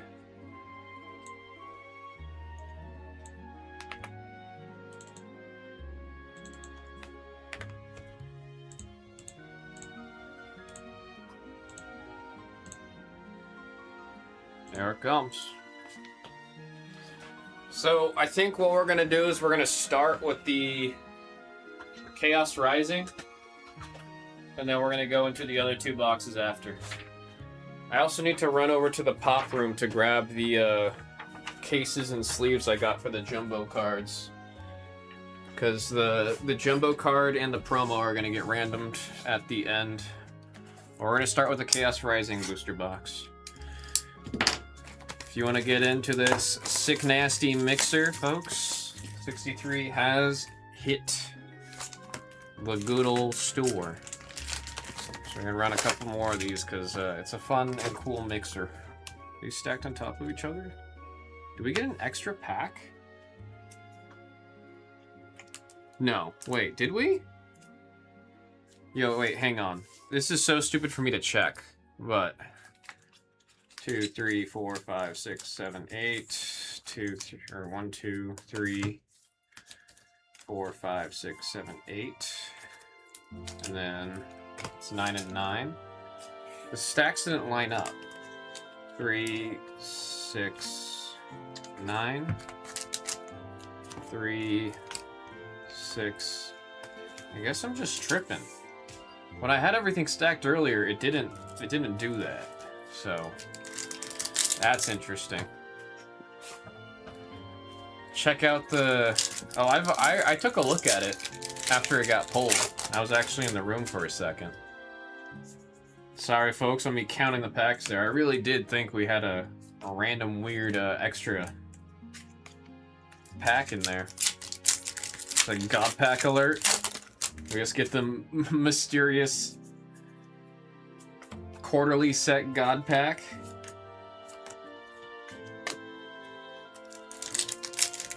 That'd be wacky. Accidental God Pack. I mean, I've seen some crazy stuff happen that people will pull out. Some crazy things on Reddit. Did something change with the sketch, Drake? Now we got Beldum number 9, Bergmite number 3, and there's a Koba Lion, double rare. That's a double rare number 4.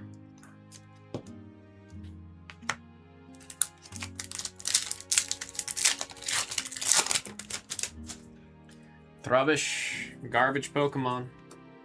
Esper number 6, Crobat number 1, and Xerneas number 2. And what actually upsets me, my buddy Mega keeps on telling me this is a cat. It's garbage. It's not a cat. It's trash. Have you opened a God Pack on Blez?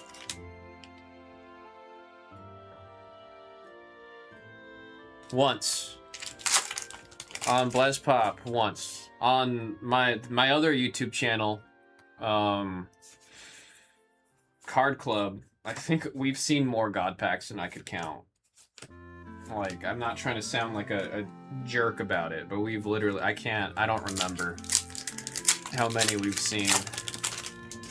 A couple of demis. I mean, I think it was like 5 demigod packs out of 151, and then I think we've seen one at least of every holiday set that we've done over there. Like, I know we hit the Ascended Heroes God Pack. Don't remember if I think Black and White we did too. Watchog on the Illustration Rare. That one is number 7. Going out to Heel Seku. Heel Seku.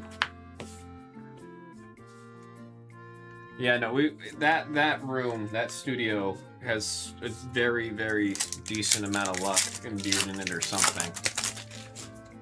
Crazy luck out of that studio.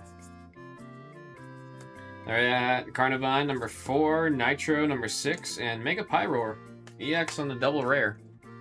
That one is number 5. Going out to Unknown.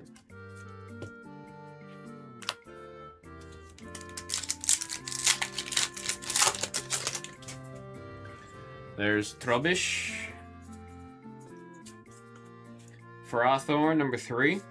Kakuna number 2, and Keldeo at the number 9. Nothing changed, just want to sure if we saw it or not. Yeah, I was trying to help figure out who it was because I didn't know. I thought that was like I thought everyone was trying to figure it out because they didn't know who it went to. So I was super invested, and then I found out that it just goes to the sketch spot, and I was like, oh, I thought it was like out of necessity we were trying to figure out who it was. We got number 9, number 1, and Beedrill, Rumbling Bees. Does 110 for each Beedrill and Beedrill EX in play. I mean, you just have to have 3 in play, and you can one-shot most things. Like, there's something there. It's also not a Mega, so it's not a 3-prizer. I could see somebody cooking up something fun with this. Number 3, that one's going out to Unknown.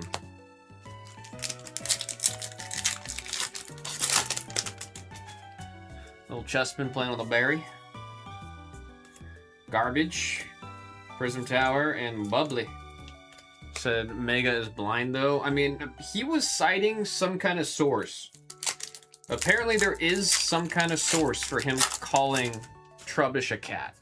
Like, he had some kind of cited source. I just rejected it and didn't want to hear any of it. Because I'm like, that's not a cat. It's garbage. We got number 1, number 2, and Gudra, number 8. Whoa. crazy print line in the middle of energy. I don't think I've seen that before.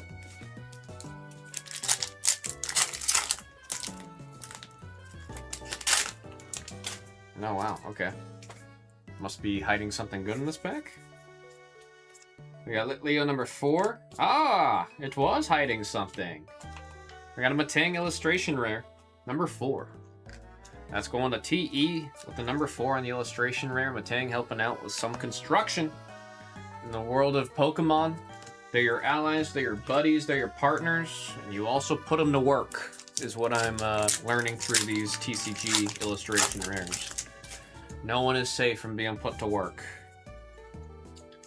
All right, I got Felipe number 9, Froakie 0, and Delphox number 3. I mean, how do you even pay a Pokemon? You probably don't. You're just like, oh, I caught that one. I caught that one out in the forest over there, and now I'm making it help us with building this tower.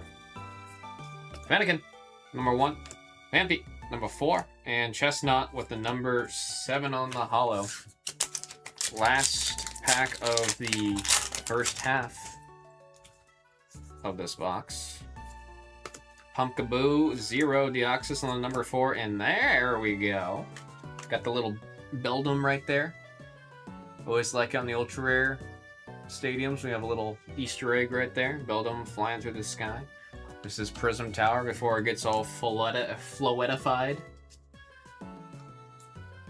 The region of Lumiose is based on Paris. So this is supposed to be like the Eiffel Tower in the Pokemon universe. That's what this is. 111, number 1, David Trank with the Ultra Rare Stadium card right there.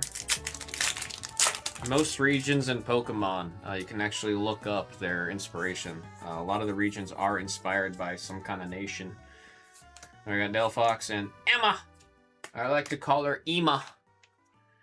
The artist, I mean, she's got a neck, but it looks like she doesn't have one because of the shading and the colors there. It's kind of funny. One of the few characters, I mean, there's actually a decent amount of characters, now that I think about it, that went from Pokemon XY into Pokemon ZA, with a little bit of a time skip there. I didn't say who got the double rare, or the ultra rare. 107, lucky number 7. Hilsaku, with the Emma. Detective Emma. I actually don't know if she helped at all. She's like, I'm a detective, and I don't think she helped. Froakie, hell yeah, who's getting this one? Everybody going gigging looking for the frogs. 88, number 8, Drake getting a frog. Little Froakie. And then I love it. If we get the Frogadier and you get the Greninja, all the artworks, they connect to each other. Always love it when they do that. The first time I really fell in love with them doing that was the Gardevoir from Scarlet and Violet base set. And they've done it a handful of times ever since, and I just every single time love to see it. Even when it's like not necessarily like the artworks connect, but they have the same theme and the same story going. I like that too. Totally Dan will love that guy, the little frog. Love to hear it, Drake. Can't wait for it to get to you. Greninja's such a cool Pokemon. We got Quillfish, and there's Mega Greninja. We were talking about him a bunch, so we had to show up in the form of a double rare here. That is number 22, number 2, Brent, getting the main mascot of this set. The cover boy.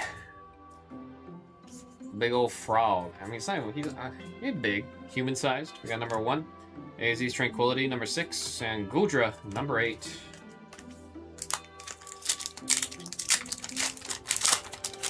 You know, some of the Pokemon, they Mega Evolve and they grow 5 times in size and they're huge and terrifying and all kinds of things. And then Greninja just kind of flips upside down.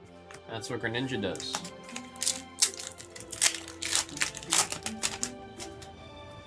Octillery. Sudowoodo. Trying to blend in with the other trees. Number 3. Mareep. Number 7. And Magnetic. Number 5.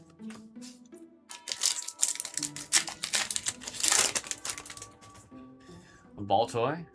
Noticing is the DLC for ZA take place in the forest? I forgot, like ZA, I still need to play the DLC. That's something I gotta do.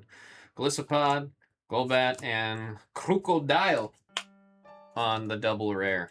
I totally forgot ZA. I still gotta do all of the DLC in it. In my head, I'm like, oh, I beat the game. Still a lot more I gotta do. Still a lot more I gotta do. I mean, I still eventually need to go back and play Scarlet and Violet and beat the second DLC for that game, because I never did that. I beat the first DLC. Mulga, Gudra, and Bubbly. I mean, I finished the Pokedex in Scarlet and Violet. I think that might be the first game I ever 100%ed the Pokedex in. I don't know if I've ever done that in another game, except for Scarlet and Violet. Maybe I did it in XY? I'd have to go back. I'd have to find my old 3DS. There we got Energy Retrieval on the Ultra Rare 108. Number 8, that's going out to Drake. Very, very playable card. A lot of decks right now are involving you throwing energy into the discard pile, so you can use that to fish it back up. Use some other Pokemon to attach the energy from your hand. It's a good time. It's a good card. Transformation Tome. Number 3, we got Garb Odor.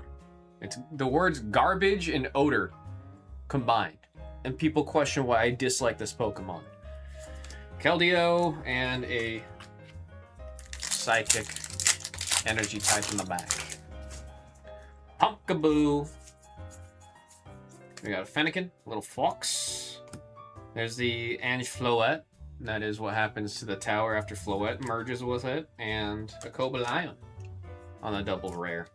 It's double rare going to the number 4. Going to the number 4. Who's got it? TE with the double rare.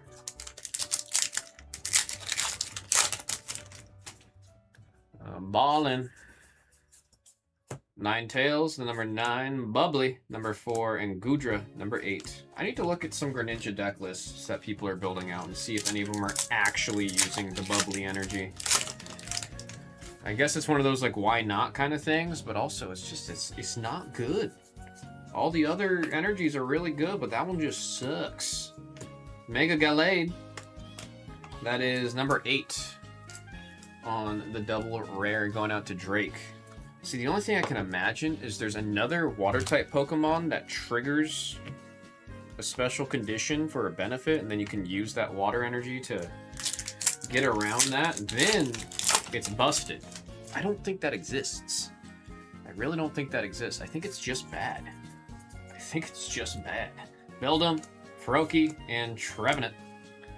Is Virizion and Terracon not in the set? If not, why? Yeah, no, I keep joking. I was like, one of the 3 Musketeers made it here. All fairness, Virizion gets a lot of prints. Terrakion, I feel like, gets the least amount of prints. I mean, Virizion and Terrakion were in other sets. I feel like this is the first time we've seen Cobalion in a minute. Number 1, Bergmite, number 3, and Crobat, number 1. I feel like the 3 Musketeers, you can keep them together in a set.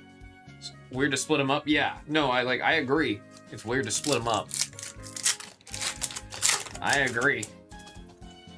I think the last time they were all together was maybe Crown Zenith? I don't know if I'm remembering that right. They didn't even get like full art cards or anything like that. I think they were just in the main set. I got 7. Ah, yes. My favorite illustration rare from the set. Xerneas. I'm biased. It's a fairy legendary type. Was the legendary in Pokemon X. I still think... I don't know if Violet beats Pokemon X for my favorite Pokemon game. I really don't. I really don't. I've got recency bias really bad with Scarlet Violet. 91, number 1, David Trang with the beautiful Xerneas. Absolutely love that card. Liking the illustration rares have been hit out of this box. That was the blue pack of the box, by the way. I gotta point that out. That's the second time out of the blue pack we hit a Xerneas illustration rare in 2 days.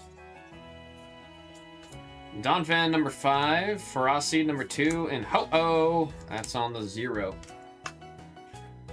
Alright, we're gonna do this kind of weird here.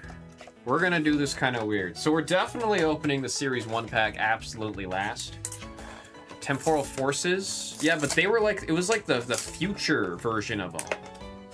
Right? Like, it wasn't the actual normal version of the Pokemon. It was like their future Iron or whatever they were called.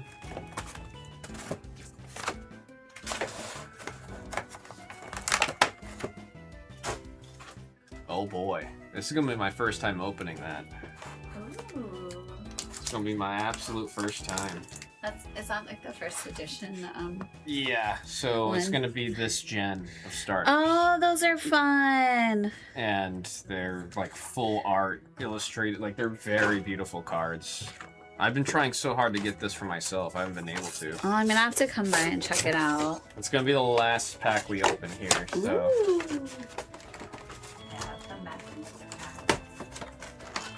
Oh, come on. There we go. I always struggle with opening these boxes, Brett. Always struggle. Alright. So we do have the Mega Embor promo here. This will get randomed. Gonna say this will be number 1 when we do the random at the end. This will be number 1. And then we have this really, really cool... I don't know if the camera's gonna pick it up. Camera's kind of picking it up. In person, this card's brilliant. It's a lenticular card.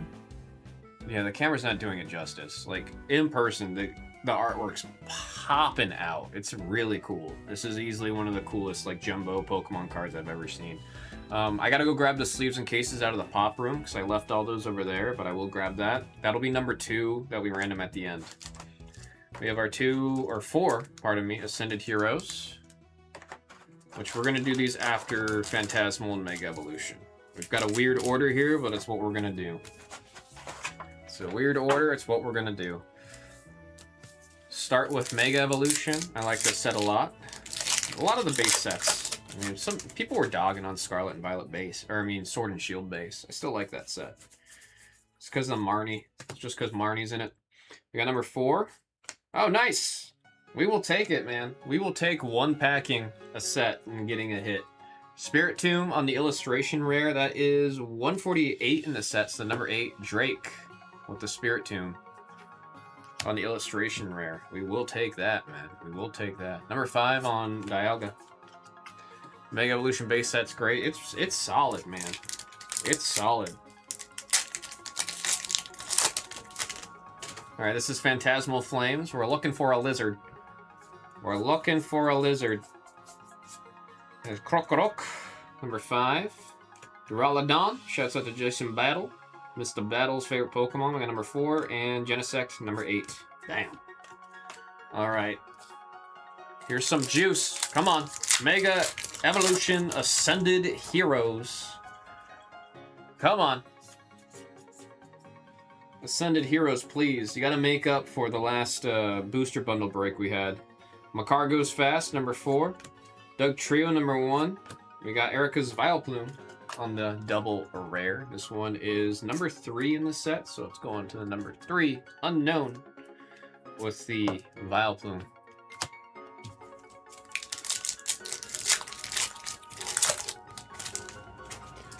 Little Tadbulb.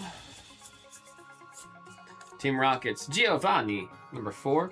Charmander, 0, and Entei, number 5. Ascended Heroes, please! It just takes 1 pack from Ascended Heroes to really just send you to the moon, man. Cascoon, number 4. We got Shuppet, 0. Lunatone, number 5. Last pack of Ascended Heroes before we get to the Series 1 pack over here. Curlia's is good luck. I do love the Guardy line of Pokemon. See Groudon number 8.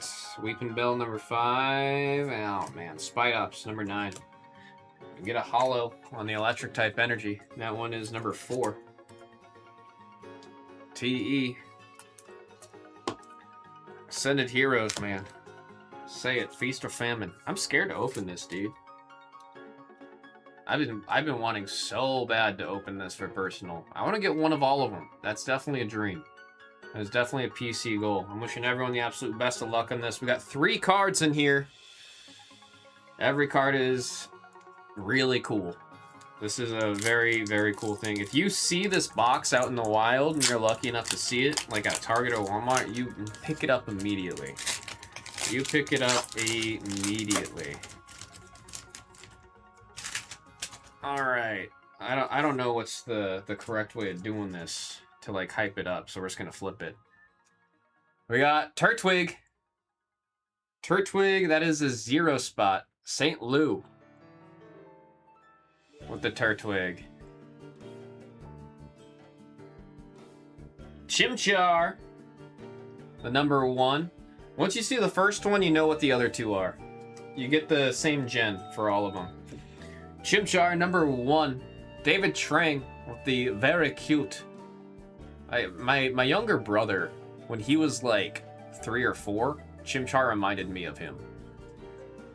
I don't know if that's a diss. I like Chimchar because when he's idling, he's like bouncing back and forth. Number 1 spot. And then there. I love Piplup, man. That's such a cool one. That's such a cool one. Brent with a Piplup. With the Piplup. It's. I do like Piplup a lot too. I picked up this little Piplup coin pouch when I was out in Korea. I don't know if I have a photo of it that I can show you guys, but the thing is awesome. I mean, Piplup's just cool. Piplup's just cool. Let's take care of these.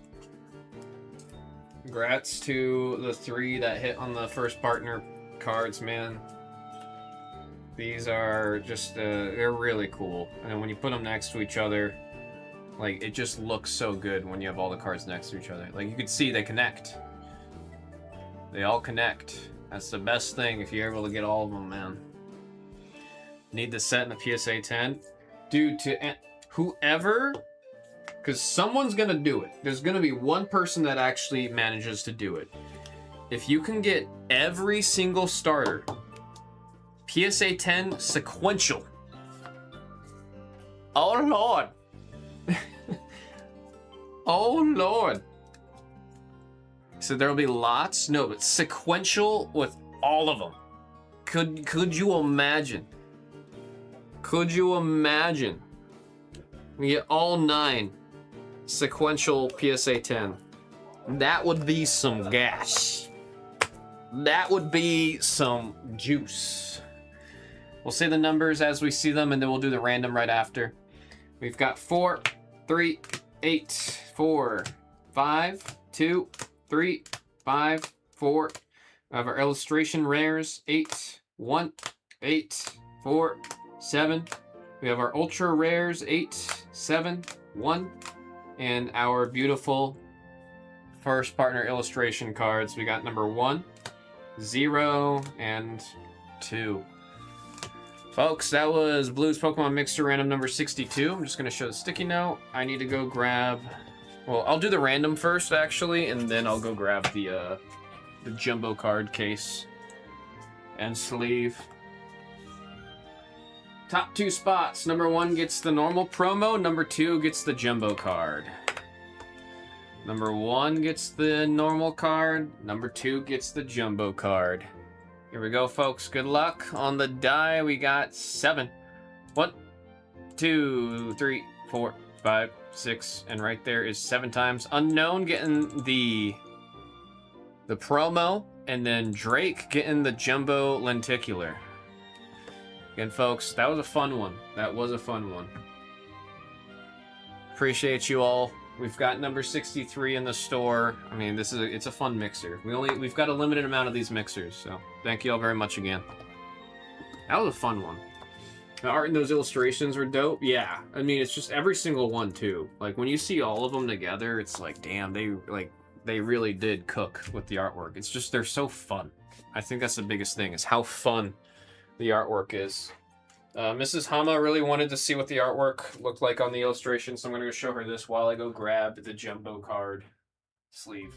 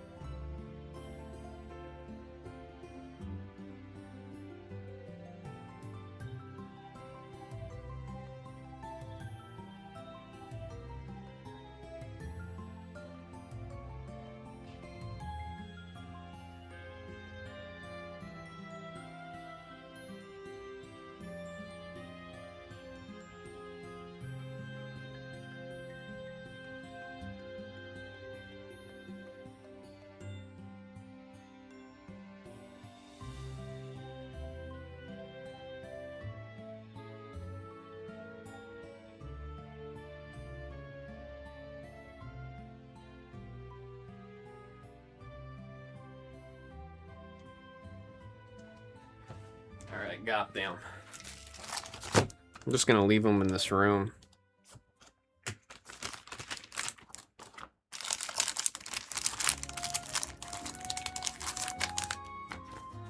Does that fit? No, I didn't grab the right sleeves. Son of a gun.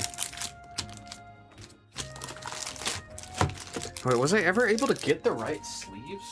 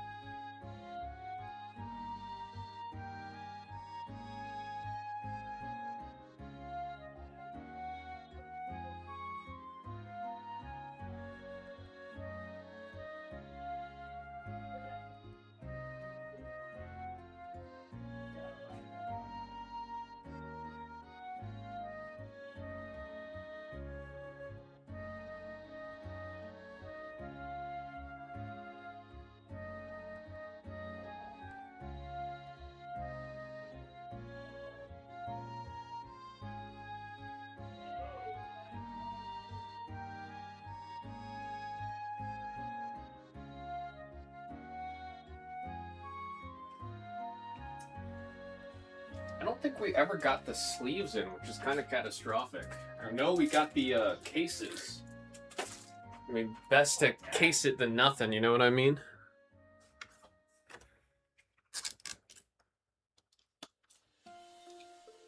Oh, this is a really trippy card to look at, man. The lenticular.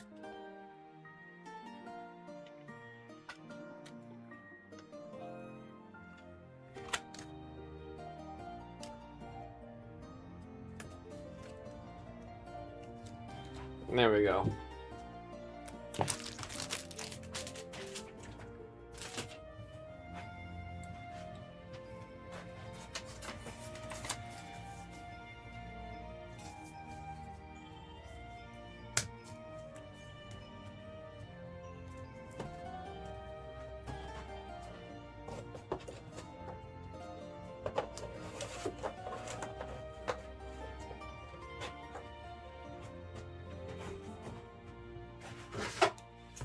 Let's get this break put away. I got a refill on some cases and sleeves here soon too.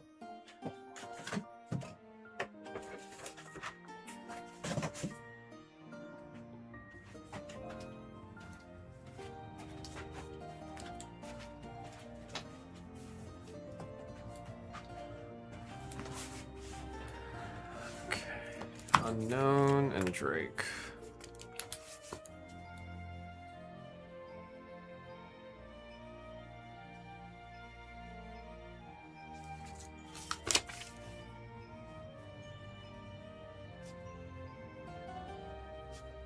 $409.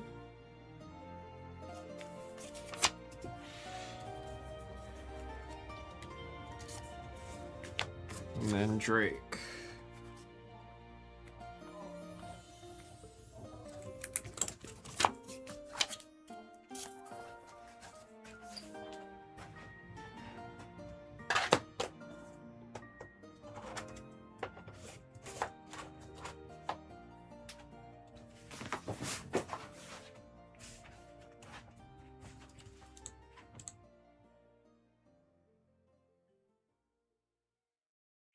Damn, I thought we were going to fish that up and go straight into the next mixer. I stand corrected. Gonna probably play some League tomorrow if you're around. Ton of questions if you're around. See me on Discord, hit you up. For sure. What time you thinking? I might be able to get like a game or two in before I gotta do all the stuff that I'm gonna be doing.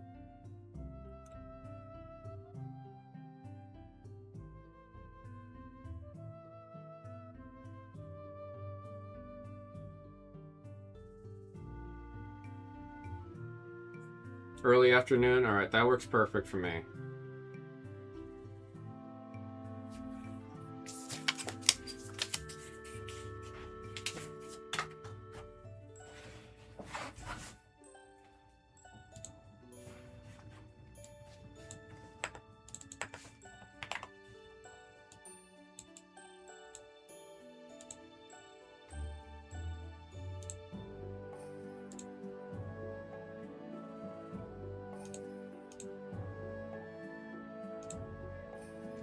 Alright, let's catch up on some uploads. Because I don't think I've uploaded the last 2 or 3.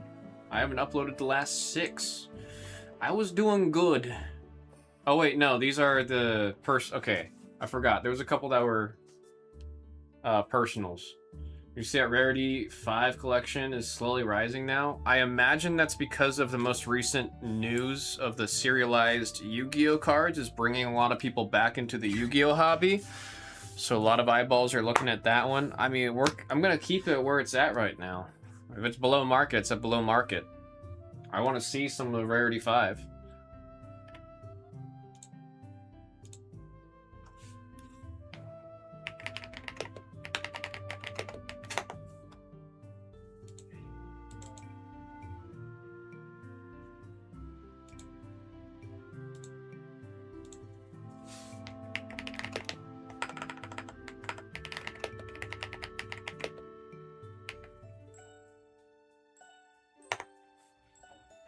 Market minus shipping right now, so basically free shipping. I'd love to see it, man.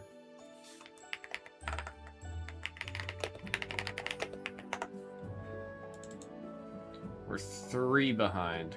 So we had pick your type number 6.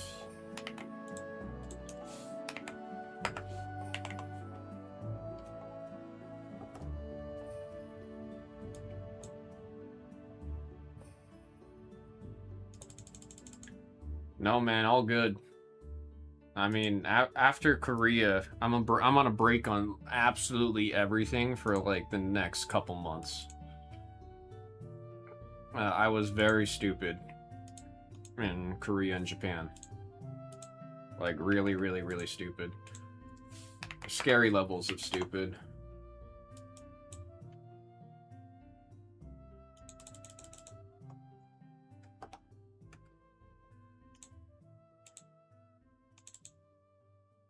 Blues Mixer 62.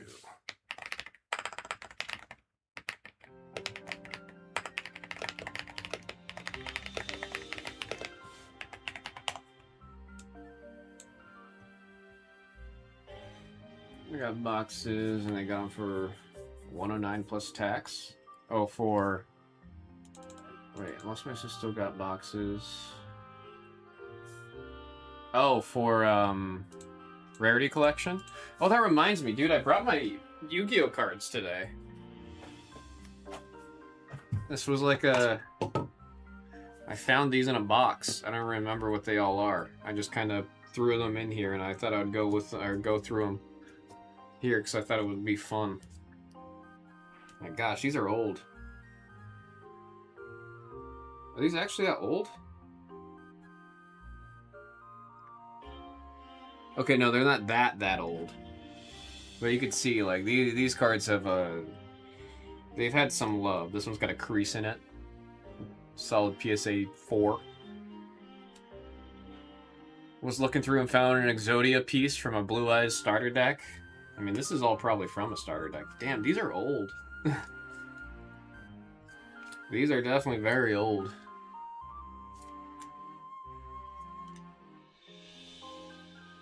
Did this one say first edition on it? It did. It does say first edition on it. Heavy down trying to edges from Lots of Love. Yep. I mean, like I said, this was the game I played the most as a kid, so... Raigeki Break, discard from your hand, destroy 1 card in the field. You can use this to say nope. Oh, this card freaked me out as a kid, dude. Blue Eyes from the starter deck does numbers. I know, I've got my, like, really old Yu-Gi-Oh cards somewhere. This is like some of my Yu-Gi-Oh collection. Actually, I found my binder. I was supposed to bring my Yu-Gi-Oh binder, because I did find my binder. I just forgot to bring that one. This one's another one that freaked me out as a kid.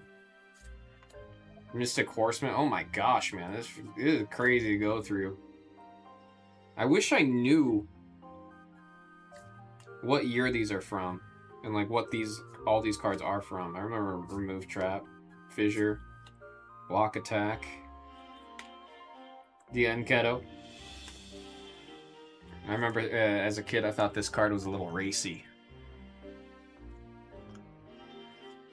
Armored Lizard. Darkfire Soldier. Sengan, this one freaked me out as a kiddo. Monster Reborn, love that card. There's Yu-Gi-Oh! Historians out there who are super good on that. Oh, I know. They can just look at it and they'll know exactly. Baby Dragon. And the Princess of Tsurugi. That was really hard for me. I don't know why. The extra little bit of love in that corner there. These ones I know exactly what these are from. These are from the golden boxes that came out like 2014, yeah, I want to say 2014. I mean, that's a cool one to have. I might sleeve that up. That Dark Hole, what the hell? Elemental Hero Prism. Oh wait, yeah, these are all going to be cool. They've got the gold borders too. Enemy Controller. Oh crap, I've got some Trap Tricks cards? I got some that's cool. Rose Lover, I like roses. I got the Grand Spellbook Tower.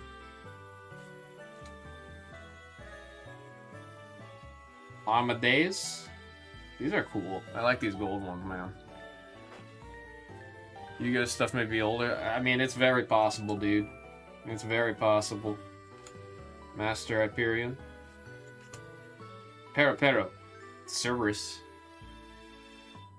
I mean, now knowing a little bit more on how the rarities work, I know some of these should definitely be taken care of a little bit more. Cat Shark. Adorable. Mystical Space Circuit. Ghost Charon. Greedy Saramea.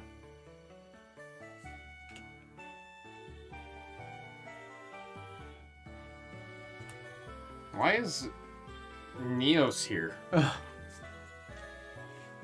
University didn't have no money, and yeah, I mean, I don't even know how I got these as a kid. Genuinely.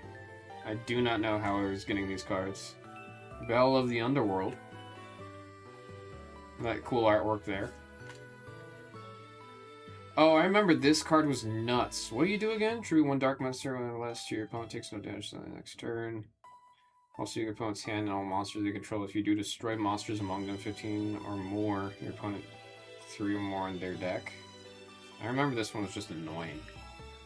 I just remember this one was annoying. He won a Yu-Gi-Oh! Tourney with a non-meta deck and everyone's, why would you be pissed at that? Yu-Gi-Oh! Players are weird, man. I'm over here reminiscing. They are weird. Was that at the... Because Vegas Worlds was, it was during, something recent. I think it was during WrestleMania. I'm pretty sure during WrestleMania. Yeah, it was. During WrestleMania was the, Yu-Gi-Oh! Either regional or Worlds in Vegas. Because I remember walking around, WrestleMania World and, seeing Yu-Gi-Oh! Tournament signs all over the place.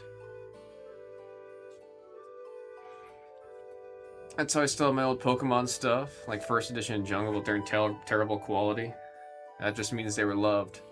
Some guy OTK'd everyone with Exodia, and they're all cheering him on. I think his deck was $100, and he had deck's 1,000. Oh, they were salty because of that? I mean, that's their fault. That's their fault.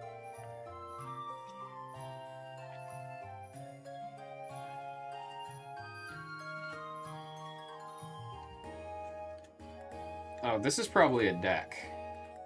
This is probably one of my old decks. The Shadows. Harpy Lady. Trying to see, looking at this so I can figure out what the deck archetype was. Mysterious Guard. What deck was this?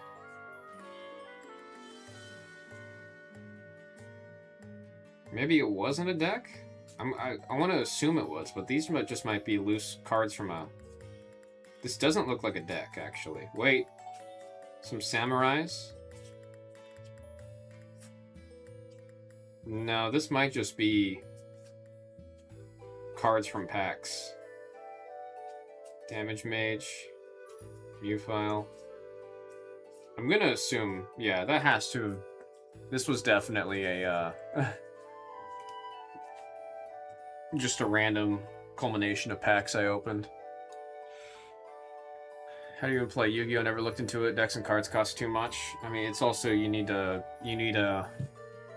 bachelor's in English for some of these cards. I mean, it's literally just a paragraph on a lot of these cards. I know I'm roasting Yu-Gi-Oh! When Pokemon and Riftbound and other card games have just as much. It's just... I'm roasting Yu-Gi-Oh! For no reason here. Just got a flashback of shuffling Yu-Gi-Oh! Decks without card sleeves. I mean, that's how I was doing it, man. I know somewhere in here I have it. It's... I don't know how to describe Yu-Gi-Oh! It's kind of almost Magic-like in a way. It's just there's a lot of, like, rules on how you can, bring your monsters in. Oh, this might be, my old hero deck. This is my old hero deck. Yeah, there's Wild Heart. This is my old hero deck. That's cool. Oh, Wild Heart's holding on to something. Oh, man. It's funny seeing Wild Heart. Sonic Shooter. Yeah, I think this was the version of my hero deck I had before I turned it into the Masked Hero deck. Which, I have that in a deck box that I gotta bring. Hero Signal. Yeah, look at all these heroes. This was an elemental hero deck, and then I turned it into a masked hero deck. Polymerization. All the different heroes. Sparkman. Blade Edge. There's Neos. Look on the back end of that, you've got Pot of Greed on the other side, the other face. Another Wild Heart. Grand Mole. So I think this, just in its entirety, was my old hero deck. Usually cheap versions out there, it's super confusing. Unless I got so many rule set divisions. I mean, probably the best way if you wanted to, like, dip your toe. You know, if this is your big toe, you want to dip it in the water. The best way is going to be Duel Links with the app. That, I imagine, is the best way to, like, do the old toe dip. Fairy Cheer Girl. Why do I remember this card very vividly? Something about this card very specifically just, like, unlocked some kind of memory. I don't know why that one particularly was, like, super memorable. Is this another deck? This might be another deck. No entry. Raigeki in a bottle. The Forbidden Chalice. I remember that card. Charity Orc. Metal Shark. Got some warriors.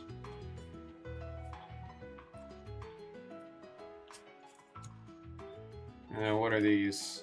Markoffin, Lady Ninja Yay, Sonic Duck, Rock from the Valley of Haze, and Bladefly. Flying Kamakiri.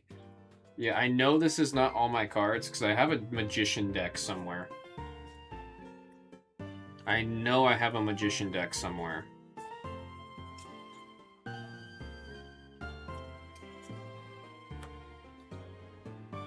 Play enough TCGs anyways. Does not need another TCG to play and get. If you pick up another card game, it might be Riftbound. I love Riftbound, man. You know how much I love Riftbound.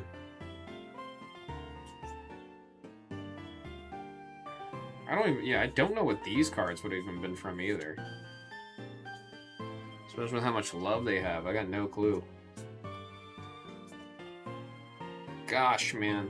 It's so funny how, like, none of these are... My masked hero deck That one is sleeved. The sleeves are in horrible shape. Because I used those same exact sleeves for 2 years. And it was like 2 years of almost every day playing with that deck at lunch during when I was in high school. We would go to the library for our lunch break. And then we would just play during our lunch. So every day I was shuffling with that deck. Every day I was playing with that deck.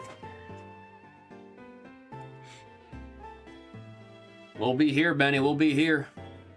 So I don't need another one. No, I need to cool it, honestly, with with how much I've been picking up and everything. I mean, part of me wants to pick back up Lorcana. I gotta tell myself, don't do it.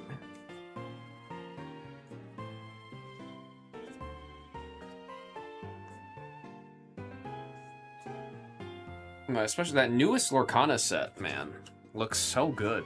Carter and Lorcana. Yeah, all of the new ones. Like, I intended on getting really back into Lorcana after the most recent, what's it called? Standard reset? I forgot the name of that set. It wasn't Origins. It was like it was something. It was like, the name was very clear that it was like a reset. And I was going to get hard back into Lorcana off of that.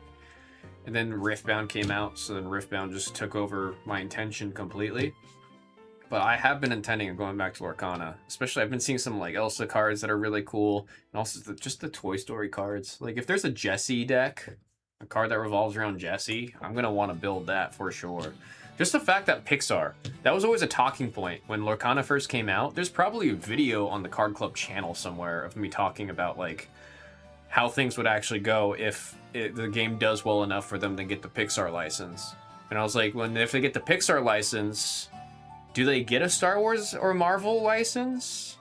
I don't know how tricky that gets since Star Wars has its own TCG and Marvel is getting printed in Magic, right? So I don't know if there's something there.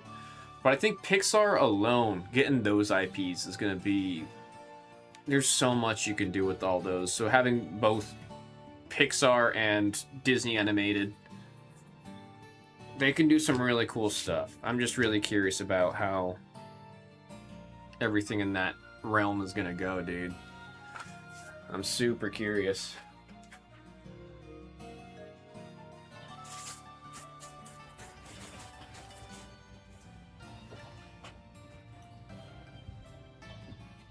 Lorcana's gonna bubble up again with those licenses. What's like really weird to me with Lorcana is I looked into like tournament numbers and attendance and everything, and even though like in Card Club and here and in Pop we were never talking about Lorcana, right? Like it just never came up. Nobody was asking for it. There was no like crazy hype around it, but the player base and the collectors, that never went away. And I think they were living on cloud 9 for a while because you were able to just get Lorcana for pretty cheap. And they were printing a lot because of the previous bubble. So they had already gone through the ringer in terms of being able to print at a higher demand. That was already there. We didn't have, like, those players didn't have to wait for them to scale up. They already scaled up. So because of that, Lorcana just kind of got, it wasn't like getting fire sold or anything like that. It was just kind of it was in a good spot. That's where it was. It was just in a really good spot. And then I believe Whispers in the Well did really good. No one talked about Winter Spell. But then Wilds Unknown's going crazy, crazy, crazy. I got a boy who plays. He's Lorcana content creator and everything. Big one too. He's got a big Tinkerbell tattoo. Oh, that's sick.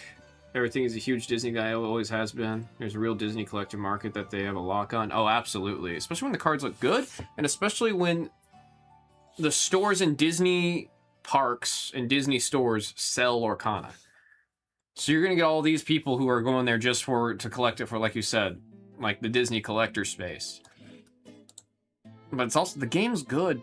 I think that's one of the #1 things, is the game is just good. Gosh, Jesse's a $200 card? I got... Oh, man. We need Lorcana on TCG. Dude, I was trying really hard to get Wilds Unknown here. Don't get it twisted.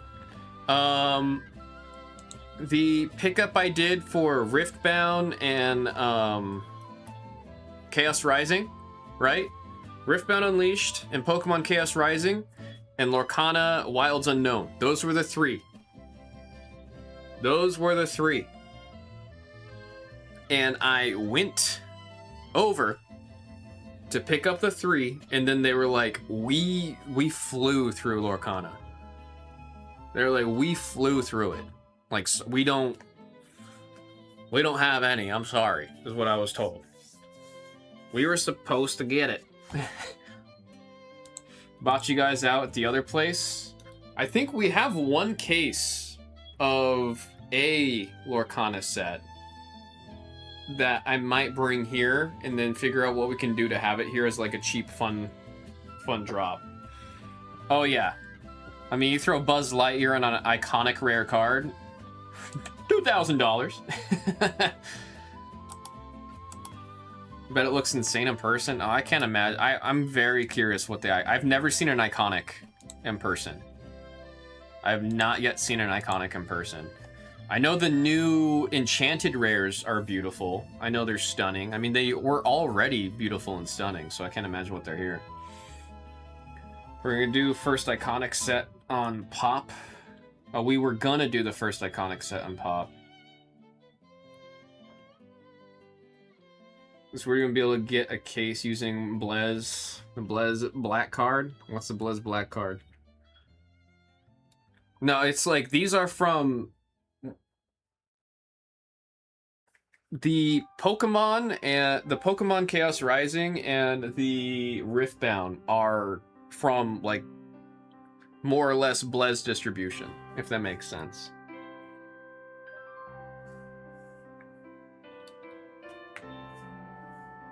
It was I don't think they ordered enough Lorcana.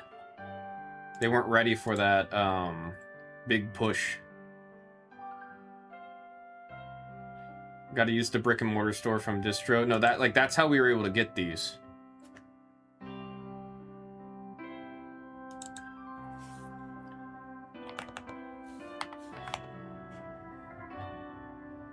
Let's get it from I mean, maybe. Maybe.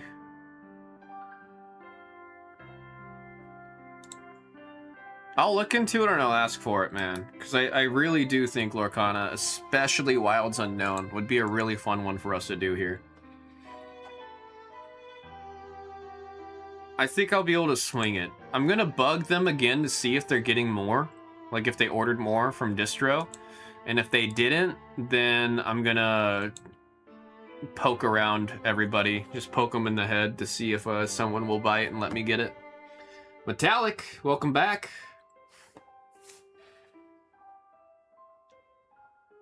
Might buy myself a personal case. I gotta see what the meta is like too, because if you can make a pretty solid deck, mostly involving Wilds Unknown cards, that would be solid. That would be solid. We would love to chase iconics. It's like, it's funny because the chase for Enchanteds alone is already pretty damn solid. And then now you've got the iconics that got added. I mean, it's the same thing with Riftbound.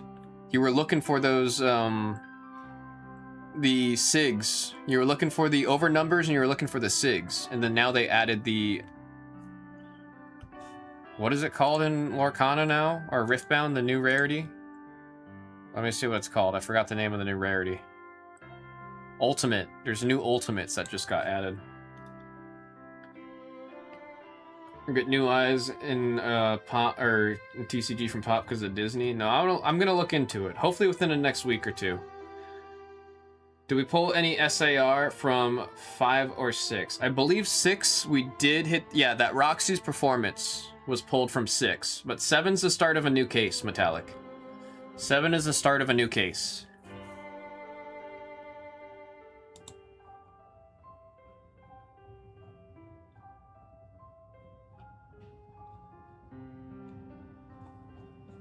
We got the let's go. Yeah, I mean, we definitely need more beat the sort worthy cards on our wall today. Makes me sad thinking of the previous wall to this one. Attack of the dude, the next set's gonna have Monsters Inc. That's not Pixar, is it? No, it is Pixar. I'm stupid. Please ignore that I even asked that. I didn't even get to finish my sentence before I corrected myself. I think I'm okay. I didn't even have to, or I didn't finish the sentence. I didn't finish my sentence. I'm fine. I'm safe.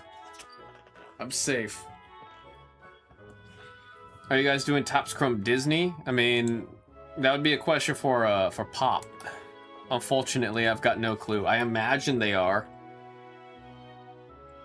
It would surprise the absolute hell out of me if the Pop Room doesn't do Topps Chrome Disney.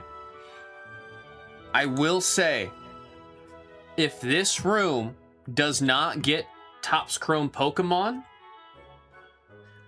I don't think you'll see me in this room anymore because of how many headbutting I'm going to be doing. I'm going to be out for the year. Because I'm going to be headbutting the hell out of a lot of people if this room does not get Topps Chrome Pokemon. I do not care that it's not a TCG. That happens in this room. That's it. That's it. It's TCG, no, Topps Chrome. That one's gonna be a CG, it's gonna be a TC. Trading cards. There's no game. I stuck us with Hero Quest. I still, I really do think if Hero Quest was put on the Pop Room, it would have done well. Hero Quest, I think, on the Pop Room would have done really, really well. I'm gonna have to, bring up that argument again. That's going to Pop, and you know what? I'm actually gonna throw a fit if they put Topps Chrome Pokemon on Pop. Because that's so stupid for them to not put it on the channel that's mostly doing Pokemon. Well, not well, but better than here. I mean, yeah. But still, if it's not on this channel, I will actually go ballistic. I'm gonna start causing problems. Are you gonna be adding Chaos Rising 9 and 10? Theoretically, I could and should since water is off. I've wanted to wait until 7 went. I really want to wait until 7, when 7 goes, I will add 9 and 10. I will say that. When we do number 7, pick your type 7, 9 and 10 will get added. I'm not gonna do the swish thing.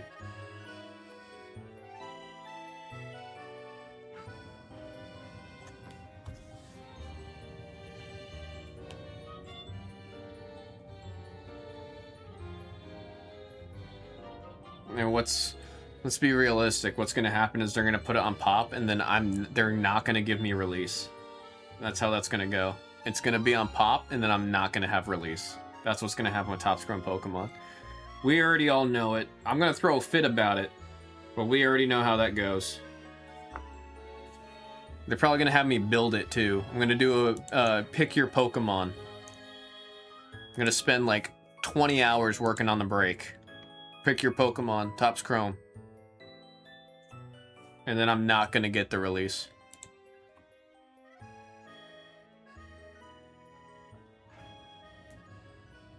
Maybe just get a case of this Lorcana and sit on it. I mean, how are the older Lorcana sets doing now that rotated out? Because I remember some of the Lorcana that we had at Card Club, it actually went up for a little bit of time.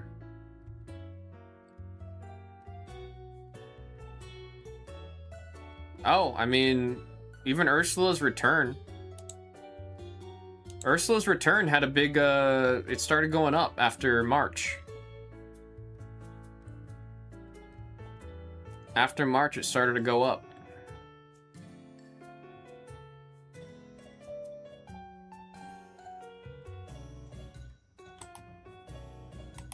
I mean, it's also, you gotta remember, a case is 4 boxes, you know?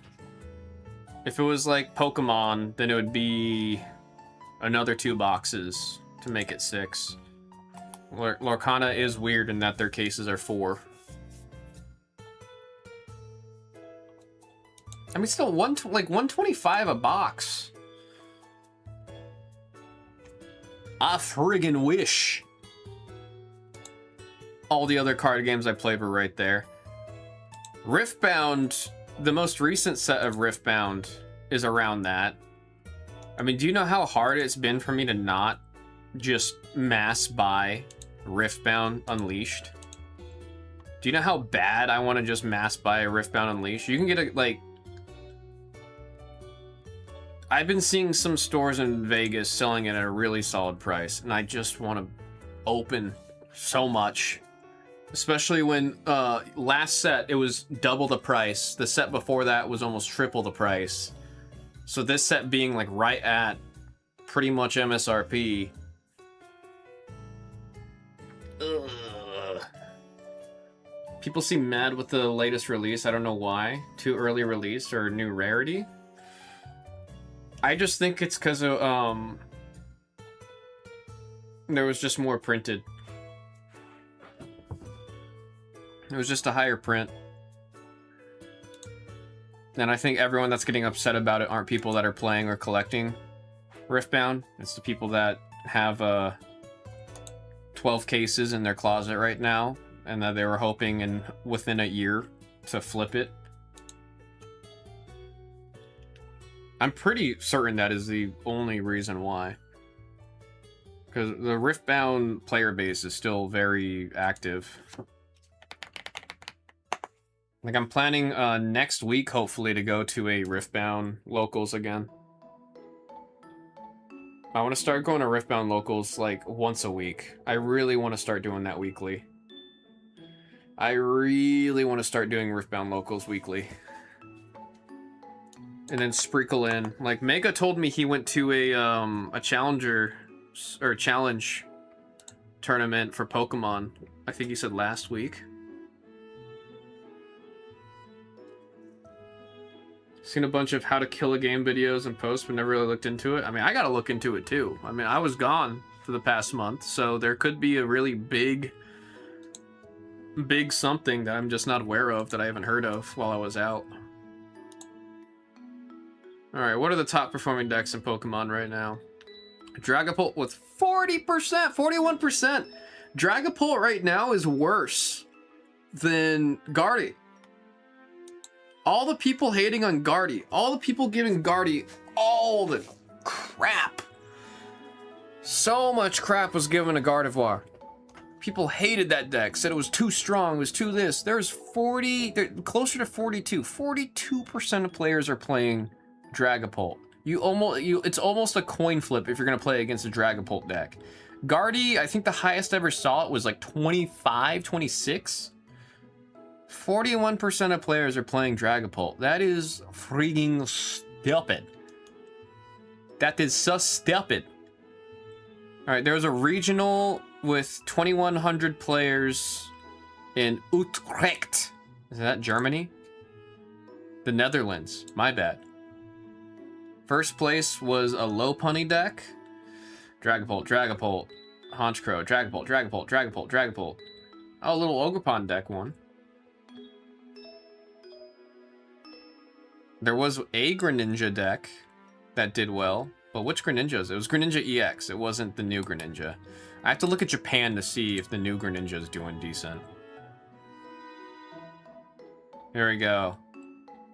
Ibaraki, 506. Oh, wait, no, Greninja wouldn't have been legal 5.6 yet. I don't think we've had any tournaments yet with Mega Greninja EX legal. Which that sucks, because I was hoping to see that. I was hoping to see if anybody started cooking already. Oh, is this one? Nope, that's the fighting type Greninja. Friggin' Dragapult. I think there's the issue of I'm gonna play. I mean, not even Lucario is showing up anymore. What happened to Lucario? That deck was doing a little, like, was doing okay. Aichi Open League. Oh, Open League. I was like, what the heck is this standard? That's why it was extended.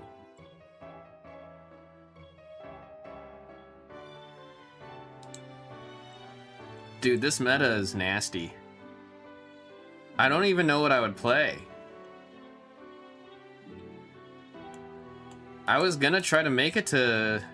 Like, I wanted to play in more regional tournaments. I think Mega and I were talking about going up to...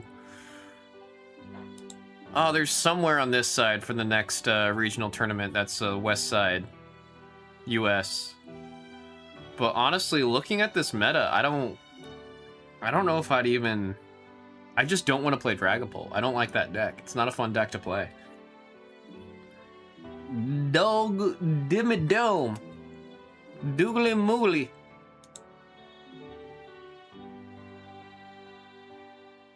Bro, this meta is cheeks, man. This meta is cheeks. The #1 performing deck in Japan Champions League Aichi with 8,000 players. 8,000 players. #1 deck. Dragapult.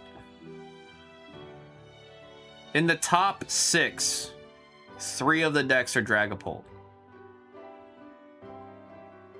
Top 4, 2 of the decks are Dragapult.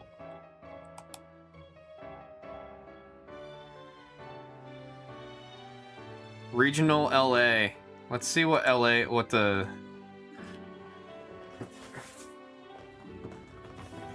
I just looked at the results of the LA regional, which that's the one Mega and I were going to try to go to. I remembered. Remember I just said, oh, there's another West Coast regional? It was LA. We were going to try to do that, but I was in Korea, so we couldn't go to it. Anyways, top 4 decks for the LA regional. All 4 are Dragapult. Every single... Oh, I almost said a really bad word. Every single person that was attacking and screaming and pissing and yelling and throwing up about the Gardevoir deck, saying it was too much, too powerful, too prominent, too everything. I really hope they're feeling it. Because Gardy kept Dragapult in check. Gardevoir was a deck that would keep that deck in check. Gardy is gone. So now there is no Psychic decks that are strong enough to keep that Dragapult deck in check. And now we have almost 50% of players playing that stupid deck. Oh, man. Do I want to go back and play a bunch of Pokemon right now? I mean, I'm going to definitely be playing some, like, fun games. But this meta is cheeks, bro. What is the Riftbound meta like? Now I'm scared about Riftbound. Just in time, let's warm up those hands, pull some fire out of chaos. I'm excited for it, Junior. I see you got water. It's number 7. It's the first of this case. It's gonna be a brand new case. We'll open the case when we get this one going, when someone grabs a trainer. The trainer was dropped. We did some adjustments. Lego Batman came out? The game or the movie?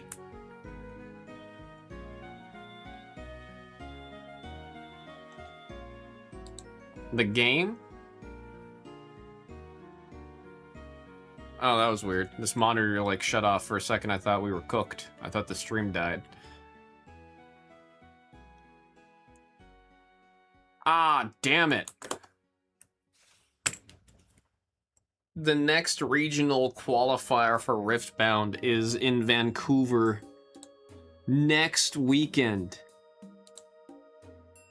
Mega and I were gonna try to go there for that. We were very serious about going to Vancouver for that regional. But I am so broke. That's tragic. I was really, really looking forward to going to that. That is tragic. Damn it, man. Damn it, damn it, damn it. Plane tickets very expensive now. I mean, that also means I missed the sign-up date. Like, I definitely missed the signing up to play in the tournament. So there's just no way. That sucks. That sucks. My last chance of getting in one is gonna be LA in September. Damn, that sucks. Saves money, yeah. I'm just sad because I was really hoping to play. I wanted to go to 3 events. I wanted to go to Vegas, go to Vancouver, and go to LA. So I need to make sure I'm locked the hell in for LA. I really need to make sure I'm locked in for LA. It also just sucks though, because I don't think I'm gonna be able to try to get the best of Jinx metal card anymore. I'm pretty sure by the time LA comes around, that card's gonna rotate out, and I... Oh, that sucks, dude. I'm just catching L's left and right, man. I told y'all that I also missed the... I got invited. I got the invite for Pokemon Worlds. It was in my inbox. Now I was just in Korea, not checking my email like a goddamn fool.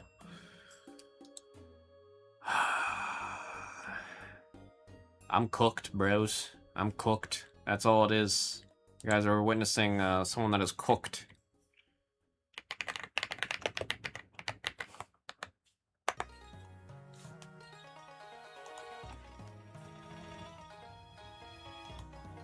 What's the recap for Sydney's regionals?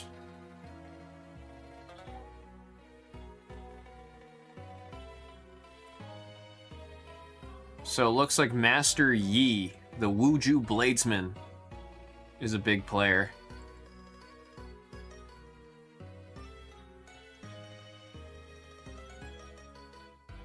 See, here's an interesting stat.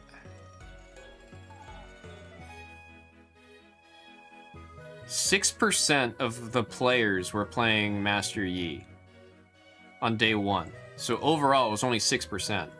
Actually, looking at these numbers, it's a very healthy meta in Riftbound right now. That is a super healthy meta. You don't see that too often. Hell yeah, love to see it.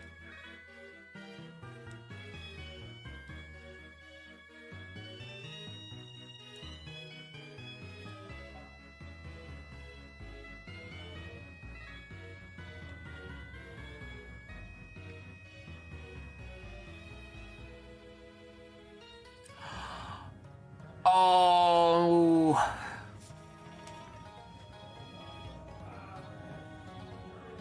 Oh, that kills me. That kills me. That kills me. I just found the top performing Jinx player from Sydney. And before going to Korea, I was making a Jinx deck that I hadn't seen before. I hadn't seen anyone building anything like it. It was very much just me building and making choices that I thought I liked. And I was playing with it, and I was like, there's something there. And I couldn't find anything online of someone building anything similar. And I was like, okay, I think I found a hidden tech. I did it. I finally made like the hidden tech. This is gonna work. This is gonna work. The #1 performing Jinx at Sydney earlier this month. It is a scary. It's a very scarily, like, it's so similar to what I crafted up. That means I was cooking. That means I was cooking. And I never got to do anything with it. Because now everybody knows. I was cooking. God damn it. Damn it, I was actually cooking. That is tragic, man. That was tragic. I was hoping to really be the one to like bring that that deck archetype I was hoping to make it shine. I was hoping for people to be like, oh, I don't know what that is. I haven't seen it before. Where'd you get that deck list? And I can be like, I made it. This is all me. Now everyone's going to think I'm copying this guy. Damn it. I was actually cooking. Oh, that's actually very upsetting. I'm very happy because that means I was onto something, but shoot, man. I wanted to be the one that was on it. I wanted to be the one that was on top of it. Oh, that kind of upsets me. That kind of upsets me, bro. Mal said you were. I'm not. I'm looking. I'm looking at the deck list right now. It is shockingly similar. It is shockingly similar. I think the only difference is they're not running any, Are you actually not running Super Mega Death Rocket? Yeah, this deck doesn't run Super Mega Death Rocket, which... Well, couldn't be me. Couldn't be me. But there's a lot else I'm looking at it, and, shoot, man. It's very similar. There's a couple things that are different. And there's a couple things I'm looking at and I'm like, okay, I agree. Like, I see it there, I agree with that. But so much of it's like, the idea is the same. And I haven't seen anyone else across everything I was looking at. I was doing so much research trying to find out if anybody had something similar because I wanted to bounce off of their ideas for what I was trying to do. But I couldn't find it. I could not for the life of me find it. So I literally like laid out everything, laid out all my cards, and built the deck and tried to craft it to suit the idea that I had. It's so similar, dude. It literally freaks me how similar this deck is, man.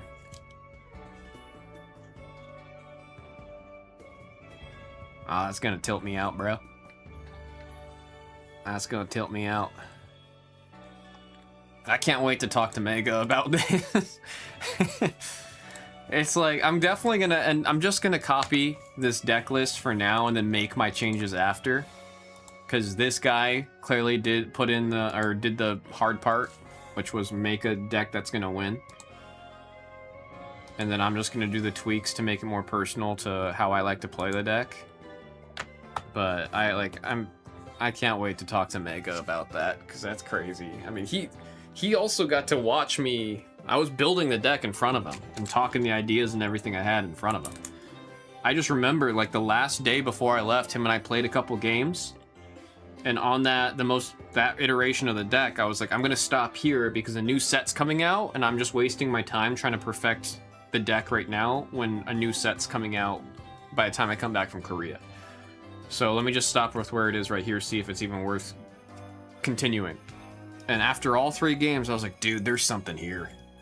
There's something here. I think I was like, I kept on saying, I'm like, I think I'm cooking. I think I'm cooking. I think there's something here. If I wasn't going to Korea, I think I'd be able to just sit here and really bang out something. I think there's something here. There was. There was. I need to flip this on its head. I need to be proud of myself that I was onto something. I may have not got there, but I was onto something. That's how I'm gonna twist it. That's crazy, dude. This just makes me happy because this is the first time in a very long time I built a deck from nothing, like from no inspiration or no like outside or other opinions or ideas. It's just something I came up with. And it actually was something that was worth doing. It's been a very long time since I've been able to do something or pull something off like that in terms of deck building. I think the last time that kind of happened was like kind of Lorcana. Kind of Lorcana. Lorcana, I had an idea, but I didn't start cooking yet because I found someone else that had the same idea and I was riffing off of that. This is the first time in a very long time from scratch I came up with something and it actually, like, I was on the right path.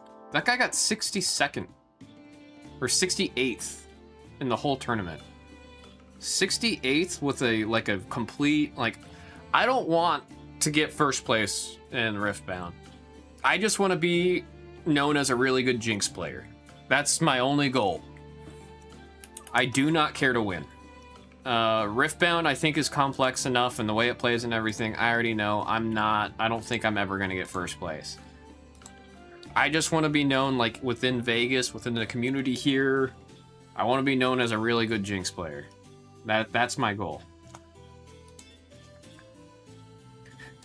If I cooked all the way, if I served, folks, it would have been mission accomplished.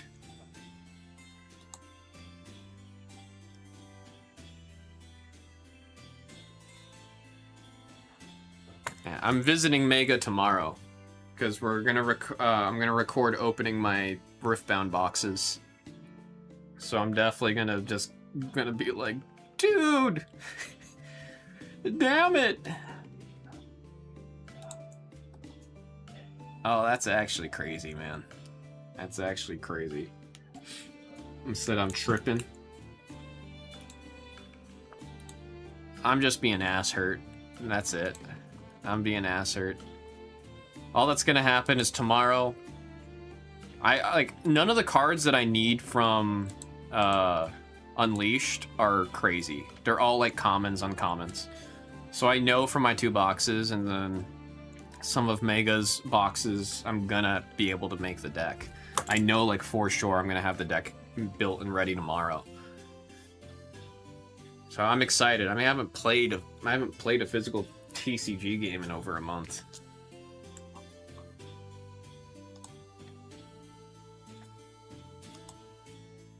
Actually, what was Master Yi won, right?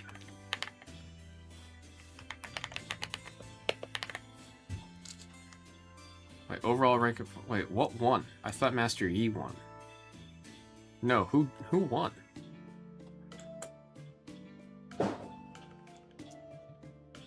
Garen won?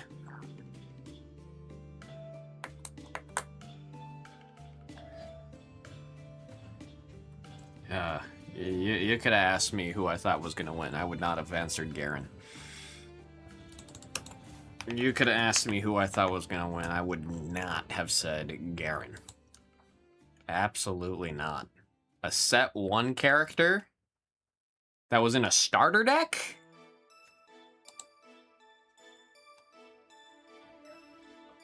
Damn. I respect it. That's all I'll say. I never in a million years would have guessed Garen. That's pretty crazy, dude. I respect it, man. I respect it. Million years, I would not have said Garen. Garen was like a... You brought that there if you were just trying to get the best of metal card. That's why you played Garen. For him to go from like an F tier character to winning first place at a regional is crazy to me.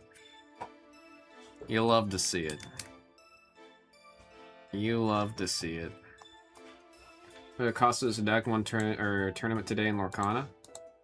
If I remember, Lorcana's like super affordable.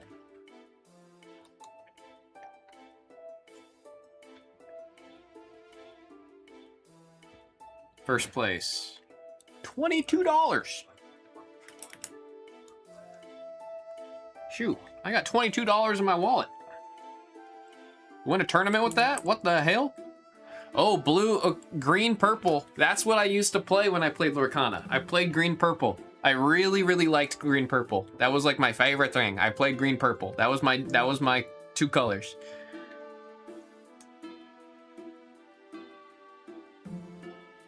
Christopher Robin.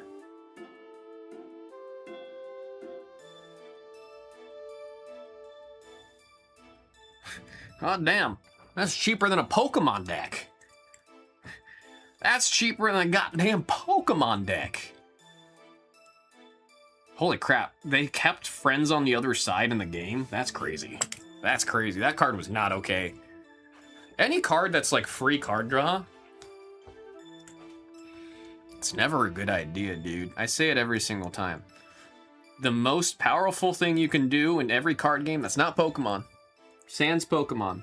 Not Pokemon. Every other game, most powerful thing you can do. Draw a damn card. So when you get the cards that just for free let you draw a card, they become problem children. That's what they do. They start small and they grow up, and then they start a problem, dude. This looks like a fun deck. Damn, this whole thing only has 4 uninkable cards. This deck looks like it's like scary consistent.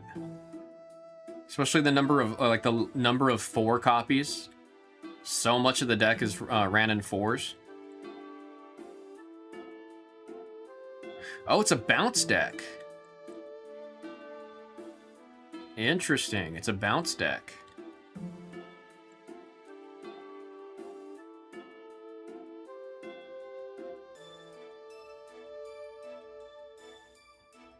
Okay. I mean, 22 bucks for a deck is crazy. That is crazy. This is the kind of deck I had fun with. Bounce is fun. Bounce decks are fun. They actually, right now, just introduced a bounce archetype in Riftbound with Pike. He does a lot of bouncing. No, sir, you do not get to play. Thank you, come again. I didn't see too many Nope cards in this one. Yeah, this one, it's all bounce. Bounce, bounce.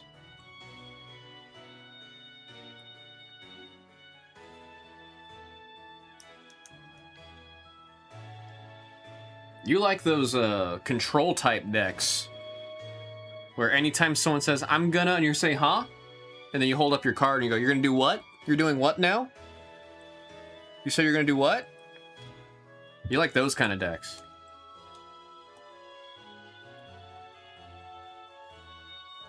Those are my favorite. That's the only deck archetype I played for a very long time. PE Evasives, yeah. They call this deck archetype Evasives because it's just everything's bouncing all over the place. It's funny they call it Evasive instead of Bounce. Now, I used to exclusively play control decks, especially the ones that have like targeted removal, where you're like, do 5 damage. You're like, all right, kill that, kill that. Oh, you're gonna do what? Okay, I counterspell that. All right, have fun. And you just sit there and watch them. I mean, the absolute worst. Like, control is frustrating to play against, but like I told you, mill. I will tilt out and headbutt people over mill decks, man. There was one deck, I'm not kidding you, that Mega built in Lorcana. He called it, I mean, he would just say the F-bomb, but he would say, F your hand. That was the name of his deck. That's what he called it. Because when he played his turn, he would play cards that say, like, your opponent has to discard a card. Look at your opponent's hand, choose a card, discard a card. He would just play those. So by the end of his turn, I would go from having 5 cards in my hand to 1 card. And then he'd have a card that says, like, gets -1 for every card in your opponent's hand. But I would always have, like, 1 or 2 cards in my hand, so it would be at, like, almost max damage. That deck was... There were so many times you'd finish his turn, I'd have 1 card or no cards in hand, and I'd be like, well, I hope I draw something that helps. And I draw it, and I'm like, I can't play it. And then I pass the turn, and then he plays a card, and I have to discard my 1 card, and I'm like, this is great. I'm having a lot of fun. A lot of interaction here.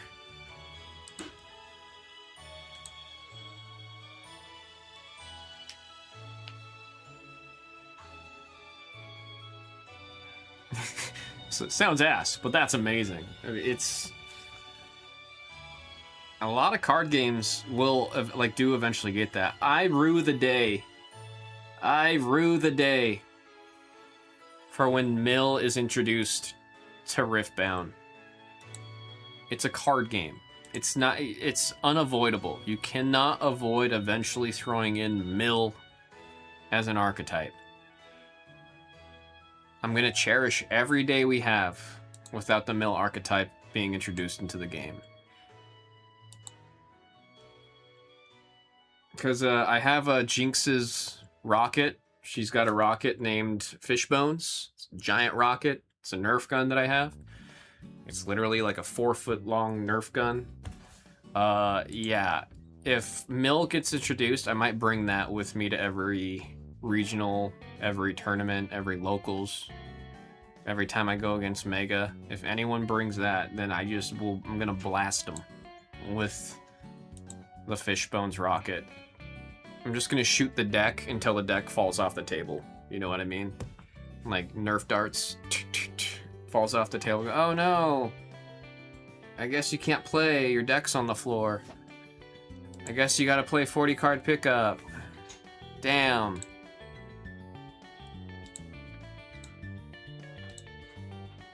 I mean, I'm just happy that day one Riftbound didn't have Mill. My April Universes deck is a Mill deck, but it doesn't mill fast enough. I mean, that's always the problem. Is you have to make a Mill deck where it's really hard to accomplish. Because if you accomplish, it's a win condition. Like, if you do it, you win. That's what... I understand the joys of a Mill deck because I played the Nami deck, which was self-mill, and that's the only reason I was okay with it, because I was milling myself. I wasn't milling the other person. So I gave myself the pass on that because it wasn't what actually pisses me off. What pisses me off about Mill isn't me discarding cards. It's taking the top card, discarding it, and looking at what I would have drawn and how that would have helped me, but now I got rid of it because of a Mill effect. That's what tilts me out with Mill, is seeing physically the card I needed get put into the discard pile because of Mill. That's why I hate Mill decks. Versus, like, Mill decks, realistically, the main reason a lot of people hate it is that you're not playing the game anymore. You're changing the rules to where it's no longer the original goal of the game. Now it's, oh shoot, I need to win before I run out of cards. Or if I'm playing Nami, oh shoot, I need to win before this guy decks out. Just not enough Mill cards in Void and all. Are there other... Is there another character that benefits more from Mill? Oh god, who was it? And there was a character when I was playing Universes that was Mill, that was actually decently consistent. That was one of the decks I remember, because remember I told you I went to like every single regional, but I was playing while being employed for pictures and video, and I made it so in my contract I'm allowed to play in the tournament. I had to agree to play an aggro deck.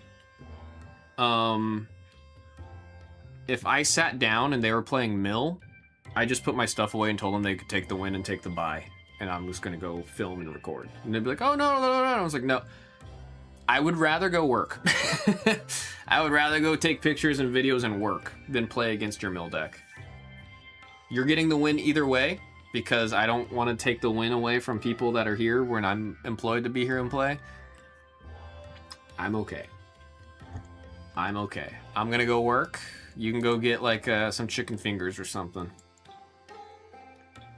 I'm so okay.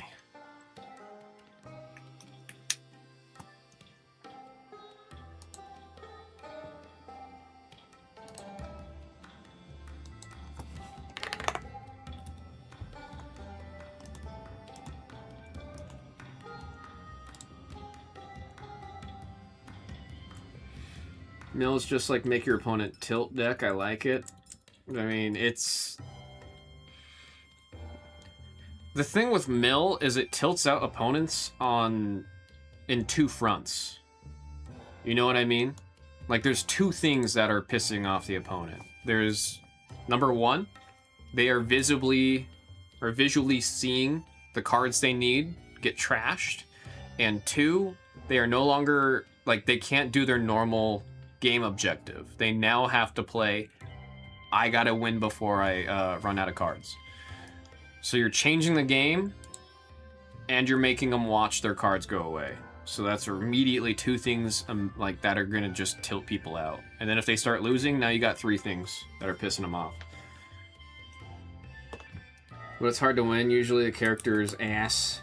The old April. I mean, like I said, I wonder if there's anything else, another character that has something there. Because if there's already enough support for Mill on a character that's not performing well with Mill, there's probably another character to spearhead it with that'll do numbers with Mill. For a real control deck, but I've yet to find one I actually like that I can get good at. Dude I play with, he always makes decks that draw like an infinite amount of cards. Oh yeah, they call those miracle decks. Miracle deck got so prominent in Riftbound, they banned out the Miracle package, which I don't have an issue with. Miracle decks aren't fun to play against, because my issue with Miracle decks, they're usually not even good. It's just you're drawing so much that, like, yeah, you're gonna find stuff that helps. Like, Miracle decks are super lame. That was another thing is, it was Draven in Riftbound that had the Miracle deck. But Draven's got the same exact two colors as Jinx. So what was happening is people that were playing Jinx were just doing the Miracle package from the Draven. But Draven worked better with the Miracle package. So everybody, like, anytime people are like, oh, why aren't you running Miracle? Because I'm like, because then I'm just playing Miracle but worse because I'm using Jinx instead of Draven. If I wanted to play a Miracle deck, then I would just play Draven. Like, everybody was just making Jinx the same deck but worse. And that's all she was. I was like, okay, there's something here with Jinx that people don't see. And that's when I literally took all my deck completely apart and went to the drawing board and said, I'm going to come up with my own idea because I don't want to just play the worst version of an existing deck. But yeah, the infinite drawing where you're just drawing non-stop cards every single turn, they, depending on the community, it'll be classified as a miracle. Sam built a permat deck, and now it's like a meta deck. He hates meta decks too, which is a funny part. He built something that he hates. He said, look, I cooked. Oh shoot. I cooked a little too much. I already served. I hate it. Bro's suffering from success is what it sounds like. You draw 6 to 8 cards a turn sometimes? Yeah, that's how Miracle was working in Riftbound before I left. I mean, they banned it out. You can't do Miracle decks anymore, which I've got no complaints about. I have no complaints about. But that Draven deck and the Jinx deck, you would draw, like you said, between 6 and 8 cards every turn. And then it's like, oh, I wonder if you drew the card you need.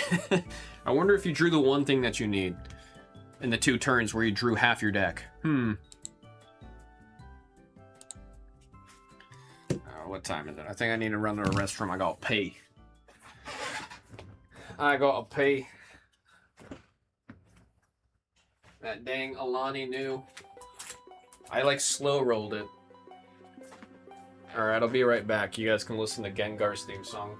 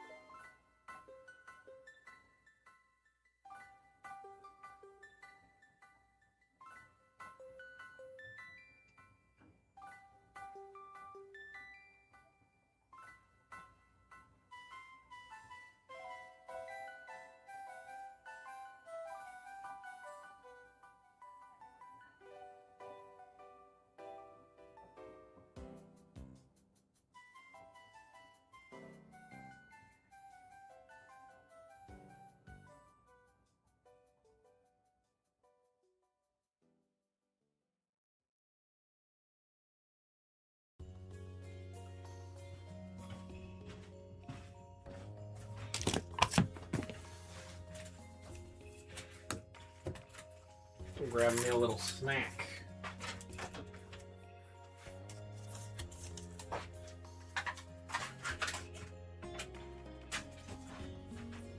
Texture of this yogurt's always weird.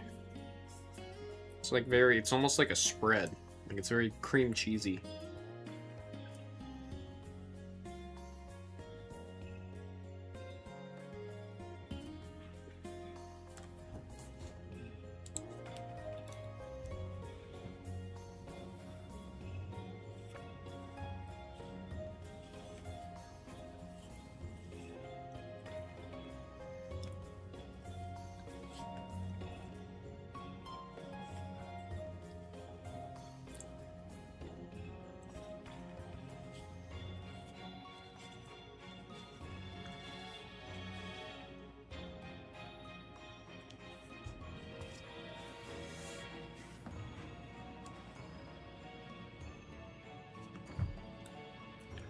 I'm debating.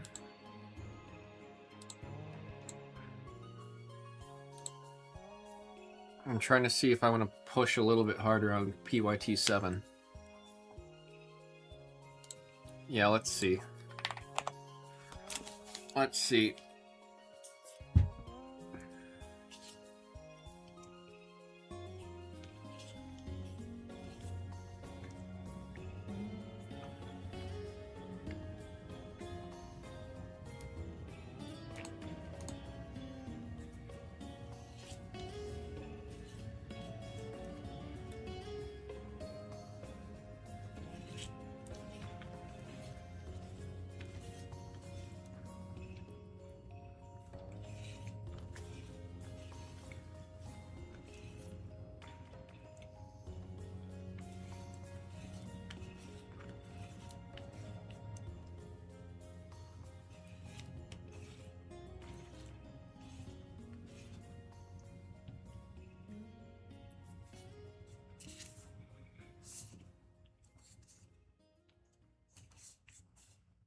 Lactose free? How?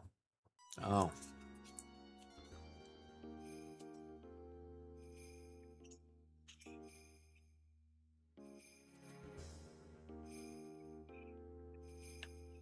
So we gotta start screaming.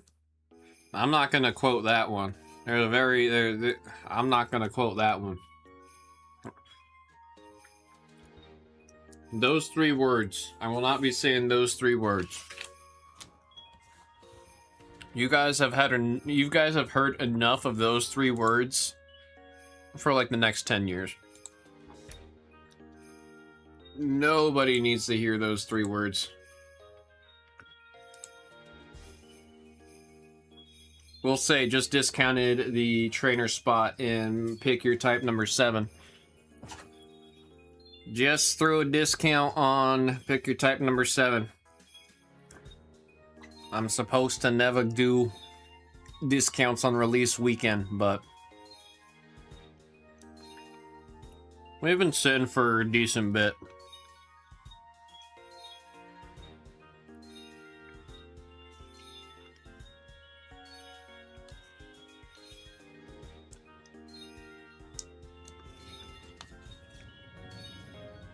It's those 3 words and who's out there. I don't think you guys will ever hear me say either of those 2 in here.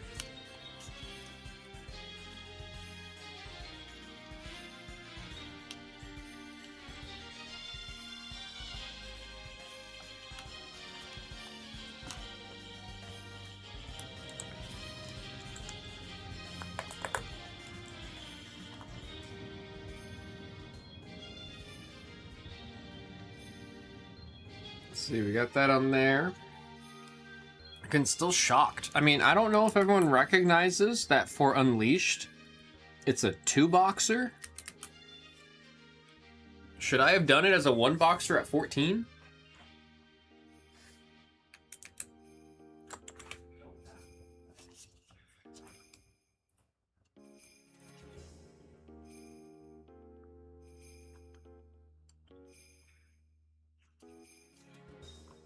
It would fly at 14?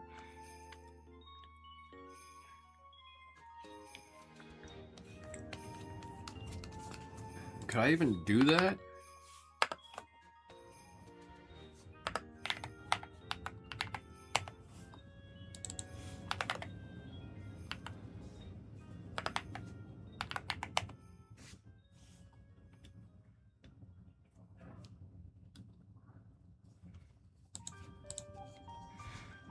think I can still... There's like a general rule that I have on the back end that I've been told, and that's the reason why I did the 2-boxer instead of the 1-boxer at 14. But I think just off of the fact alone that it's not moving, and if we did do it by 14, it would move. And that would make the difference.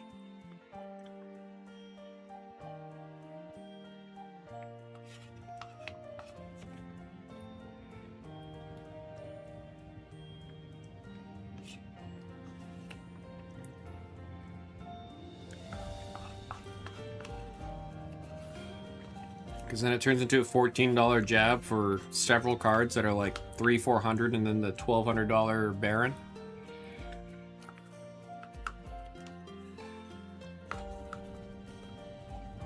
It's also, I assure you, in Riftbound,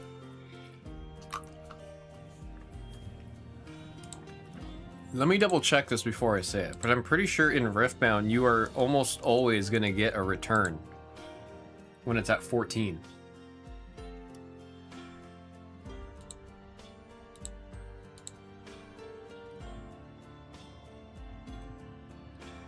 Let me look at everything, like all the epics.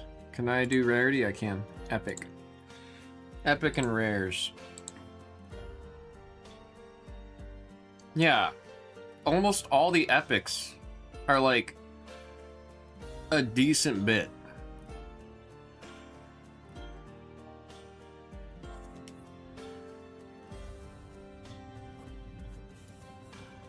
There are 5, 6, 7, 8, 9. There's 9 epic cards that if you hit those, it pays for the spot.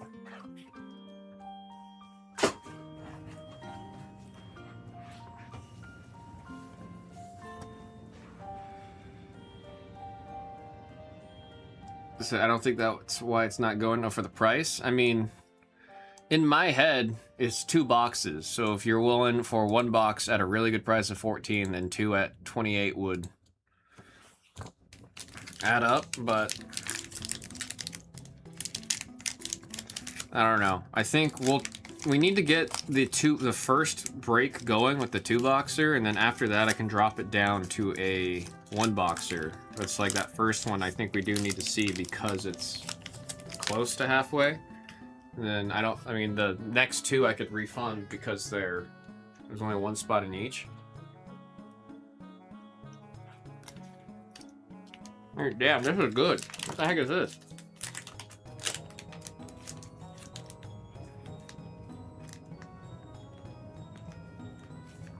Oh, that's why.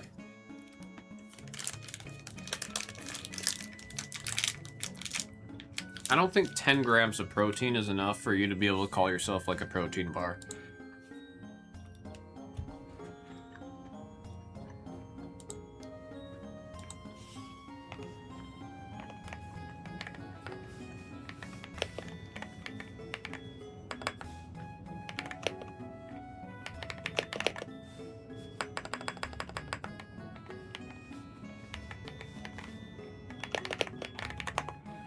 Probably more sugar. Yeah, I'm actually kind of scared to see what the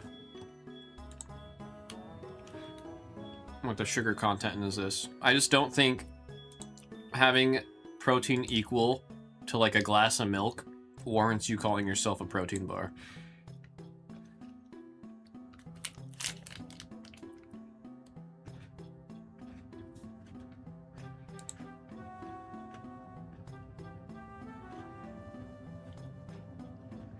There's probably more protein in a soft serve ice cream than this thing.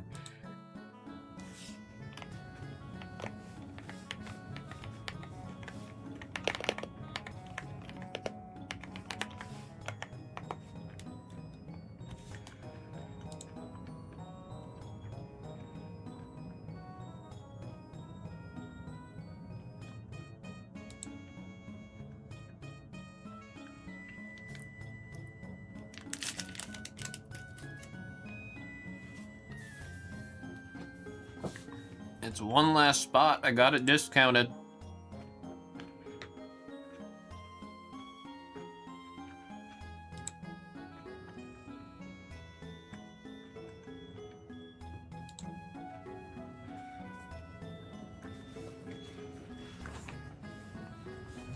I assure you, no matter what, we're seeing 7 tonight. We're at least seeing 7 tonight.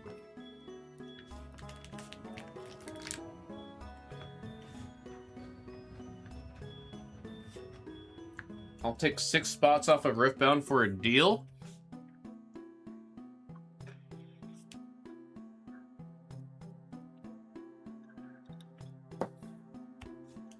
Let me do some math.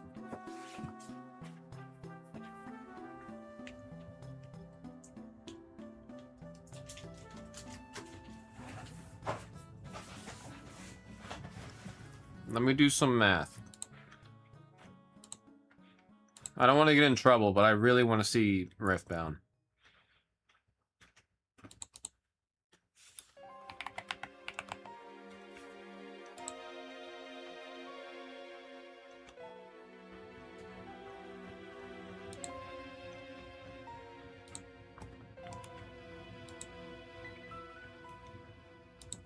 Oh, this is really hard to eat for some reason. Oh, I think it was just a big bite. So take it out for now. All right, I'll kill it from the store. I mean, 9 times out of 10, not supposed to do deals for random numbers. You guys know how it is. There's 2 things here. 1, it does help because then I would be able to start doing the single box ones, right?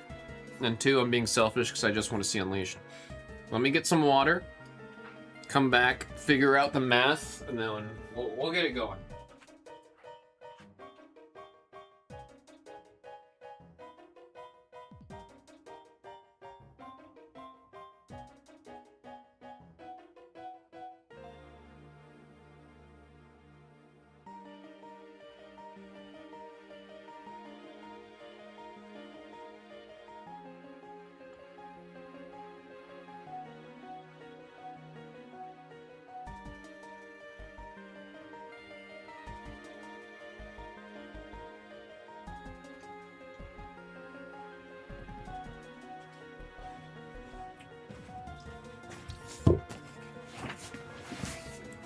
Okay.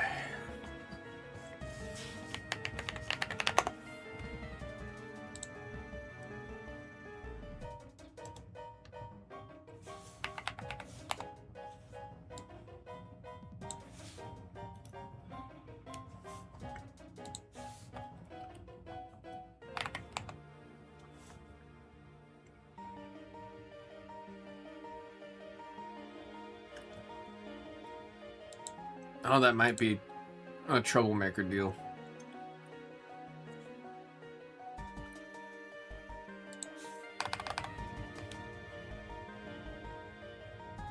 I don't care.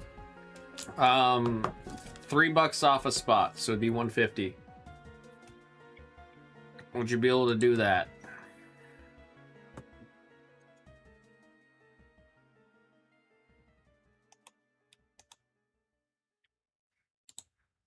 I think that is the first deal and the first direct send we've ever had on this channel.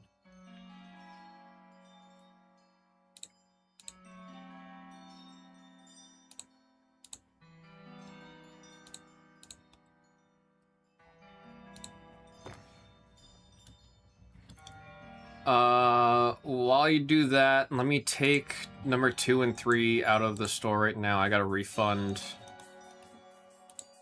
the spot in both.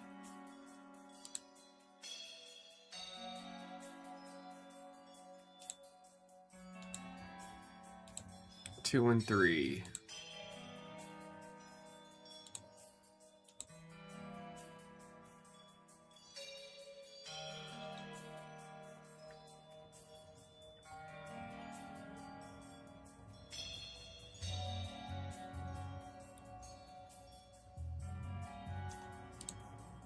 Let me see if that worked.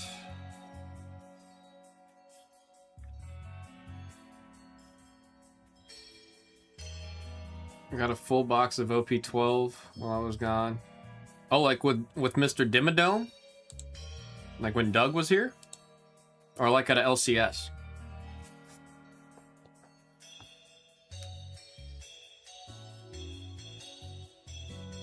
with Doug. I've noticed One Piece is also like, when you get a good box, you get a good box. And then sometimes you get a box where it's like one secret rare and that's it. Alright, the refund did go through for 3 and 4.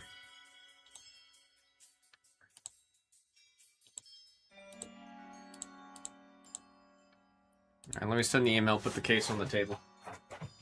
I'm sorry to hear that, man. I was hoping you were going to say you hit, like, one of the crazy parallels.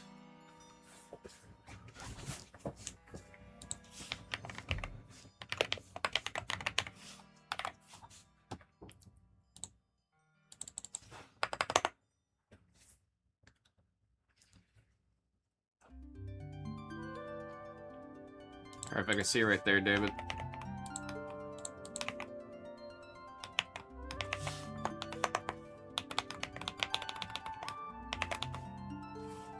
Oh, I can't do it like that? Okay.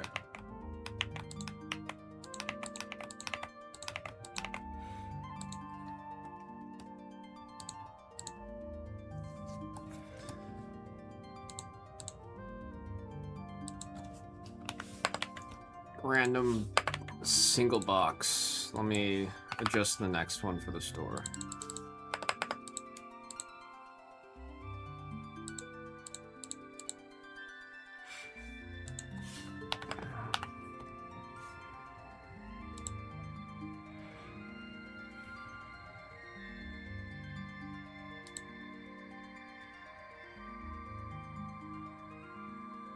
You said good luck mojo.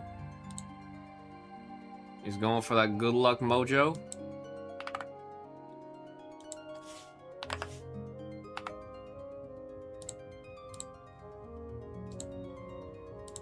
Let me make sure the next two are in there correctly.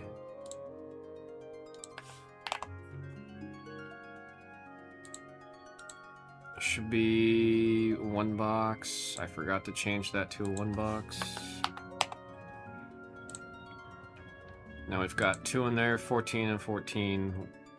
Okay, so I've got the next 2 in there, now updated as one box breaks.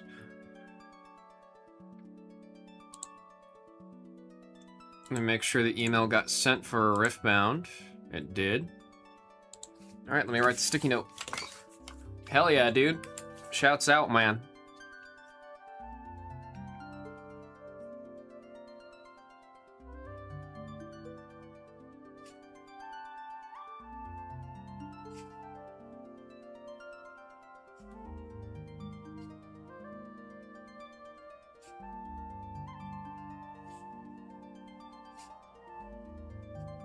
Two box, random numbers 0, 1.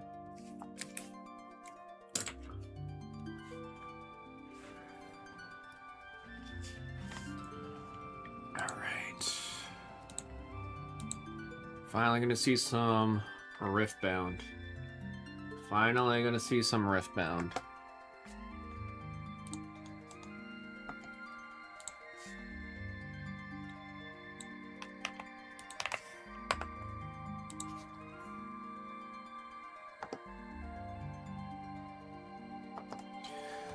Hello, summoners. That's what they refer to the players in League of Legends. Cringe, right? Folks, we have all of our summoners here. We're gonna see how many times we're rolling a die. First time seeing Unleashed, and we're doing it by the double to kick things off, man. We got 3 times. Best of luck. 1, 2, and there is 3 times with the 3 pips. Pip, pip, hooray. Pip, pip, hooray. I'm gonna send y'all to the table so I can get this printed. I am very excited to see this.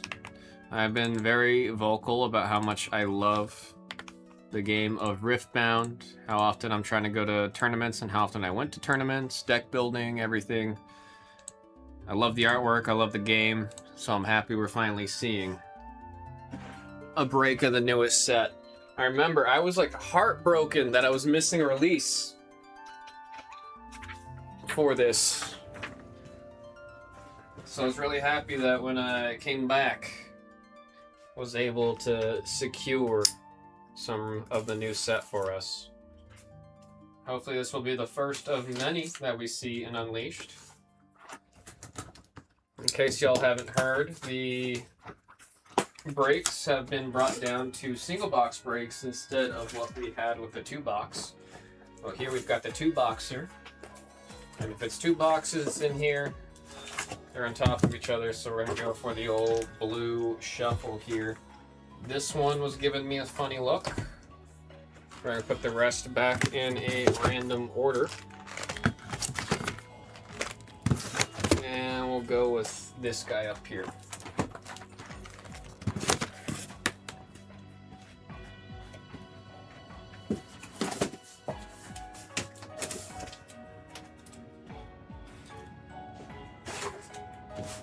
We got 2 boxes.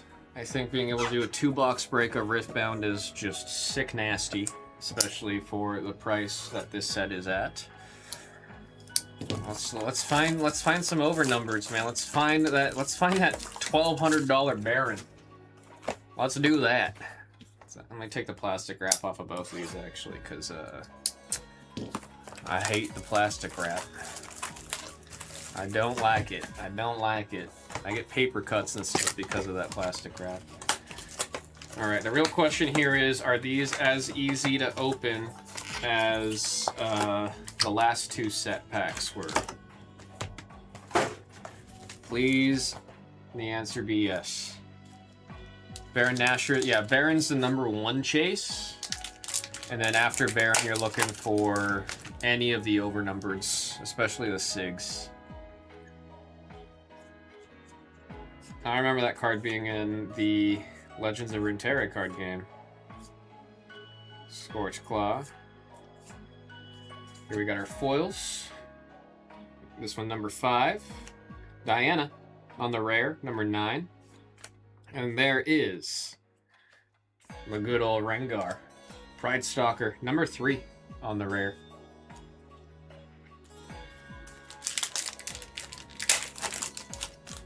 I don't remember off the top of my head what number the ultimate rare Baron Nashor is. I just know if we first break of the day see that card, I'm gonna go ballistic. Ashe, she was actually the first champ I ever played. Ashe, #9. There we got the good old Kha'Zix. This was the first champ I ever bought. Was Kha'Zix here, #1 on the legend. And oh, we got our first alt. We hit our first alt, Diana.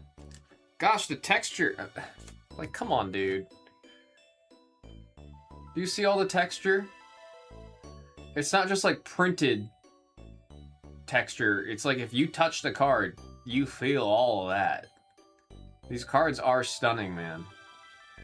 These cards are stunning. Our first alt art, #9. That one's going out to Will Be Free with the first alt art. Diana. We'll put our alt arts up here. We'll put our alt arts up here. It says like 1,000 plus. Yeah, last time I saw it was between 12 and 1,300 for that Baron. Then we got #3 on the Sage. Maduli, #4 on the rare. And there's Syndra, #6 on the rare. Again, beautiful cards. Beautiful, beautiful cards. Now they're about the same. I will say the packs are consistent. Pokemon is not consistent. There's different factories making the packs, so it's always different. Now we got Yuumi. I like when I play the game and Yumi's my support. She's a fun support to have. We got #6. Oh, Pike. Pike's a demon. If you got a good Pike on your team, my goodness. #5. And oh, shoot, it's Elder Dragon. That's Elder Dragon. You're always fighting over that when you're playing League. That is #118, #8, David Trang with the Elder Dragon. You cost so much. Any amount of damage, or any amount of your damage is enough to kill enemy units. Okay, so it just kills anything. When you play me, choose up to 1 enemy unit at each location, deal 1 to them. Damn. Damn. Nice epic hit right there. Inferno.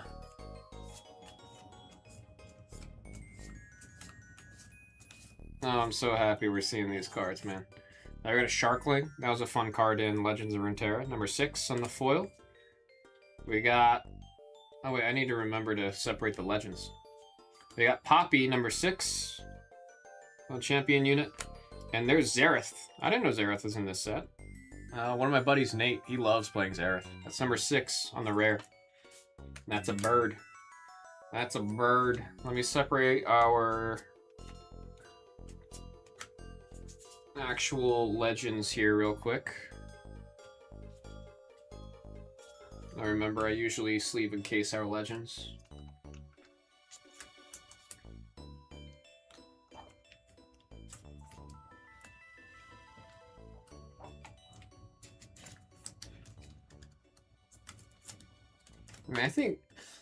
I mean, honestly, casing the legends is probably a little overkill, but maybe for the first case, I'll keep doing this. I just like doing it for the recap. There we got a Kingpin.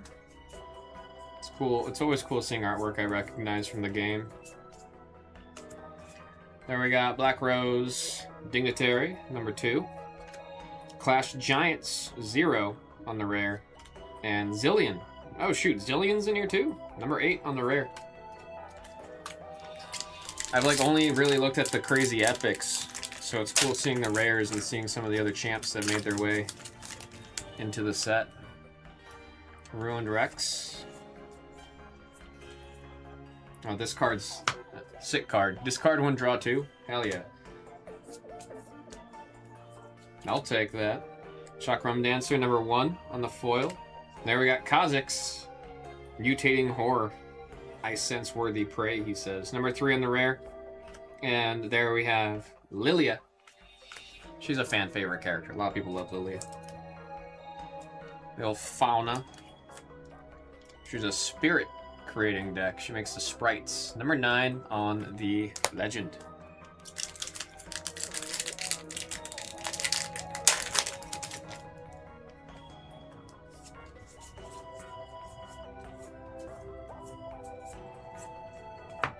There we got Altar of Blood, number 6 on the foil.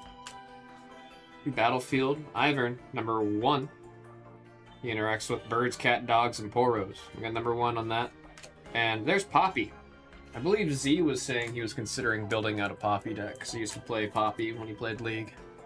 Keeper of the Hammer. Is the hammer's name Mjolnir? At Legends, number 3.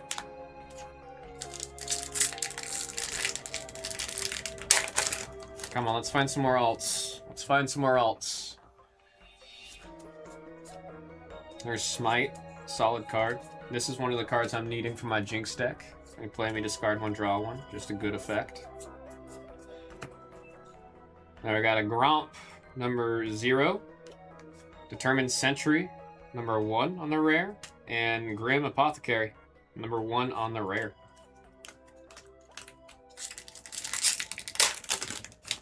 It's Apothecary, right? Not Apothecary. I feel like I'm getting my own head about that. Tactical Retreat, number 5. And there's Pike, number 5. And Gutter Palace, number 8 on the Epic. It is Apothecary? Oops. I feel like it should have been spelled with an S if it was Sari. Oh, it is Apothecary? I was right the first time? See, this is what I get for doubting myself. Number 8 on the Epic gear. It's going out to David Tring.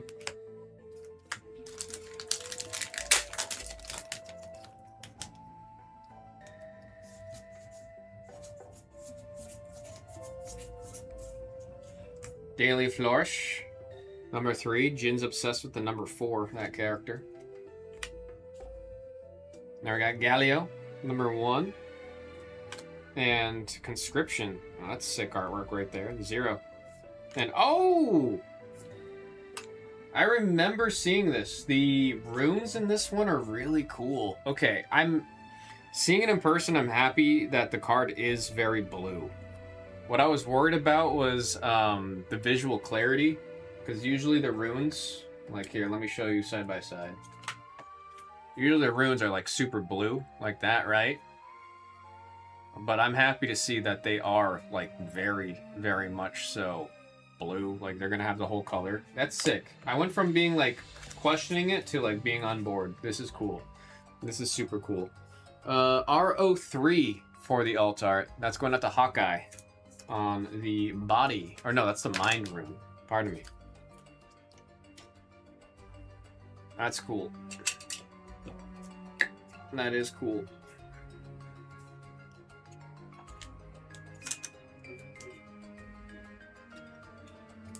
Now I want to see all the other alt runes. I'm curious. Super curious.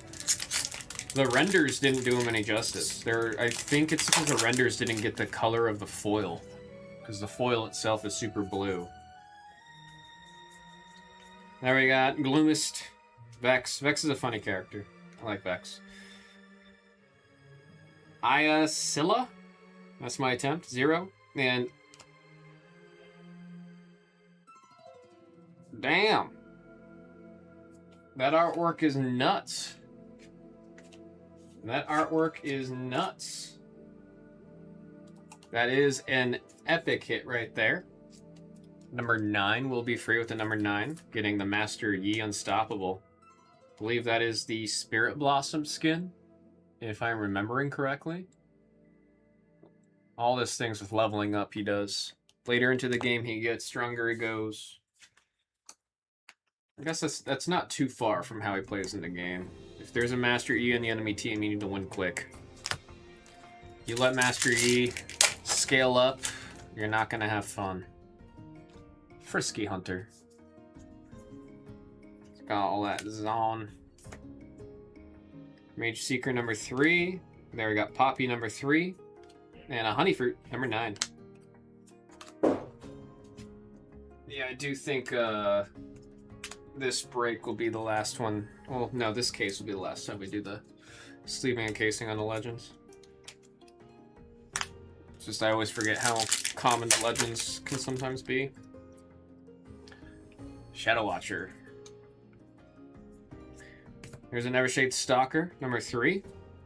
There's Vi, number 6. That's Jinx's sister.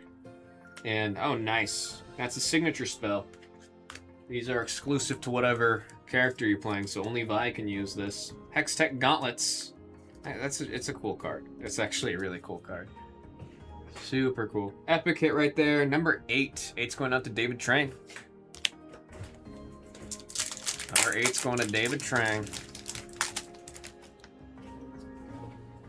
Downstage Dramatics. You got Smite in here. Skyward Strike number 8. Number 3 on the Scuttle Crab. And Master Yi number 3. Oh, okay. I was hoping we'd get really cool looking reflection tokens. That's sick. The reflection tokens are sick. They look cool.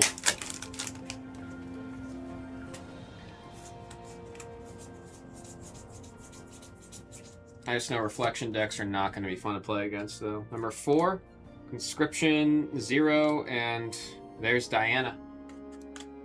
There's Diana. Her overnumbered, I think, is my chase. I really like Diana's overnumbered in this set. It's like super anime-y. This one's the number 7, Echo, with the Legend.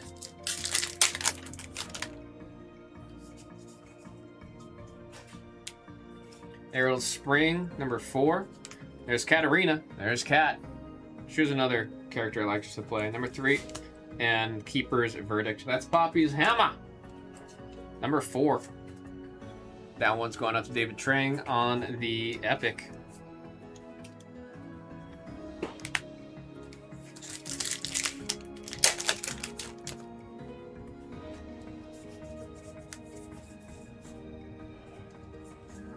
Now we got a Dredger, number 3. Virtuoso Jin. I wish I played more Jin. I liked Jin, like, I like his design. I just never picked him up. Smoke and Mirrors, number 3.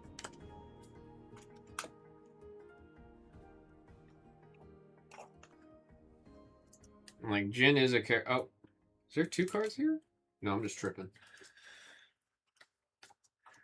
There's always a character I was interested in. I don't know why I just never played him. I was just too focused on only playing Jinx. I played Jinx and Kaisa.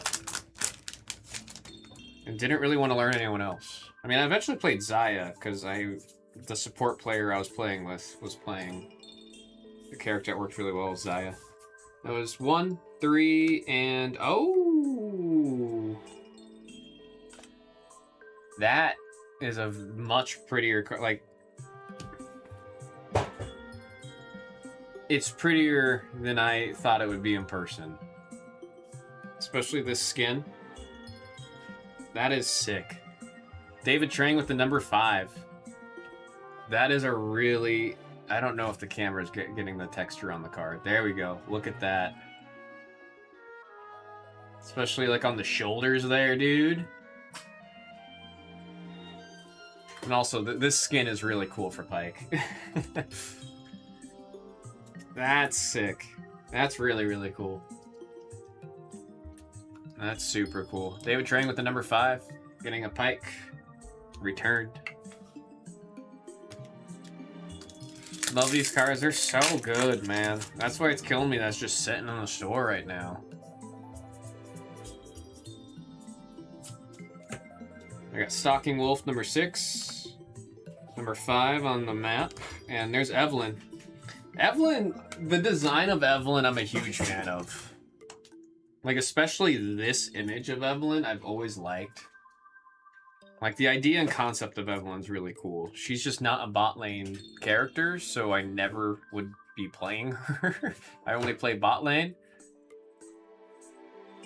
But if she's a jungler, if I remember right. I could be so wrong on that. I don't know if we have any other League players in chat right now. I don't remember what lane Evelyn plays. I feel like she's a jungler. Number 1. Mario with that. Oh, that's a rare, dude. That's a rare. I thought that was an epic because of how pretty it is. What is she? She's like a demon. She's like a demon. What's the jungler? So, top lane, that person usually plays a tank. Like they play a tanky character, and they go up and they play in that top lane. 5, 1, on Keeper of the Masks, and Undying Legion. Oh, this is a card I'm trying to play too. Number 5. Mid, same thing. Mid laners are usually mages. So like, you know, you're playing Lux. Usually it's a mage, so you're using a lot of abilities that rely on mana and doing spell damage. That's the mid lane. Bot lane is usually doing attack damage, so like physical damage instead of magic damage. And then support is at the bottom, helping support the bot laner. The jungler is basically running all around the map, causing a ruckus, killing monsters that are in the jungle, and then just randomly supporting a lane that needs help. They got number 4. Man, LeBlanc. I'm so happy they're going with this design of LeBlanc for her cards. Because it's just, it's so cold. It's the same style as the Arcane show that they went with. So it's just really cool. Number 9, will be free. But yeah, the jungler is the one that's kind of disrupting. So they'll kill a bunch of monsters in the jungle area. And then let's say in the mid lane, let's say you're playing mid and you're hugged up against your turret and the other person's really like pushing you and is trying to kill you. The jungler can go in the mid and sneak up and then attack them, and now 2 of you are attacking this one person and you can kill them. So jungler's kind of looking for opportunities to like pop out of the shadows and then help win a fight. Then we got number 3. 0 and Dancing Grenade 0. Jungler's a lot of fun. It's just it's hard. You're micromanaging a lot.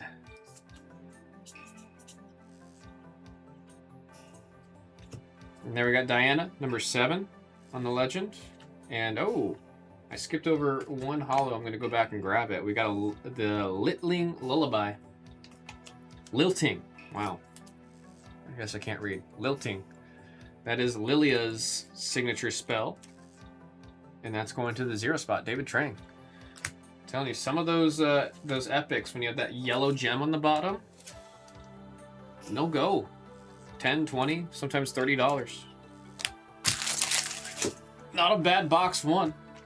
Great thing about this first break we're doing, we got 2 boxes. I think I might be better at support. I will say the thing with support, it's definitely the easiest to learn, but it is definitely the hardest to play out of, if that makes sense. Like, it's the hardest to start with and learn another lane. If you play support, a lot of people that play support are stuck playing support for like the rest of their time playing League. There we got Blast Cone, number 3. There's Kha'Zix, Void Reaver on the Legend, and an Undying Legion, number 5. I like the idea of Undying Legion. I wanted to test it because I feel like it might be a little expensive for what it is. So then it's a little too slow. I'm curious.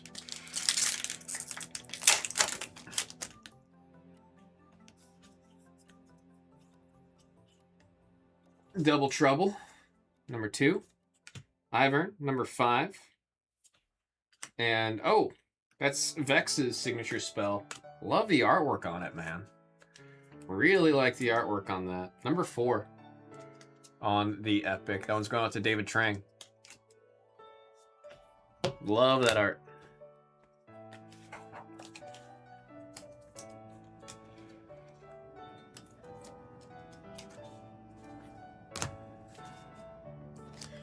I mean, I do think mid lane is one of the best lanes to learn. Like, once you learn mid, you can play top, bot, and support if you play mid. And mid's not that hard to play. There we got number 6, 9 on the Blood Rose, and there's a map number 5. I mean, I guess the hardest thing with mid is that you got to worry about top and bottom lane, because you're not, like, when you're on top or bottom, you're at the edges of the map, so you don't have to worry about someone coming either down or up, versus mid lane, you got to worry about them coming from everywhere. But it's like, it's straightforward. You're in the center of everything. I would stick to it. I think you got a good thing going.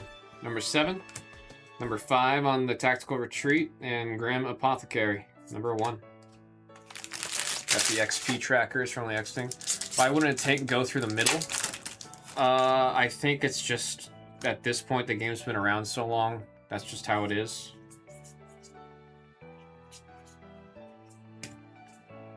We've got number 8. We got the Headless Resurrection, number 2. And Death from Below, Pike's signature spell there on the Epic, number 6. I mean, I imagine it's because I'm not the right person to ask this. I'm going to piss off many League players who are still playing it very competitively, and they're going to call me an idiot. So this is my guess. I'll say this is my guess. The mid laner can more easily support. Like, you could go down and help bot, and you can go up and help top. Like, let's say you're winning your lane, you kill the other guy like 3 times in a row, and you've got a bunch of items. It's much easier for you as a mage to just go up and help or go down and help. Versus a tank isn't going to be doing crazy damage, so you can't support and help the other 2 lanes as effectively. We got number 2. There we got Pride Stalker Rengar, big ol' cat.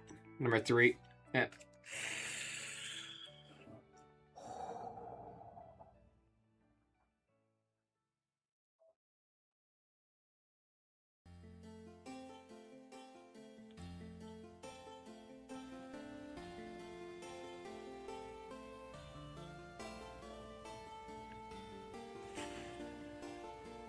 Oh, man, I got goosebumps, dude.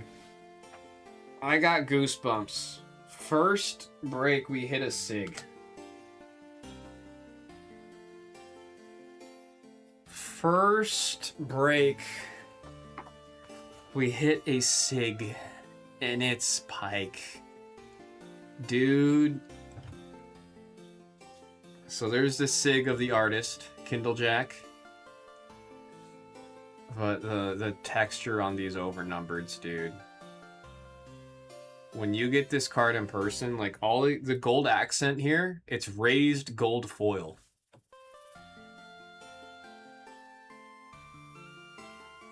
This is a card, right after this break, I'm running the baseball to show Brown. Is Brown still live? I might go show him this right now. Oh my god, I like legit got like chills, goosebumps, everything off of that. That's a crazy hit, dude.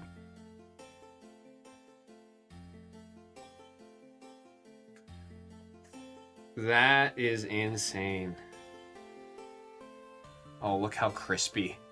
Look how crispy. He said send the PSA. I would. One thing I have seen, the overnumbereds, especially the SIGs, they grade very well. I have seen. They grade very well. I gotta go show Brown. I'm sorry, I don't want to hold you guys up. I know I'm holding you guys up. I know I'm annoying probably half the room. Yeah, there we go. Battle with the live hit right there. $475 market price. Oh my gosh, dude, that is a beautiful card. Like, even look at the foiling right here and the purple right behind his head. That's all textured foil. All that pattern. Look at that. Like, that's so cool. Or on the purple right there, and then the smoke, or the like the gleam coming off of the eye. Dude, that's so cool. No, here, tune into the baseball room real quick. I need to show this to Brown. I have to. He's gonna be pissed that I don't show him right away.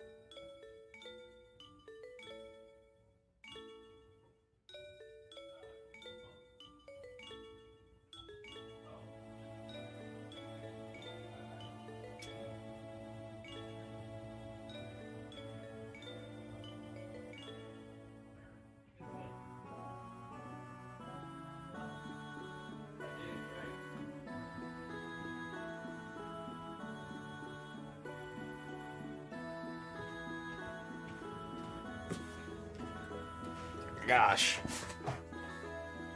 I will say, if this set is anything like the previous two sets, I can't promise anything because this is my first time opening the product with you guys. If it's anything like the previous sets, getting an overnumber SIG is a great sign because usually it is the whole box is hot. That's how it was for the first two sets. You hit an overnumber SIG, and it's gonna be a hot ass box. I really hope that that's still the case.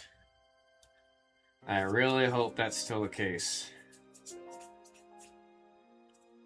Damn, David. You went with the kill and you almost, that's a 3x, isn't it? We got 1. Sprite Queen. Number 4. And Maduli, number 4. Let's see a Baron. Oh, man. I really want to see that card. Ultimate rare. It's the only card in the game right now that's classified as an ultimate. We got number 1. Trisky Tentacles, number 4. And there's another LeBlanc. There's a really funny meme amongst the League community because when League of Legends posted their champion highlight video showcasing this character when it first came out, the dude says LeBlanc different like every single time. We get LeBlanc, LeBlanc, LeBlanc. Every single time he says it different. It's really funny. I don't know if it was intended. If it wasn't intended, that is hilarious. If it was intended, it's still hilarious. We got LeBlanc, LeBlanc, LeBlanc. Number 3, Nidalee. She's a cat. Look, it's important that she's a cat because there's cards that interact if you have a cat. Look, see, he's a cat too. Number 4 in the Rengar.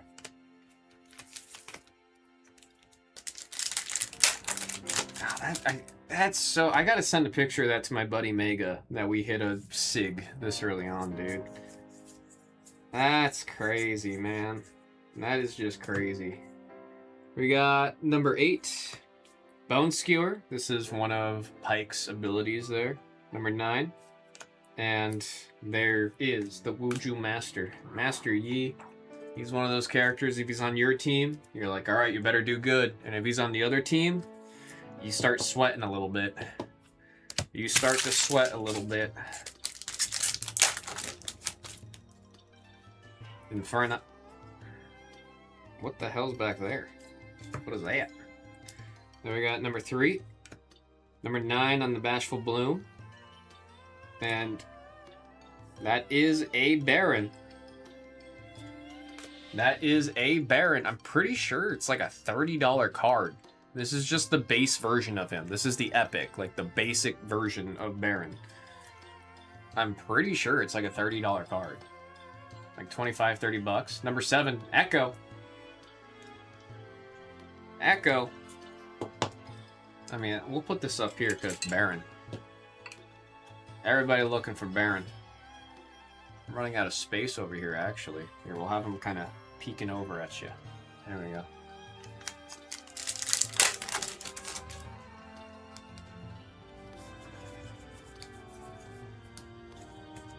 Crimson Pigeons, number 4. Oh, I forgot to grab the Lilia. Honey Fruit, number 9. And there's Master E, number 3 on the rare.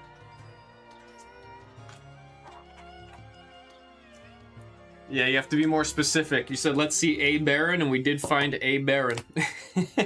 We did see a Baron.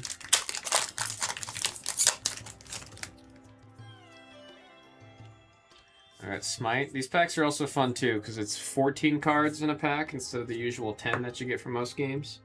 8. They got Hui, 0. And Atakan, 0. From Noxus. He's a demon.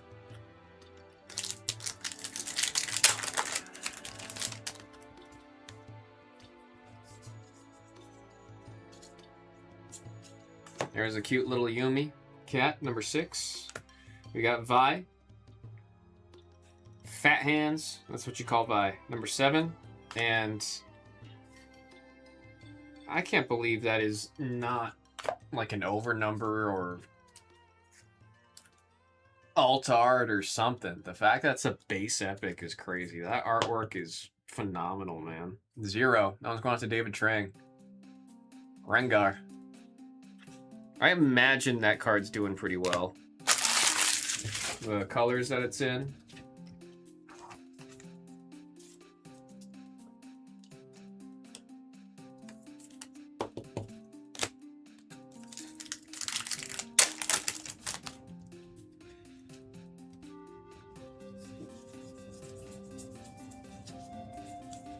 There gotta be Witching Spirit, number 1. There's Pyke, returned. It's the same card as that one right there. They're both Pyke returned. Number 5 on the rare.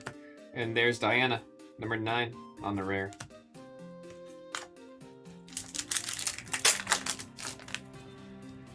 Moonlight of Affliction. I don't know why that was so hard for me to read.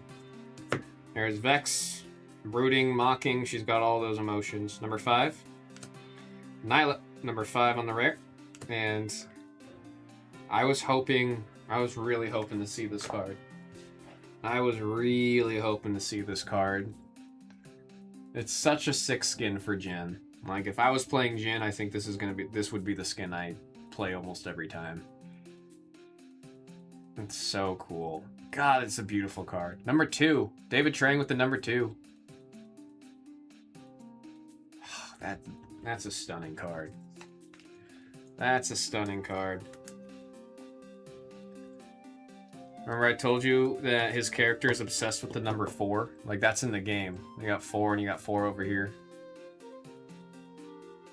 That's cool. That is really cool. Loving that the alt arts are still very beautiful. Let's move everything back a little bit so we can fit some more.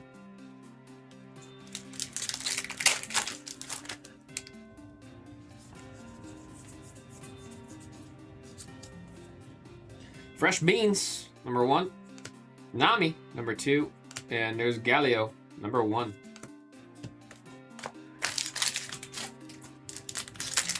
I like the design of Galio, I think, is simple, but he's a cool one. He's a cool one. Big old golem. Something vibrant right there. What is that? Number 4. It's Master Yi. Wuju Master. Number 1 on the Legend. And there we got Poppy on the Epic. Again, just like the artwork you get from these Epics sometimes, man. Like, the quality of some of the Epic artwork would be the chase in other products. It's crazy.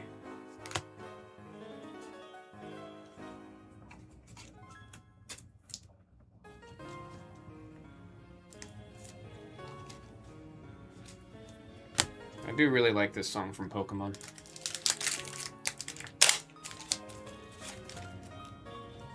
Smite. You use that as the jungler. Irresistible Fey Folk, number 2. Now we got Vi, number 7.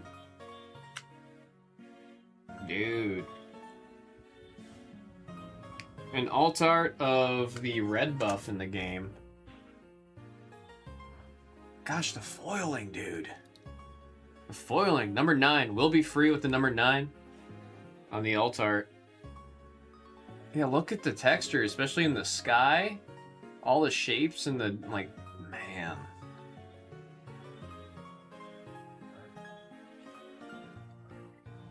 Man, oh man.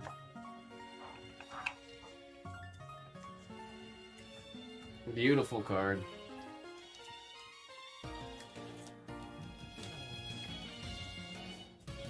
Gonna make some room.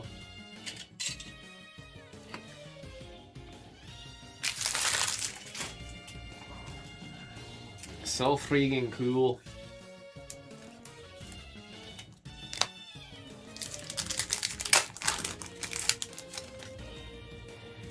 Herald of Spring. Mutated Mouser number 6. There's Jin number 2. And Lilia number 2 on the rare. Should dang near stick to a 2-bocker? No, that's why I was so excited about a 2-bocker. Because I knew it was going to be like this. I knew it was going to be like this if we did it by the 2-boxers. But it's sad, man. Texture's so well done with these cards. No, they killed it. I mean, these cards are printed in Japan, so they're getting access to the crazy technology for foiling that they have in Japan. We got number 4. Then we got Ivern number 5 on the Legend. And LeBlanc number 2. Why is she looking at me like that? Why is she looking at me like that? LeBlanc's overnumbered is crazy. The artwork on LeBlanc's overnumbered. That, like, it is art that will, like, send shivers down your spine.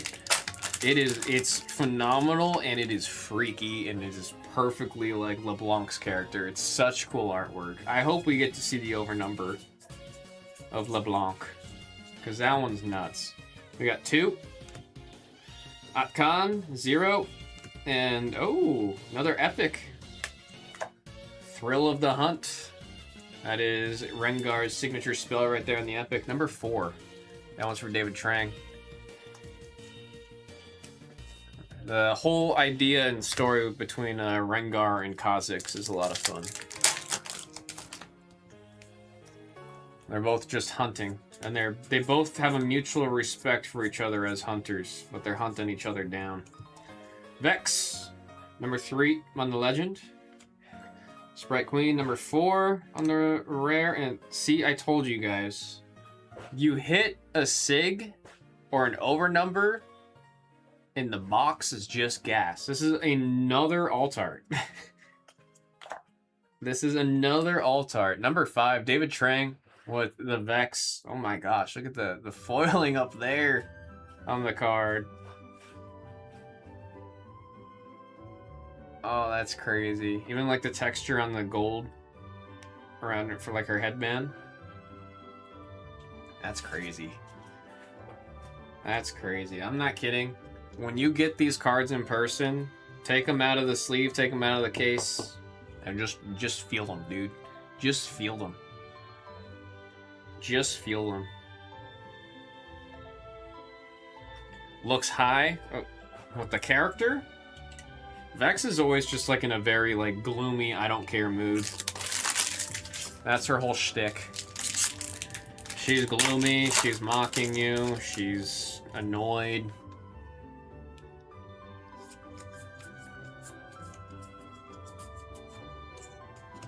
We got number 5, Scuttle Crab number 3, and Shard of Undoing number 4. That was one hell of a box, man. Out of that one had 4? 1, 2, 3. Yeah, had 4. That's sick, dude. And that was one hell of a first break of this stuff. I mean, I told you. Riftbound, this stuff hit different, dude. This stuff hit different. We're gonna do a recap of our epics, and then we'll hit the alt arts after that.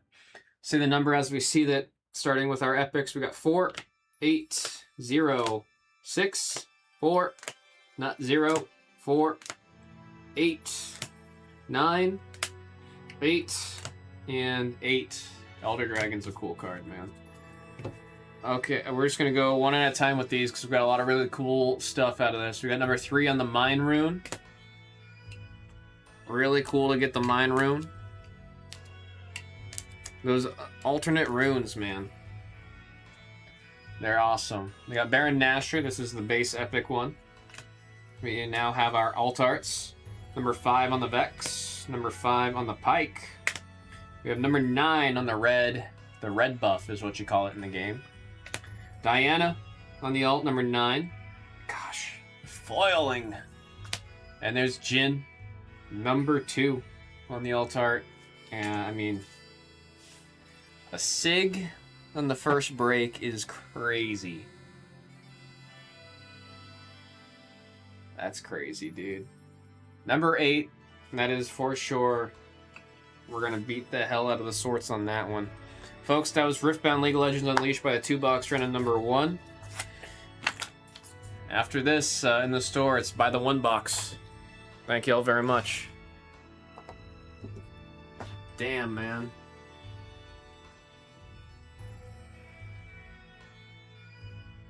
Damn, damn, damn.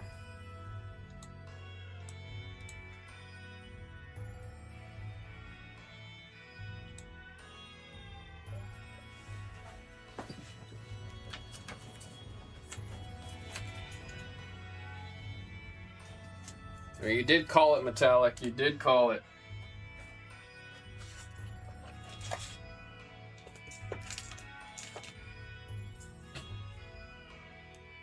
That was kind of silly. That was the kind of good. You're like, we getting goofy in here.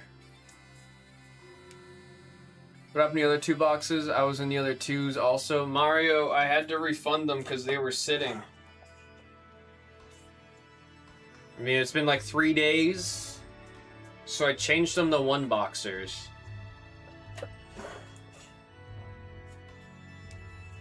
So those other two are refunded.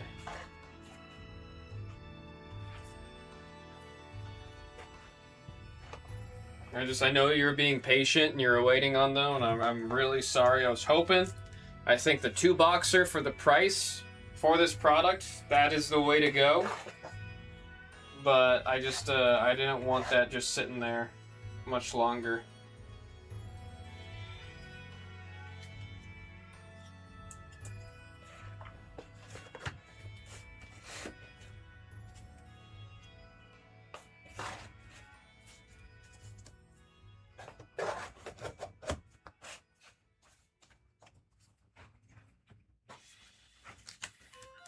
Can't see the refund or its points. It should be refunded to the card.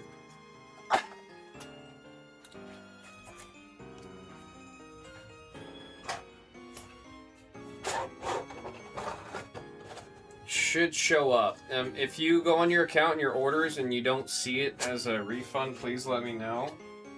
I double checked it earlier and it said that the refund was processing and was going through. I definitely want you to let me know if anything is wonky or weird.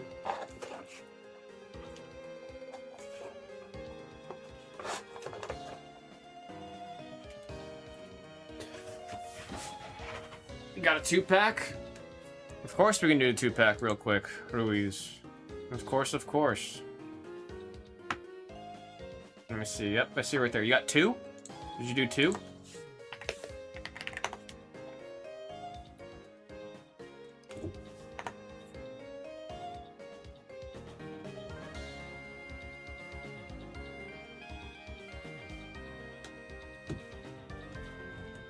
Oh, no, we got 2 orders. Let me type them both out. We'll do those real quick, and then we've got Chaos Rising. Pick your type number 7 after that.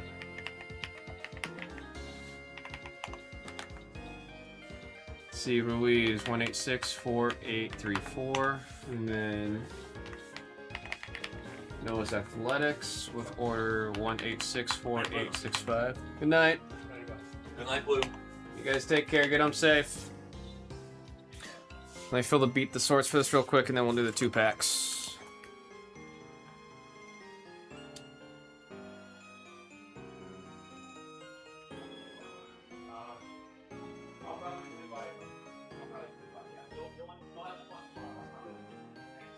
David Trang.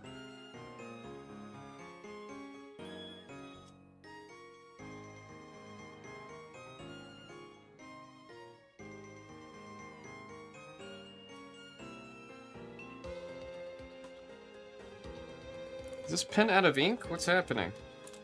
It's nowhere near out of ink. A brand new pen I just bought. Bought it out in Japan. Come on.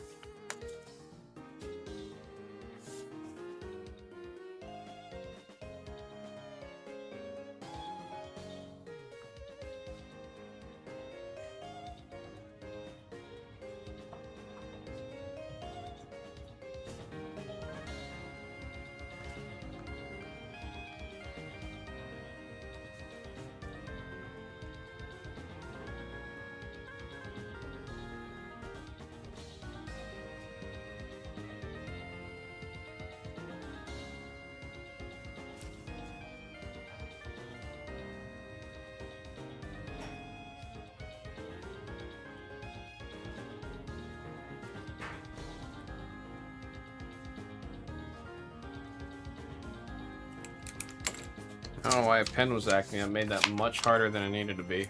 My god. We'll check later and buy into the 1-boxes for sure, Mario. I appreciate your patience and understanding there. I'm just sorry we weren't able to get all 3 of those going, because I do like the idea of doing Riftbound by the 2-box.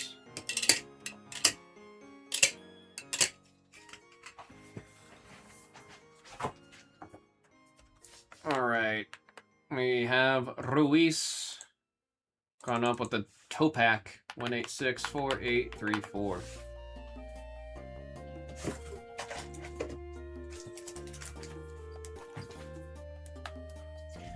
Alright, we got 2 packs. Good luck. Minchino. Let's see, let's get some cooking for Ruiz. Fennekit, number 1. Golbat, 0. And, oh! Nice! We will 100% take an ultra rare, especially the Surfing Beach. I do love it, man. I do love it. That's some art for sure on the card. It's a very pretty looking stadium. I think it might be the prettiest looking stadium ultra rare that's out there, man. It might be the prettiest one. Got the celebratory boom! Lit Leo. There we have Braxton, number 2. Pat Rat, 0. And Crobat on the 1. And we will definitely take the Surfing Beach Ultra Rare on that, man. Very nice, very nice. Very nice, very evil.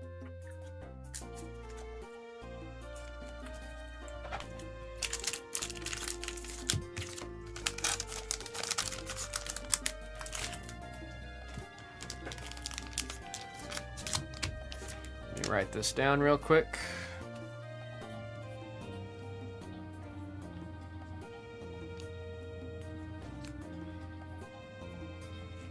One 864 834.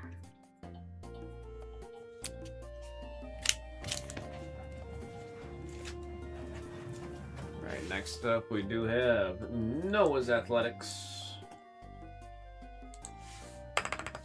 4865.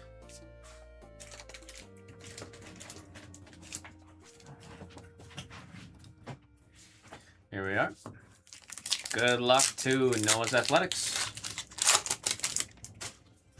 Starting things out with what is apparently a cat. I will always call it the garbage Pokemon. Stunky. We have Minchino.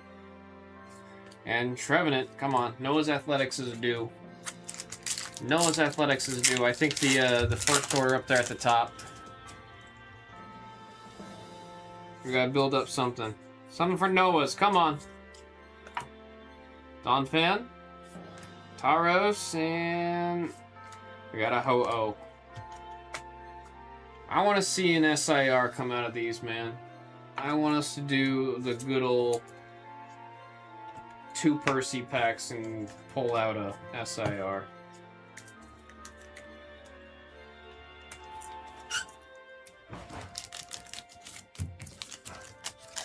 Appreciate the 2-pack pickup there, Noah's.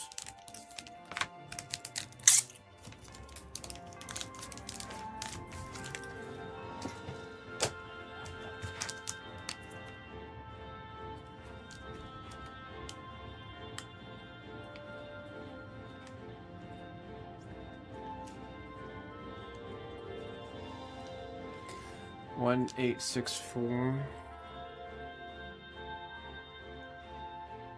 865.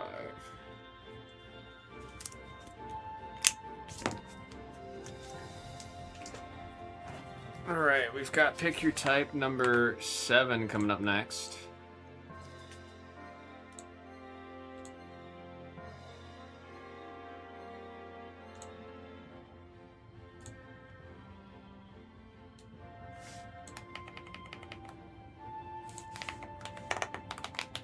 Let's see if David Trang's still rocking that killer mojo. My goodness.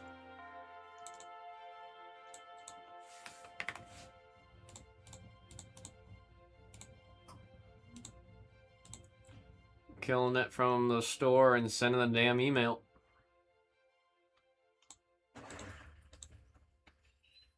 Looks like we have another two packs coming up, so that's going to be right after this break.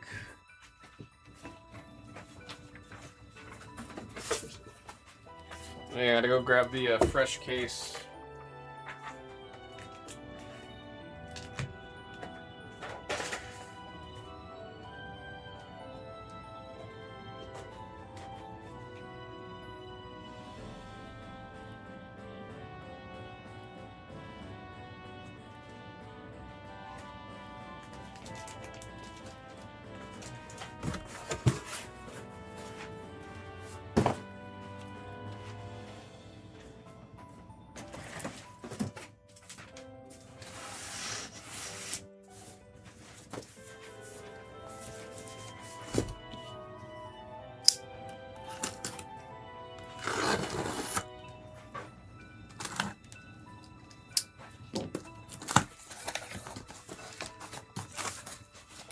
Oh, this one.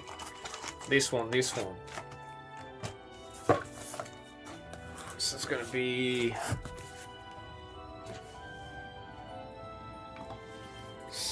Pick your type. 7 through 12.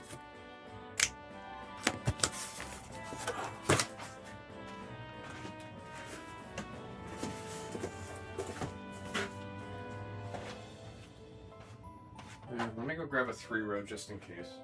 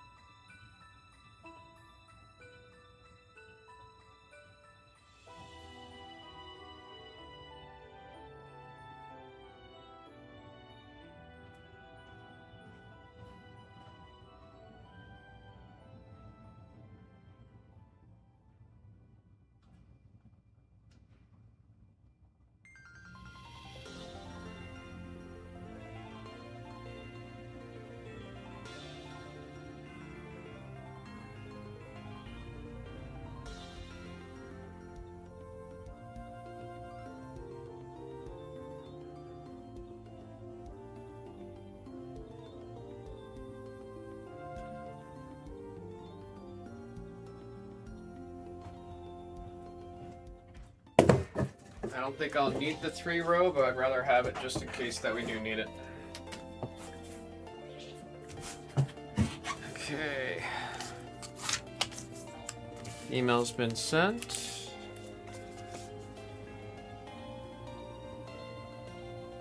Oh, now the pen wants to work just fine.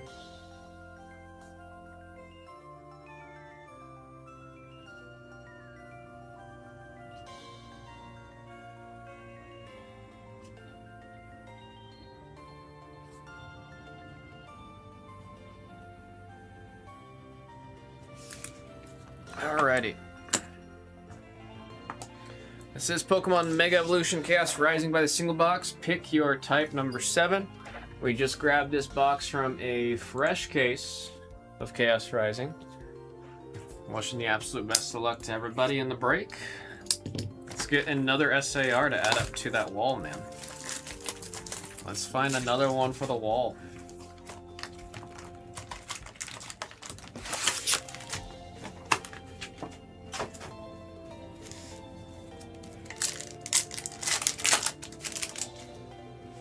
Patrat.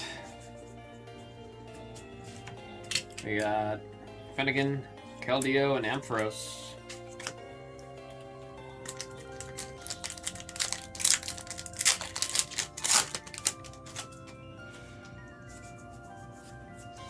Octillery, Weedle, and oh, we got a little deja vu there. I feel like we just saw this guy. Trainer spot going out to David Train. Picking up an ultra rare Surfing Beach. Mentioned earlier, I love the artwork on it. Love the artwork on it. Artist killed it. It's a pretty picture. Chespin. Stunky. Prism Tower and a Ho-Oh.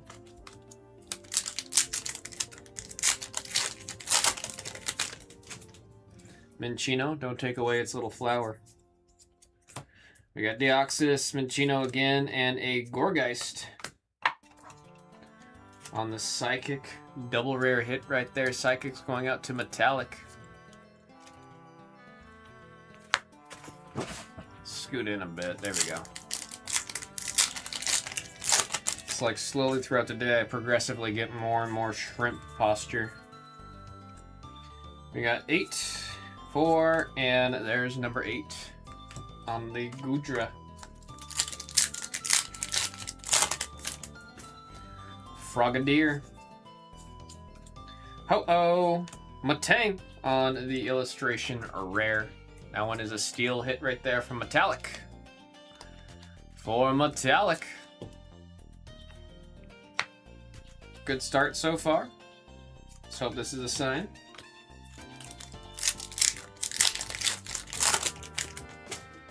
Skrill. We got Esper, Avalugg, and Ampharos. for our hollows.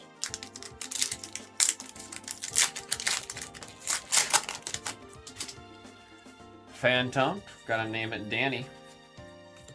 Skuntank, Deoxys, and a Delphox. All wizarded out. There's a Trubbish, Flop Flop. Claydol, Vulpix, and there is a Gallade. If you have a... well, I guess it's not explicitly.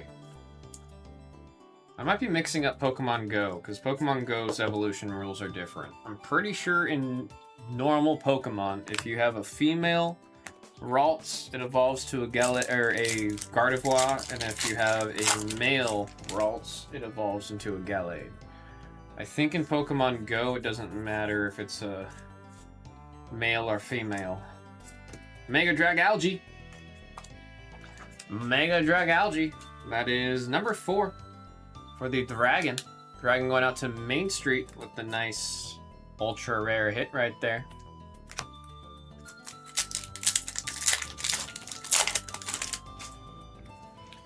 Zubat. Trevenant, Kakuna, and Bubbly. I don't know why I'm over here stressing about the Bubbly energy. Doesn't matter when it's up against Dragapult, that's all I'm learning. Felipe, special red card, and Chestnut.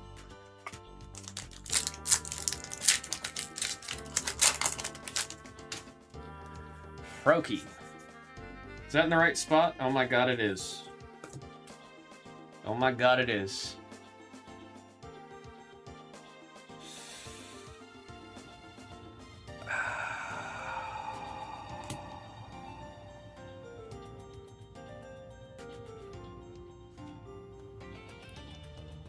I guess we're just pulling $500 cards today.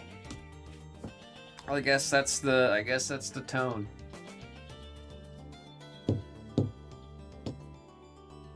Oh my goodness.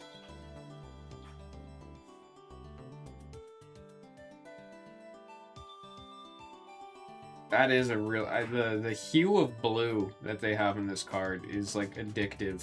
I just want to stare at this card. I really like the shade of blue that they have on. That is like almost spot on with my exact favorite shade of blue right there, man. And the centering on it's actually very decent. A lot of the SIRs I've been popping out of this have been like scared of the right. It's got a little bit of a forehead on it. A little bit of a forehead. But dude, that's...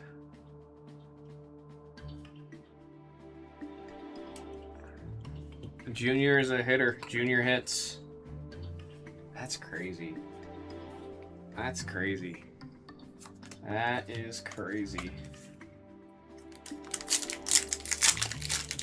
So have some water? Yeah, I need to drink some water.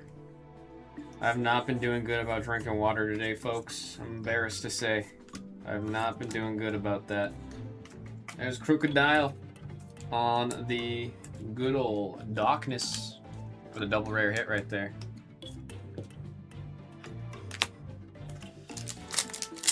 So what's ripping next? Yeah, no kidding. And we've got two pack orders that came in. There's the two packs.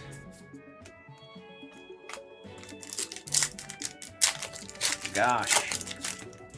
Mega Greninja SIR right after the Pike signature. It got me feeling a kind of way, dude. There we got Crobat.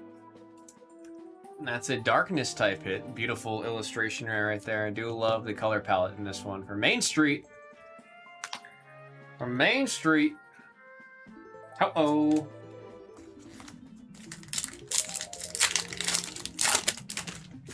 Uh-oh.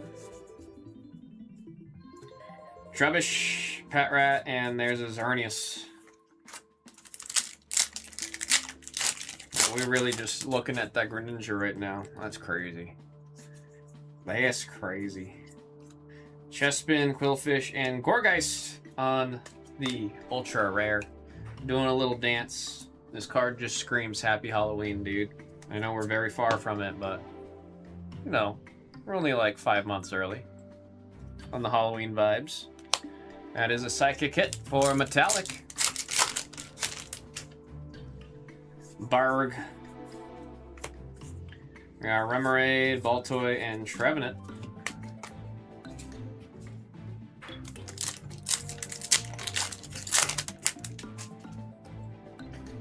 There's Chespin. Lima! Meowstic and Ampharos.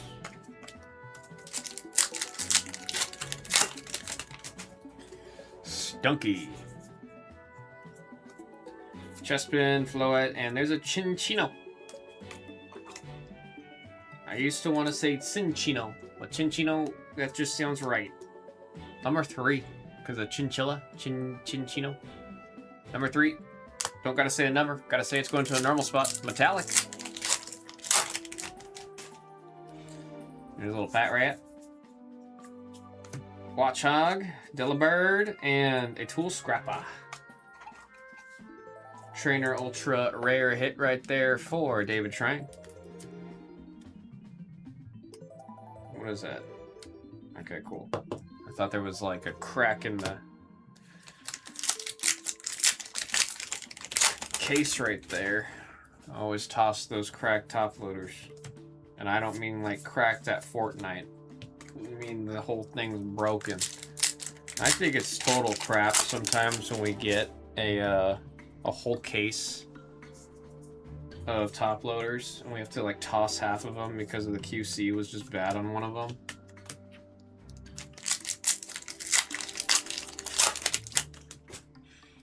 Mareep. We got another Mareep. Slick Goo. That is a dragon going out to Main Street. Look at that face. Look at that face. Bright green eyes on it too. Ho-oh.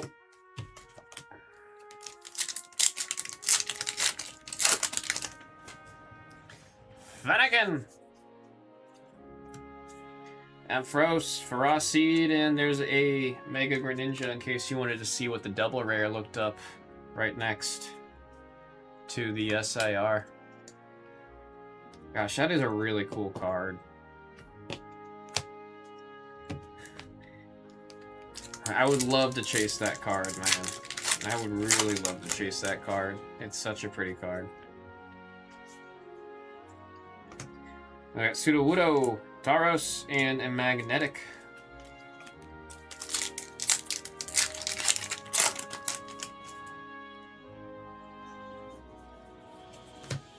Gossapod, Bergmite, and Chestnut. I mean, my buddy just also, he got lucky. He got this card too.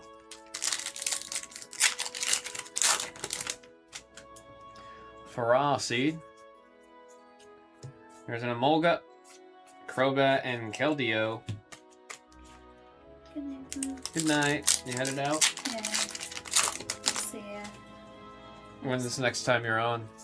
I think I'm on the main Tuesday, and then I'll be on Pop after that. Okay. I'll see you then. Yeah. I think I'm back in on Monday, Tuesday, or Monday, Wednesday, Friday next week. Okay. And then you'll probably see me during the other 2 days spot around for tech days. Okay, cool. And then we hit this earlier. It's a signature out of Oh, wow. Earthbound.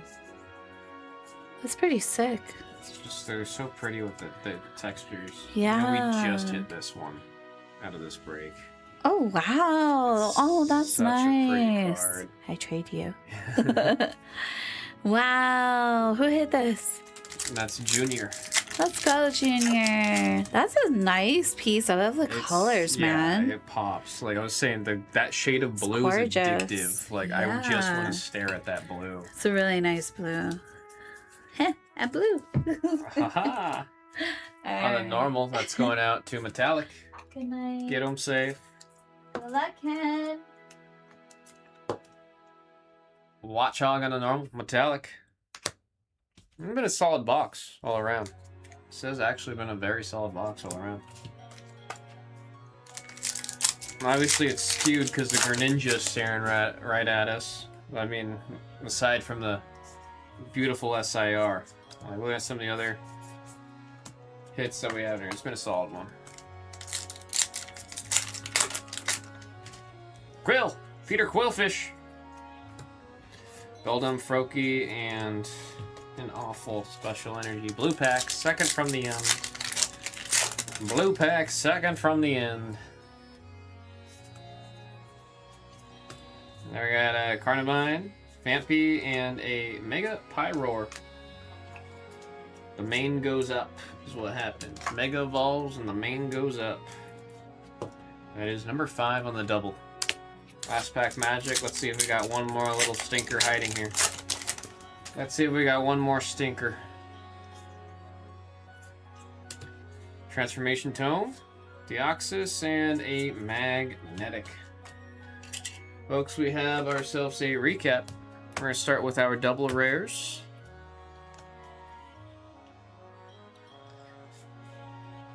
Mega Pyro, V-Drill, Mega Greninja, Chinchino, Crocodile, and Galley, Gorgeist. We have our illustration rares, Watchhog, Sliggoo, Crobat, and Matang. Our ultra rares, Tool Scrapper, Gorgeist. We got a Mega Dragalge on the ultra rare, and a Surfing Beach. Again, stunning artwork on that one. And there's just this fella sitting here. That's a crazy, crazy hit. Again, congrats to Junior. We finally found the frog. Junior went gigging, came back with some frog legs to cook up. Do you eat any other part of the frog, or does everyone just eat the legs? Folks, that was Pokemon Mega Evolution Chaos Rising by a single box. Pick your type, number 7. Oh, man.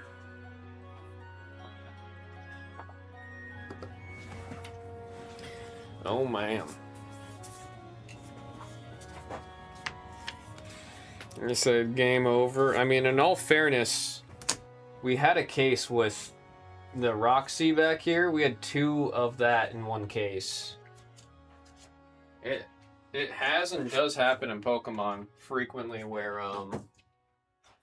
you get the same SIR.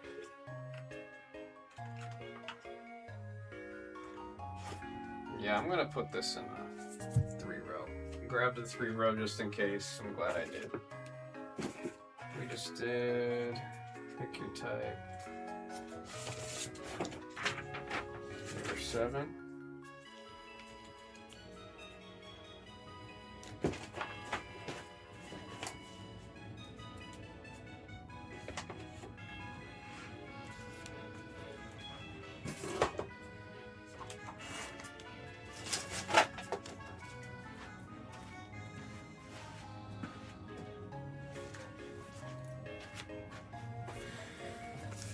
Fill out the beat the sorts here, and then we'll see who has the 2 packs that just went in before this one, or this break.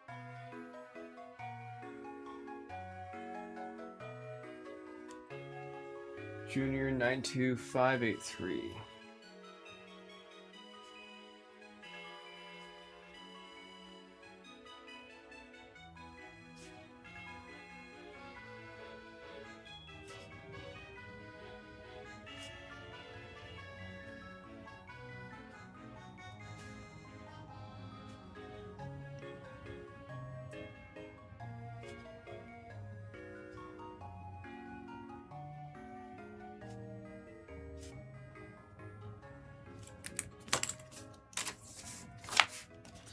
Just updated my address today with shipping. That is good to hear. I'm glad you checked that. That would have been heartbreaking to hear if you didn't check that. I mean, if you want to double, triple, quadruple check, send an email to shipping@theblez notifying that happened. Honestly, that might be a good idea, Junior. I would do that just in case.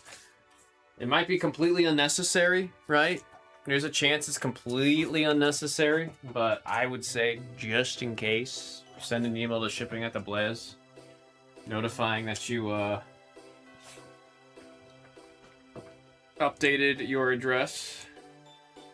I think it's a good idea to do it. I would do it just in case. Let's see. We got Tommy C. Tan, getting some 2-packs. This one's going to be order number 1864870. And then, hey, it's Cap getting in there. With a single order of 2, that's going to be 1864875. So, damn, it's like that way. What do you mean? Oh, Ruiz, I think you're behind. You might be behind. Make sure you click live. 1864870. Tommy C10. Let me double check that I got the order. Yeah, I got that right. Okay. Tommy C10. Good luck. We got 2 orders of 2. Let's grab our 4 packs.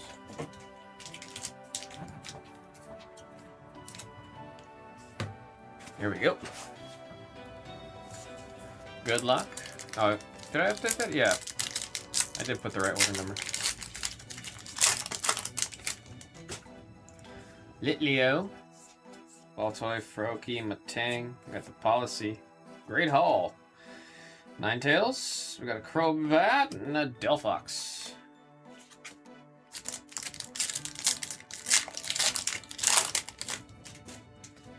There we got Minchino.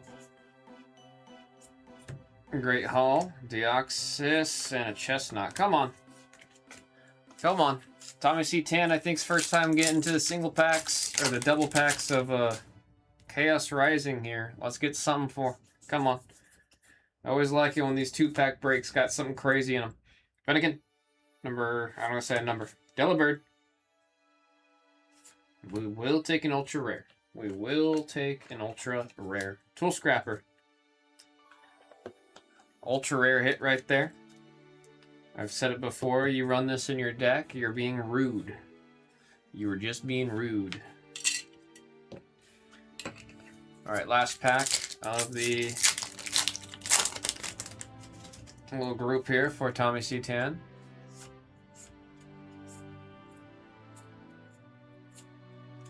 We got a Litleo. Oh, nice! Very nice. There's a Tauros. Beautiful illustration rare. So it's a visually stunning one, man. Very well done. Tsuyoshi, the artist. Very cool, very nice. And then we got the Trevenant right there.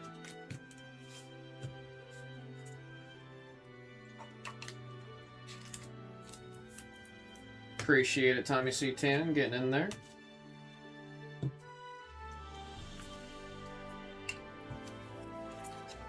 Let me get this one taken care of, and then we'll get to Hey It's Cap.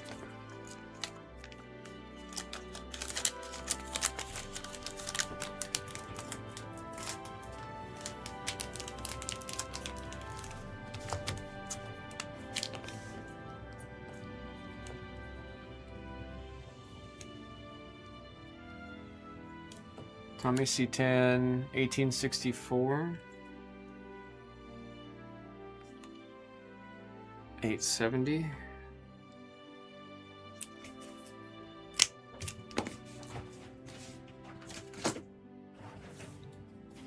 Alright, next up we have Hey It's Cap. Getting 2 packs. That is 75 as the order number.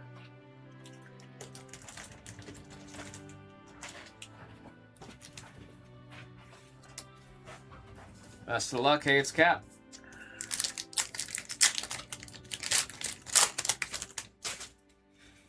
Flaffy, sunbathing. Daisy's Tranquility. Oh, cool. Love to see it, man. Always love to see when we get the hits out of the 2-pack hits. Chespin. Very cute. One of the starters from Max Y. Found his little stick. Out in the forest, he found his little stick. We do have the Ho-Oh.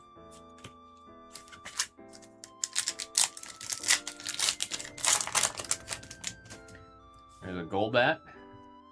It's funny how it evolves when it gets eyes and the mouth gets bigger. There's Braxton. Should be Bryson, huh? It is Bryson. I don't know why I've said Braxton this whole time. I literally, like, I played with this Pokemon. This was my starter. I've always read that as Braxton. It's Brazen. That's embarrassing. Oh my god, is it supposed to be like you're saying Blazon, but with a Japanese accent? Brazen? I'm overthinking it. Meowstic, and we got a Xerneas. We got a Xerneas. Hey, we will take the Chespin. We take those. We will take that. Hey, it's Cap again. Appreciate it. Say it every single time. We're play testing right now with the 2-packs. I have a big picture plan with this format coming up. So you guys getting into this every single time, it's helping me. It's helping me get there to the eventual final picture. Which hopefully we will get there before the next set. I think I'm en route to get there before the next set. They were trying looking to see some more Riftbound. We do have it back up in the form of a single boxer.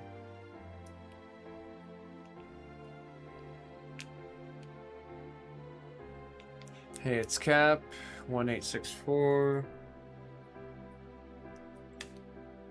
875.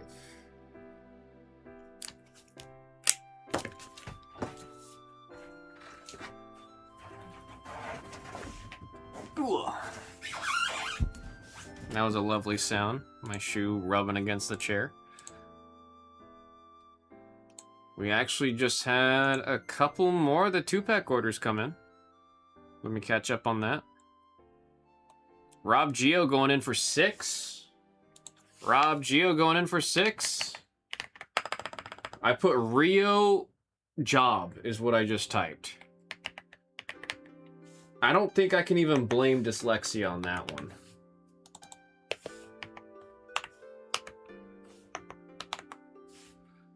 One 864-877.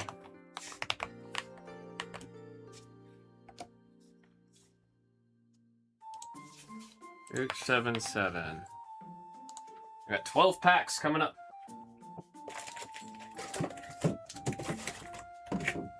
Two, 4, 6. 2, 4, 6. Let me double check this. 6 orders. It's gonna be 6 packs. So if no one's here, I might just buy the box. Maybe I'll run a personal with you real quick. Good luck, Rob Geo. Best of luck, Rob Geo.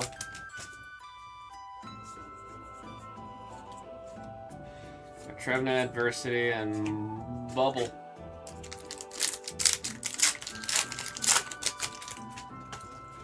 Patrat. Oh, Prism, and Chestnut. I'm Geo looking for an SIR. Weedle. We got a Skrelp, a Nitro, and a Trevenant. Come on!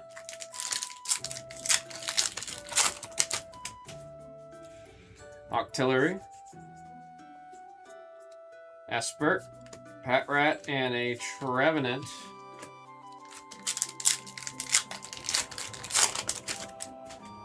There's Timid. How you doing, man? Something for Rob. Something for Rob. Oh, nice. Nice. That's the illustration rare everyone's going to be chasing, man. That's the illustration rare everyone's going to be chasing for sure. Lovely. Little frog. Didn't snag the Chespin out of my 2 boosters, so happy about that pull. Hell yeah, happy to hear that, Cap. Very happy to hear that. You get anything super cool out of it? Out of your 2 boosters? David Train said run it. Hell yeah. You got that coming up right after this. Transformation Tome. We got Froakie and a Keldeo. Let's find some more for YUGIOH. Let's find some more. Let's see if we can keep gigging. Find some more frogs. We want more frogs. Remoraid. Magnetic and a Xerneas.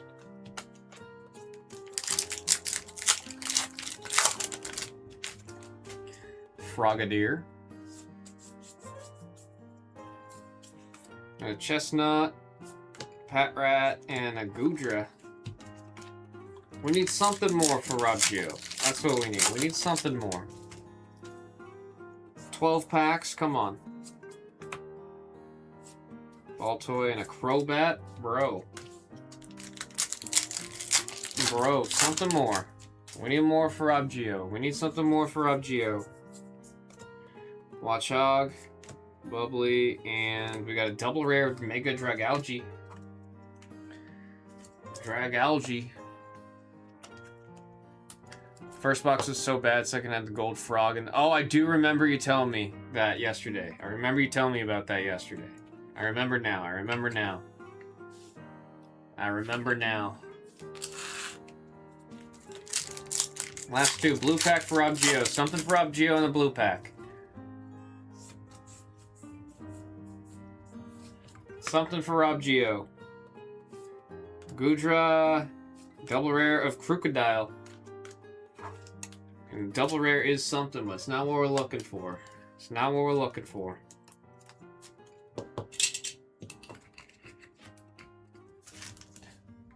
Let's get a LPM in chat. Last pack magic, LPM. Let's get at least one person saying LPM in chat for YUGIOH here. I want to see at least one LPM in chat. There we go, Mr. Battle. Mr. Battle. You take care.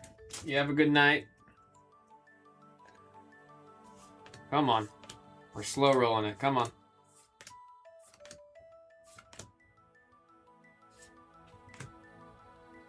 Give me an ultra. Oh, man. Rob. I'm sorry, man. I was really rooting for you. The Froakie I was hoping was a really good sign. We're going to see some craziness.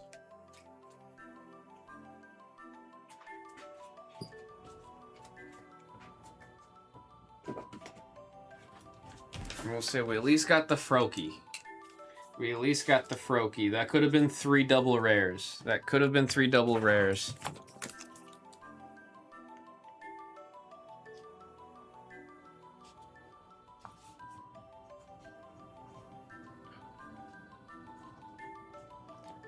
Or 877.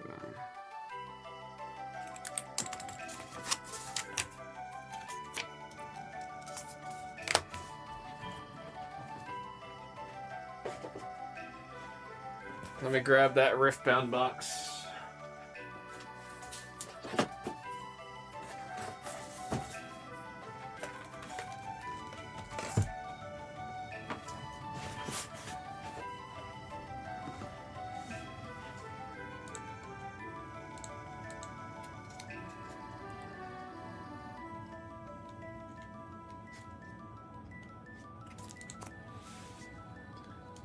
Trust me, dude. I want to every break of Riftbound. I want to see the best. It is currently my TCG of choice. It's the one I'm playing the absolute most of. It's the one I want to travel and play at tournaments for. So I want to see all that good. You know what I mean?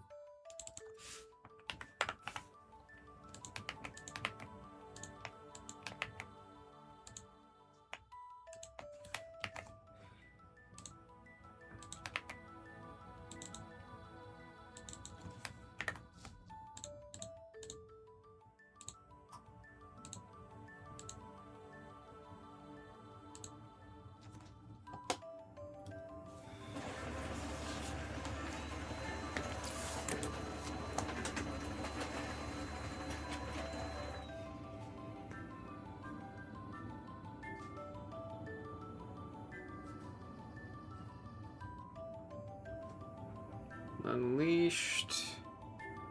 1 box. Random number 1.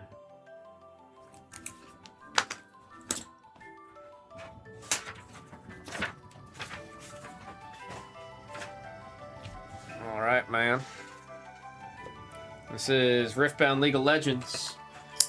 Unleashed by the single box. We got random number 1. Best of luck to David Trang.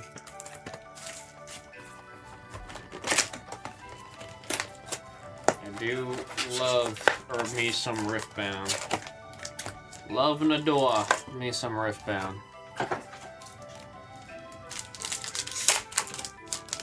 Let's see if we can find another card from Riftbound and join the wall.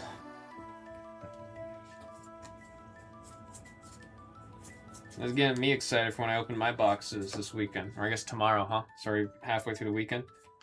There we got Poppy on the rare and Zareth, number 6.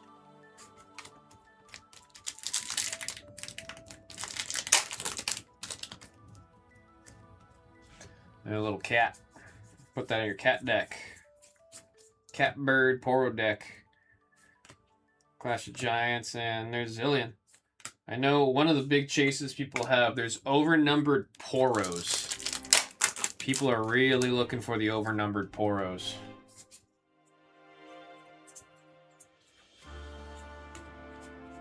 There we got number 1 on the combat experience. I gotta say the numbers. I don't gotta say the numbers. I just have to wish David Trang the best on this one.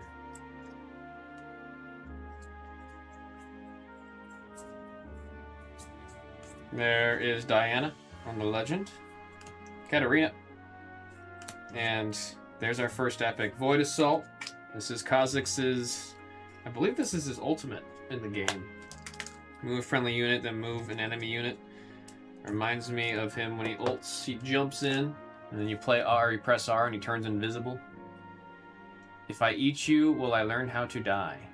Says Kha'Zix. Nice first epic.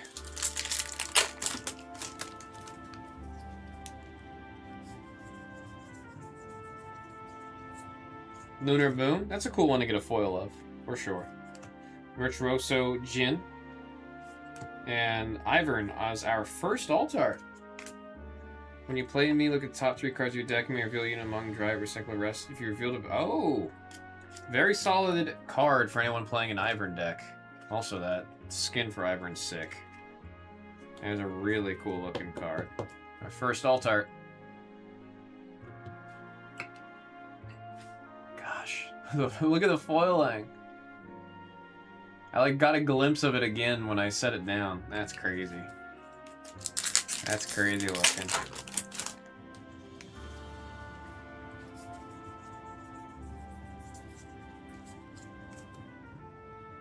Got the Way, Smoke and Mirrors, and a Sacrifice.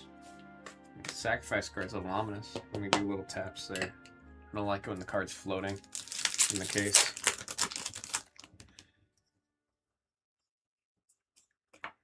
There's Ivern. Can you believe that's the same card? Can you believe it, dude? Then we got Poppy on the rare legend, and that is a solid hit right there on the epic. That is a solid hit on the epic. LeBlanc on the mirror image, signature spell. This card, I read it, I was like, that's not okay, man. Choose the other player, ready to the base becomes, yeah, like you just get an immediate ready reflection. That's a scary card. That's a scary card.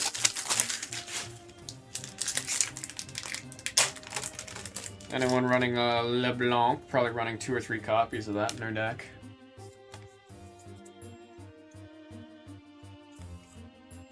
Broadmain, Tactical Retreat, and there's Pike on the legend.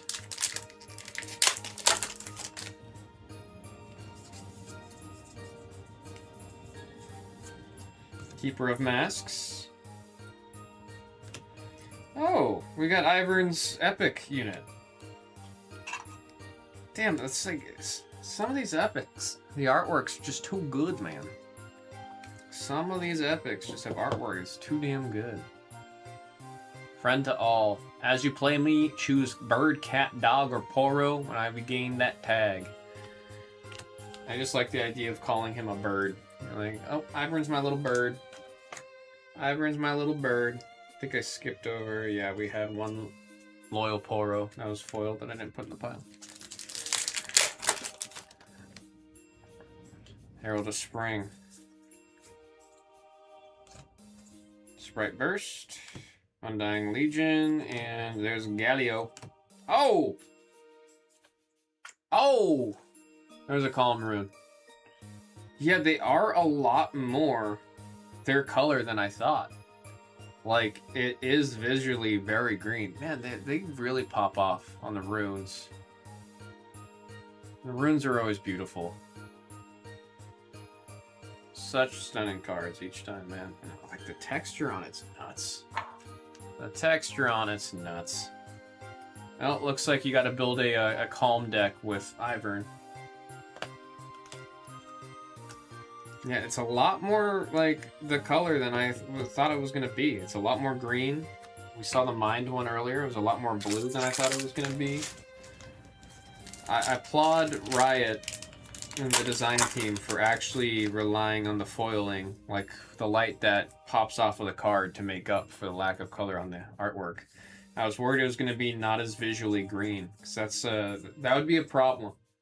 Because, like I said, these are also, like, this is super yellow, super blue, super whatever. And that one, it's super green. It's not as green as, you know, a normal card, but it's definitely green enough. Yeah. They popped off a little too hard on LeBlanc's Legend.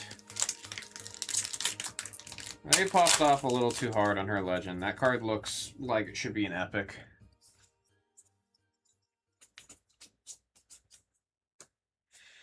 Visionary. And then we got Kha'Zix.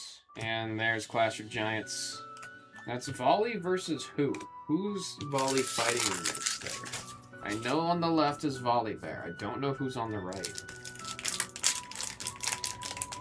I feel like I should know. I'm a little embarrassed that I don't know.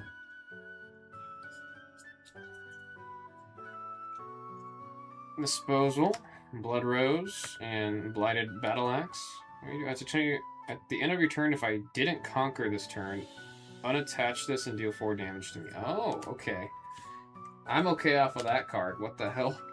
+4, pretty solid, but basically it dies if you don't conquer.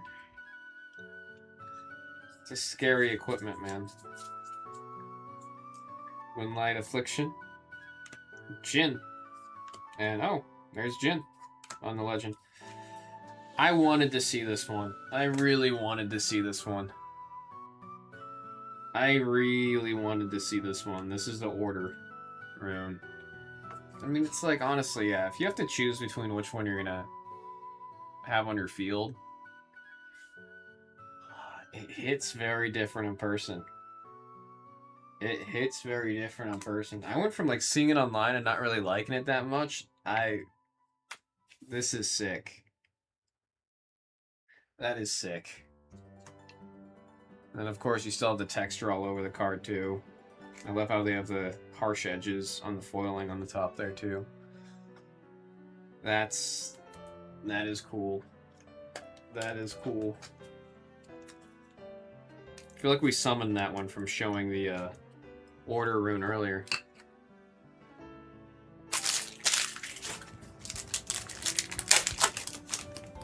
That is sick.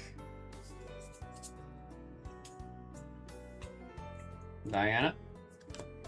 Now we got Rengar. And an Arachnoid.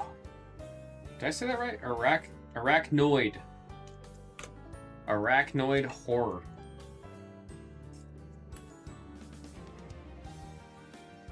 Shadows. Oh, okay. I thought it was a signature spell. I was super confused for a second.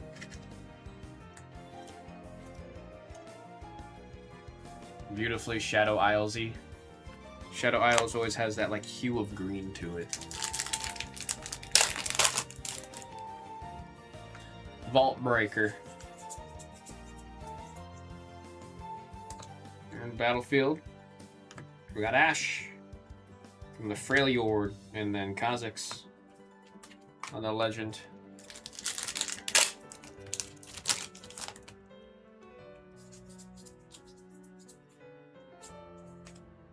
Mega Tusk, Maduli, and Syndra. Man, The artwork. I thought that one was an epic too. I thought that one was an epic. Upstage comedy featuring Jin on the artwork. There's Yumi, cute little magical cat. And there's Pike. And I really, really do like the artwork there for Lilia. On the epic. Nothing cries louder than loneliest. Damn. Damn. I'm over here trying to open cards, have a good time. Not trying to have a moment of self-reflection right now. Shoot. I didn't need that right now. I didn't need all this right now. Come on. Come on. Ugh. Sprite burst. Towering Pyrophant. Oh, it's like an elephant. Elephant. I don't know. I don't say elephant. I don't know. I'm saying it all weird. There's Poppy and honey fruit. Does the honey fruit taste? Is it like a honey grape? Cause that looks like grapes. Or that actually kind of looks like a blue or blackberry. Not the phone. Crescent Strike. There's Vi. And a Kha'Zix.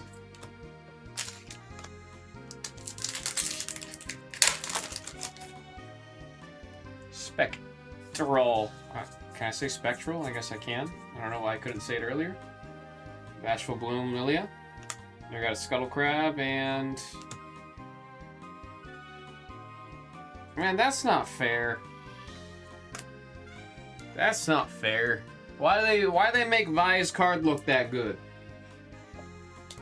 Why they make Vi's epic card look that good? That's not fair. I'm over here whining because this is nothing. Like, it's so much cooler than Jinx's. I mean, Jinx has a Super Mega Death Rocket. But this is such good art. That is such good art. That's ridiculous, man. That's cool. That's really cool.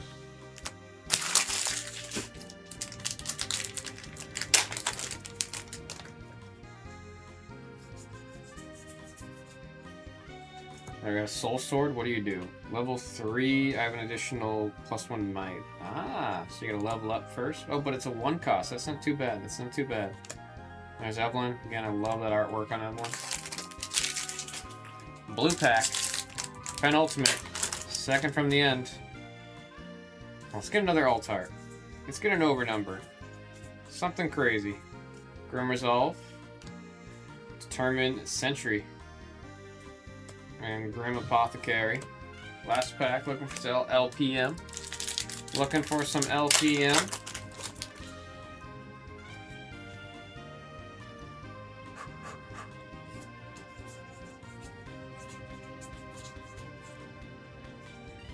I got the Towering Power Font. Inscription, and come on. Now we got Vex's Legend card. Oh man, I was hoping this one was going to be another rune or something at the end there. Not bad, 3 alts. I've had a lot of boxes, especially my personal openings with 2 alts. And then you're getting some of the more desired colors here too. Let's do a recap first of your epics. I mean, you got some sick epics too. You got some really cool epics. That Ivern. I mean, also this one, the mirror image. Just the artwork. Artwork on the epics. Artwork on the epics. Ivern on the alt. Such menacing design on that. It's sick. The calm rune really calms you looking at that. And I do like the order rune. I love the way it looks quite a bit. Appreciate you, David Trang. Always love opening the Riftbound. That was random number 1 by the single box for Unleashed.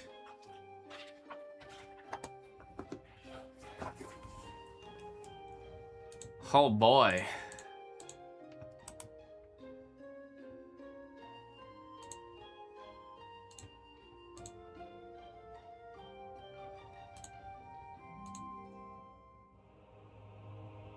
Let me see if any other 2-pack orders came in. No, I think we're chilling. Getting a quick scan of the store. I'm gonna start putting this break away, and I do think that's gonna be about it, folks. This might be about it.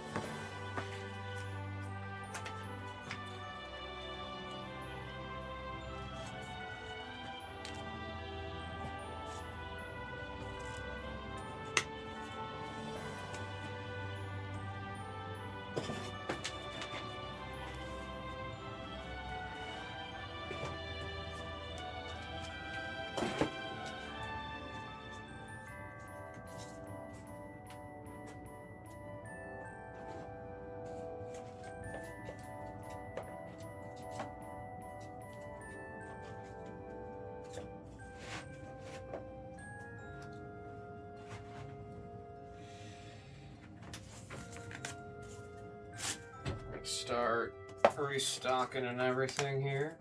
Bunch of the upkeep we gotta do.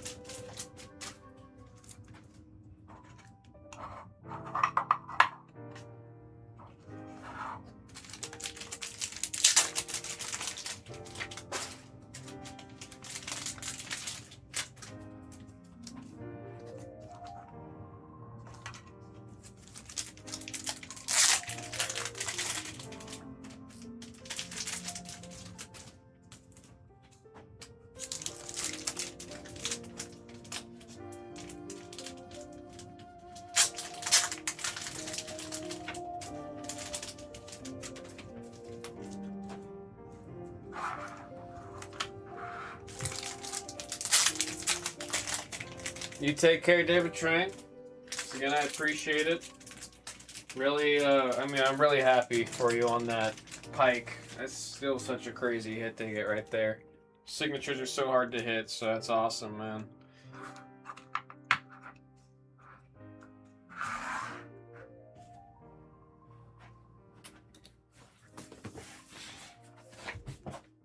Alright, let me catch up on the uploads. I think we have 3 or 4 uploads that I gotta do. Looks like it's 3.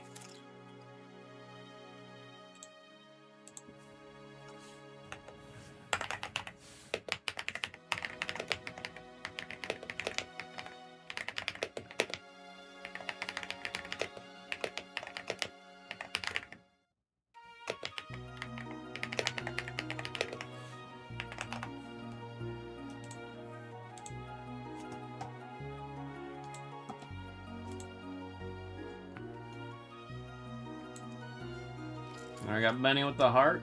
Damn, you're still awake? Benny said it's the weekend. What you mean?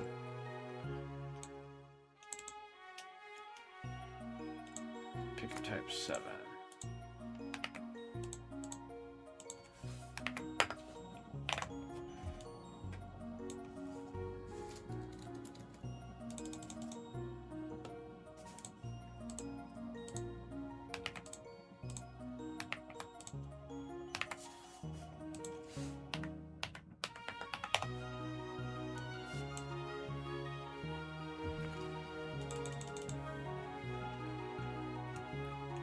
Alright, while those are uploading, I'm going to do one more check.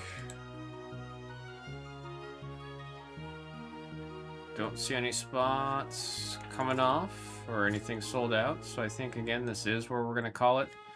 Folks, it was a wonderful stream today. As always, I appreciate every single one of y'all. Remember to stay hydrated, do better than me. I've had maybe 1.5 liters of water today. Definitely not enough. I'm gonna drink some water after this. Get some rest. Enjoy the rest of y'all weekend. I'll be back in here on Monday. And until then, dois. It looked like I was giving you the finger there when I was holding that. Bye-bye.